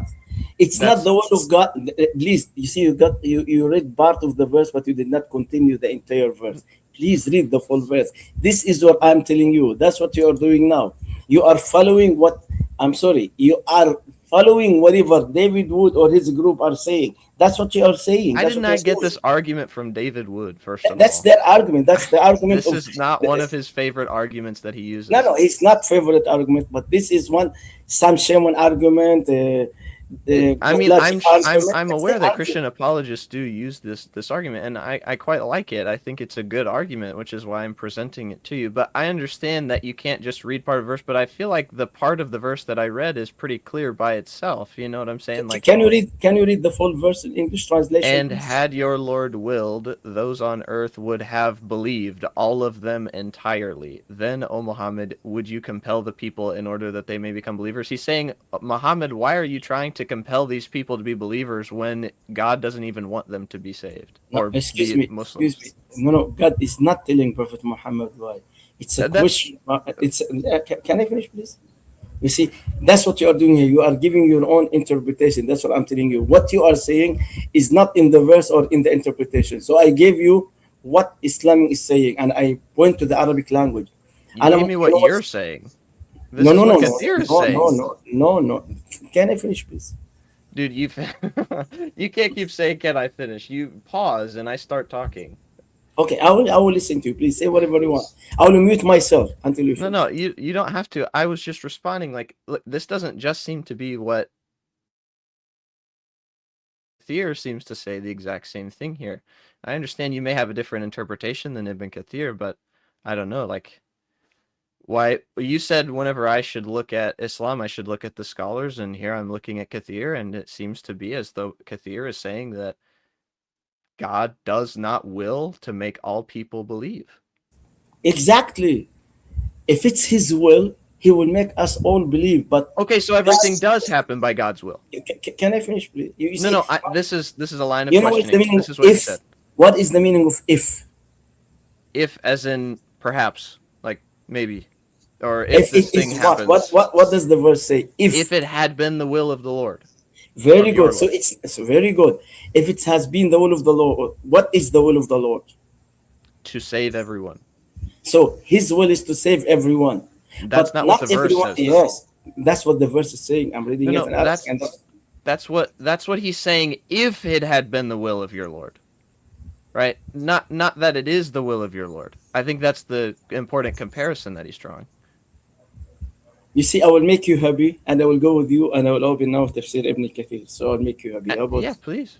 Yeah. So let me, I'm not trying to be mean or anything like that. I would very much like to be kind. I will open what you are reading, and I will read it. This is abridged. I'm not sure. I'm just kind of trusting what the translators here are saying, of course. But you are using Quran.com? That's what you're using? Quran.com, yes, sir. Okay, that's what you're using. Because, by the way, I don't need to go to any English translation or something. Yeah, absolutely. Yeah, and I trust your translation and your opinion, obviously, as a person who speaks Arabic. Ibn Kathir says in Arabic, that's what I'm reading right in front of me, Right. which you have in English. يقول تعالى ولو شاء ربك يا محمد لأذن لأهل الأرض كلهم في الإيمان بما جئتهم به. Which means, if it was the will of your Lord, O Muhammad, I will permit all mankind to believe in what you came with, to believe in the Quran and Islam. And they will all become a Muslim. But ولكن له حكمة فيما يفعله تعالى كما قال تعالى وَلْشَاءَ رَبُّكَ لَجَعَلَ. But Allah has a wisdom out of that. Then he quote verses from the Holy Quran. You have the English with you? You follow Yeah, it's right here. It's right here. Yep. He said وَلَوْ شَاءَ رَبُّكَ لَجَعَلَ. Then he quote the verse in Arabic. Then he quote chapter Hud, verse 118 and 19. أفلم يأن الذين آمنوا ولو شاء. He quote some verses from the Holy Quran. ولهذا قال تعالى فأنت تكره الناس. Therefore God says what it's mentioned at the end of the verse. Are you, what do you call that in English? What does he say at the end of the verse? Who's the Muhammad compelled men until they are believers. At the end I'm reading. Okay, Ibn Kathir doesn't say what you're saying. I'm reading it. It doesn't say. إلى غير ذلك. He quote so many verses from the Holy Quran to show you that man has their own free will. That's what he quote. He quote almost 7 or 8 verses in front of me, or 9 verses. Well, I mean, you can quote a ton of verses and still be wrong No. about the interpretation. For example, Surah Fatir. I understand. I have it right here. But what I'm saying is that it doesn't really appear to be saying what you're saying, right? It really does say, if it had been the will of your Lord, and that's what you read, and that's what you translated from Arabic. If it was the will of your Lord, he would make the people of the earth believe. So what he's saying is, look, it's not God's will that everyone on earth believes. You see, I want you to open one of the verses that he quote. Yeah, I have them all right here. No. I want you to open the verse. Let me find it. Surely I shall fill hell with jinn and men together. Surah 11, 118 and 119. No, not the one that you quote. I'm looking for that verse that Ibn Kathir used, because this verse... Yeah, it's right here. I have it on the screen for everyone to see. It's Surah 11, 118 and 119. That's what you said earlier as well. Because my eyesight is not that good. No, that's okay. It's okay. I have it. See, now I'm reading one of the verses that Ibn Kathir quote. Right. In his tafsir. Can you go with me to that verse, please? Because that verse... Which one? Yeah. He mentioned chapter 35, verse 8. 35, 8. Let's go there.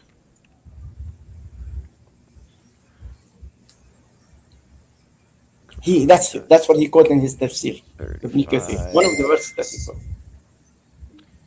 And verse 8. That was mentioned in the tafsir of Ibn Kathir. I'm quoting Ibn Kathir now. Yeah. It's up on the screen now for everybody. All right, let's read it. Can you read it, please? I'll read it in English. Yes, sir. Yeah, please do. Then is one to whom the evil of his deed has been made attractive, so he considers it good, like one rightly guided. For indeed, and guides whom he wills. You were lost again. You were frozen for a while. Sorry. It says, then is one to whom the evil of his deed has been made attractive, so he considers it good, like one rightly guided. For indeed, Allah sends astray whom he wills, and guides whom he wills. So do not let yourself perish over them in regret. Indeed, Allah is knowing of what they do. You see what does it say here? It says that God sends astray whom he wills and guides whom he wills. That sounds like he determines what they do. No, can I finish, please? Now here, what I'm telling you, it's a lack of knowledge. Okay, go ahead. Yeah. Grammatically, when we say Allah sent astray whom he wills, here Allah is not talking about his will. He's talking about the will of the servant. So the will of the servant is to be astray. So Allah gave him his will. Grammatically, according to the Arabic grammars, when you read the verse in Arabic. Then after that, Allah said, and guides whom he wills.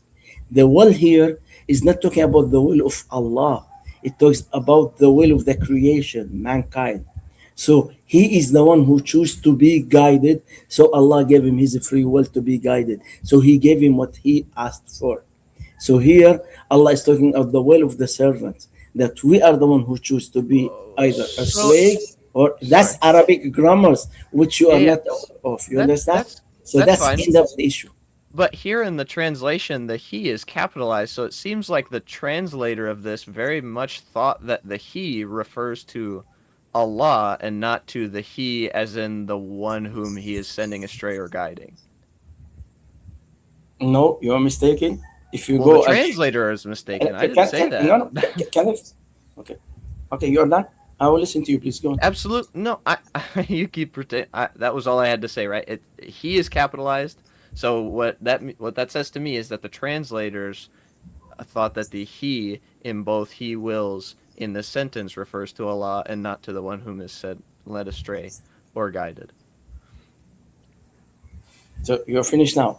Yes, sir. Now what you are doing here, you are reading English translation for the meaning of the Holy Quran, and each translator choose the words that suit his understanding to use the words that he think it is according to what he is reading in Arabic. Now I'm reading to you what is in Arabic. Now when you say he is capital, so therefore it's referred to Allah. I agree with you. But here it talks about he, the wills of Allah that servant seek. You understand? Grammatically, when he said he, Allah is giving the servant his will. So he connected the will here. I don't know how to say that in English. Wallahi, I'm trying my best to. English is my third language.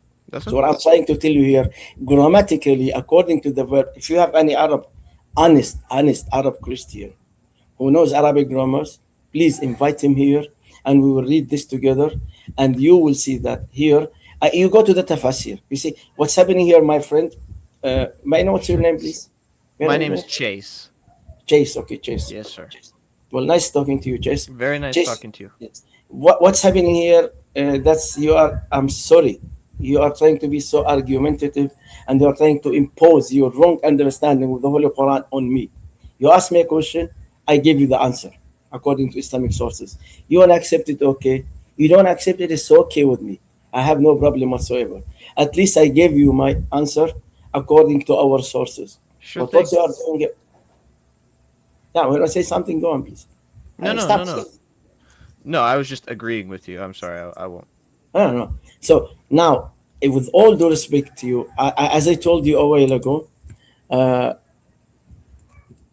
if you don't mind me asking you about the Bible, is that okay? I answered you the best I could in regard of Islam. So can I ask you a question now, please, if you don't mind?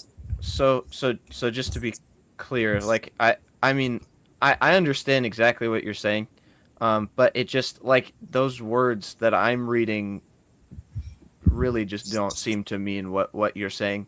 But that's okay. We can agree to disagree. You wanted to talk about scripture. I'd be more than happy to talk about that. I will use the same topic. I'm not going out. Go ahead.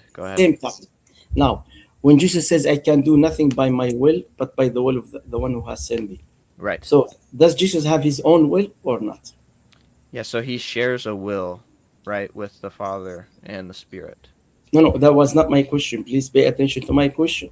I'm not asking if he's sharing the will with them or not. That was not my question, please. Listen to my question. Okay. Jesus said, I can do nothing by my will.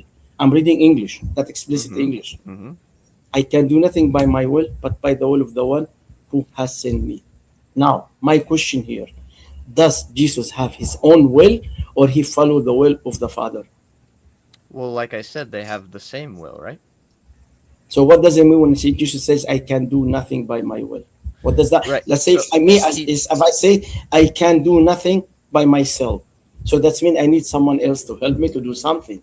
So when Jesus says I can do nothing by my will, so does that mean he can do it alone or he cannot? But I cannot. He said I cannot. What does I cannot mean? Yeah, it means right an inability to do something. So whenever he says, it's like this. I find this analogy very helpful, and I hope you will as well. Whenever like if you're in the military, right, you have the sniper and you have the CO, the commanding officer, and the sniper will not pull the trigger without the CO, the commanding officer, saying that it is that gives him the go ahead, right? You know, you're not going to shoot you're not going to shoot the enemy without the commanding officer saying that it's okay.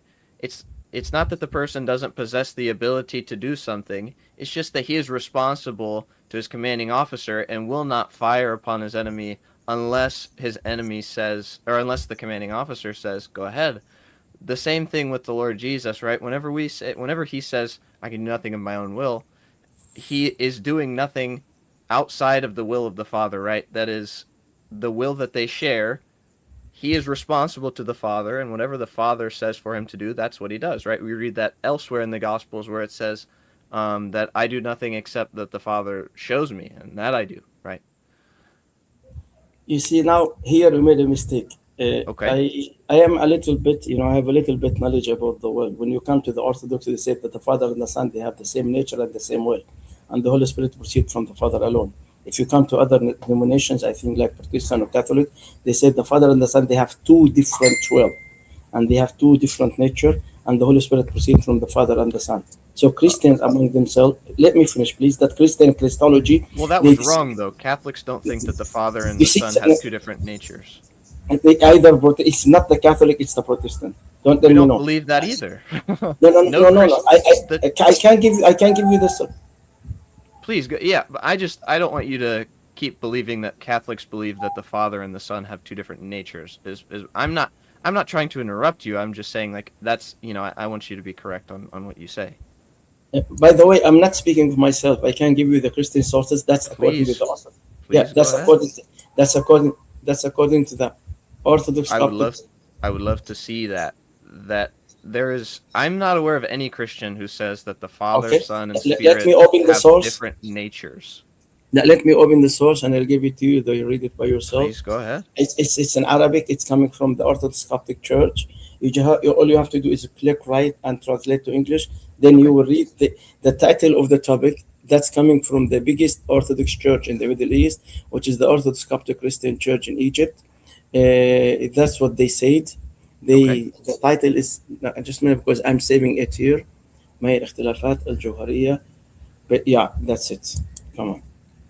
I'll just post in a private chat. I hope that you can open it. Then after that, yeah, I hope it will open with you. Actually, if we are in TikTok, I could have opened my cam and show it to you right away. So you are reading it. So that's not from me. Just to clarify, though, I will have to go in just a few minutes. Not for any reason, but it's about to be very late. Okay, I know you can save this link for yourself and you can look it up. I would like to share one verse with you. Go ahead. You said that he will caps, that's mean God's will. The Bible says the same thing. If you read Romans chapter 9, verse 15. I would love to talk about Romans 9. Yeah, 9:15. Yep. For he said to Moses, I will have mercy on whom I will. I is caps referring to God.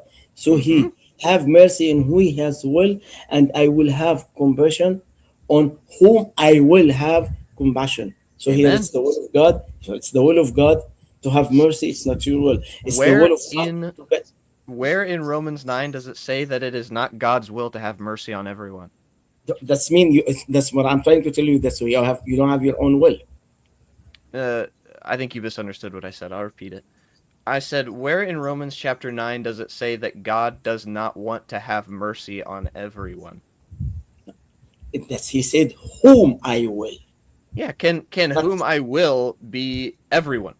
So that is that English? I don't know. No, when I go to the original Greek, or if I go to the Arabic, original Arabic language, it doesn't say everyone. It says when he says whom I will. So does that mean everybody? Why he did it? If it's everybody, why did it say everyone? I need a valid reason to think that it's not everyone. Anyway, my friend, because you need to go, and I really need to go to the mosque as well. No, yeah, please go ahead. I understand. I've done extensive look into Christianity. I know for a fact that we're not determinists. I have written a lot of stuff on Romans 9. I'm well aware. I'm well aware of the arguments. I'm well aware of the arguments. I don't think that it is saying what you think it's saying, and I think that there's very good reasons for that, and I can point you to the same chapter to talk about that. But if you have to head out, I will not stop you. I also I really have to go to the mosque. It was nice talking. Please, the link I give you, chat, look it up. Just open it. It's an Arabic. Click right, translate. All I said came from this link. Yeah, which is the absolutely. biggest Christian church in the Middle East, which is the Orthodox Coptic Church in Egypt. There are over 20 million Coptic Christian. They are the biggest Christian denominations in the Middle East, and that is their main link.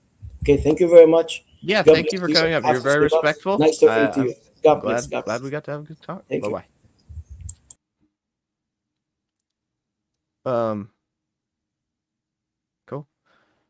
You guys can decide for yourself. I really do think that the Quran teaches determinism. I think that's very obvious. I hope you all understand I wasn't trying to shotgun him with verses towards the end or towards the beginning.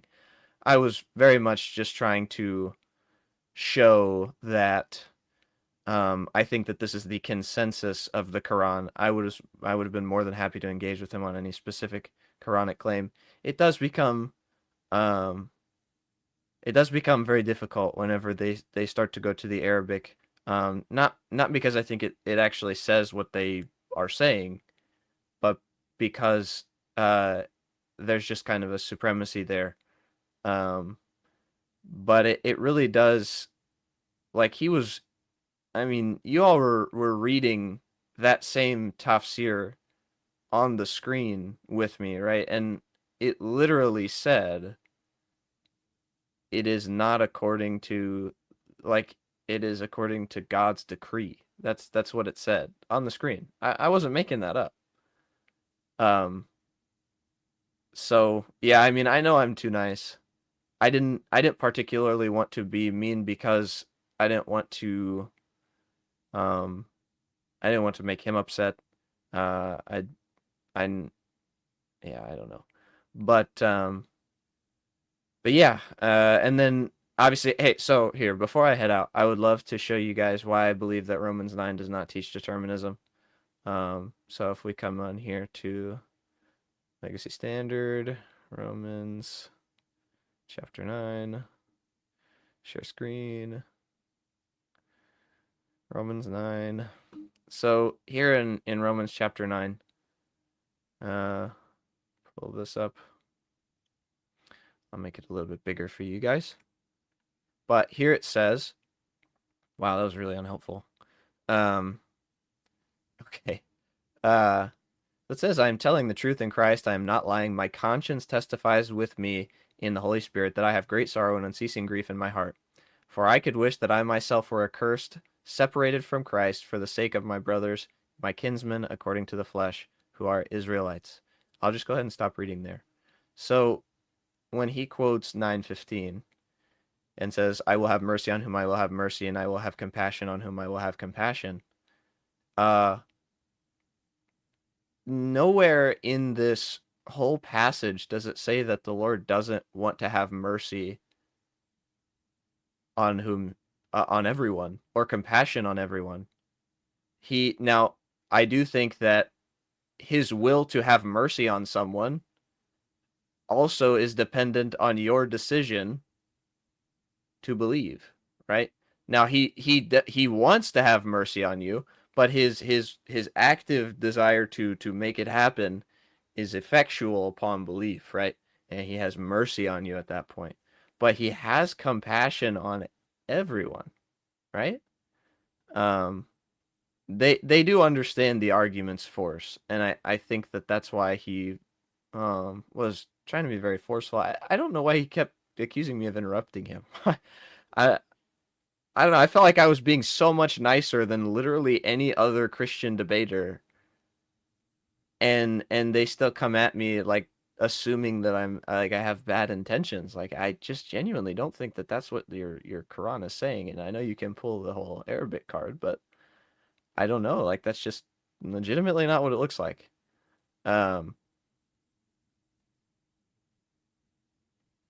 Yeah.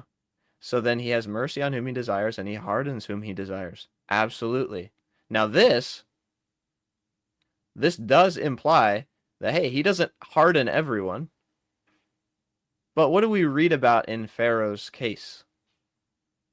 We read that Pharaoh hardened his own heart several times before.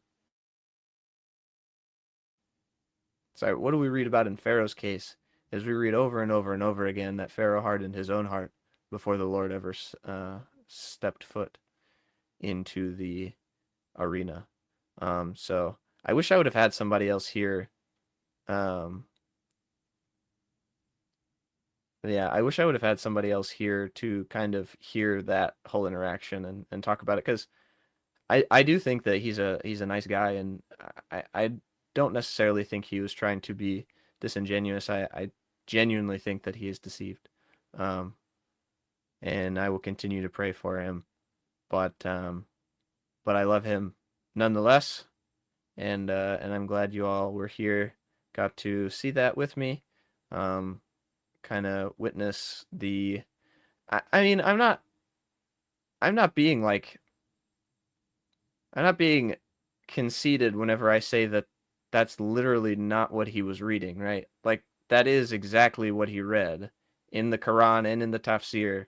Ibn Kathir said, everything happens by the decree of God. Oh, I've had Adam on before, or we've been on with Adam. I don't know. I don't understand. I thought that it was very clear. I think that it's very clear. And if we can't, yeah, he did seem a bit bullyish. Not, I don't want to say that it was intentional. I think he just, well, I think that's just kind of how he does it now, because that's how everyone kind of is in the apologetic scene. But I will strive to be kind, despite everything. And I think he respected that. So, but anyways, I am going to head out. No hard feelings toward him at all. But I just don't know. That's literally just not what the verse said. But anyways, ladies and gentlemen, that's where I will leave the stream off. I appreciate each and every one of you. And in true Chris fashion, I will leave you all with some scripture, but not his scripture. I will leave you off with my ending. Instead of, may the grace of the Lord Jesus Christ, fellowship of the Holy Spirit, may the love of God, the fellowship of the Holy Spirit, and the grace of our Lord Jesus Christ be with you always, I will say, peace be to the brethren, and love with faith, from God the Father and the Lord Jesus. Grace be with all them that love our Lord Jesus Christ in sincerity. Amen.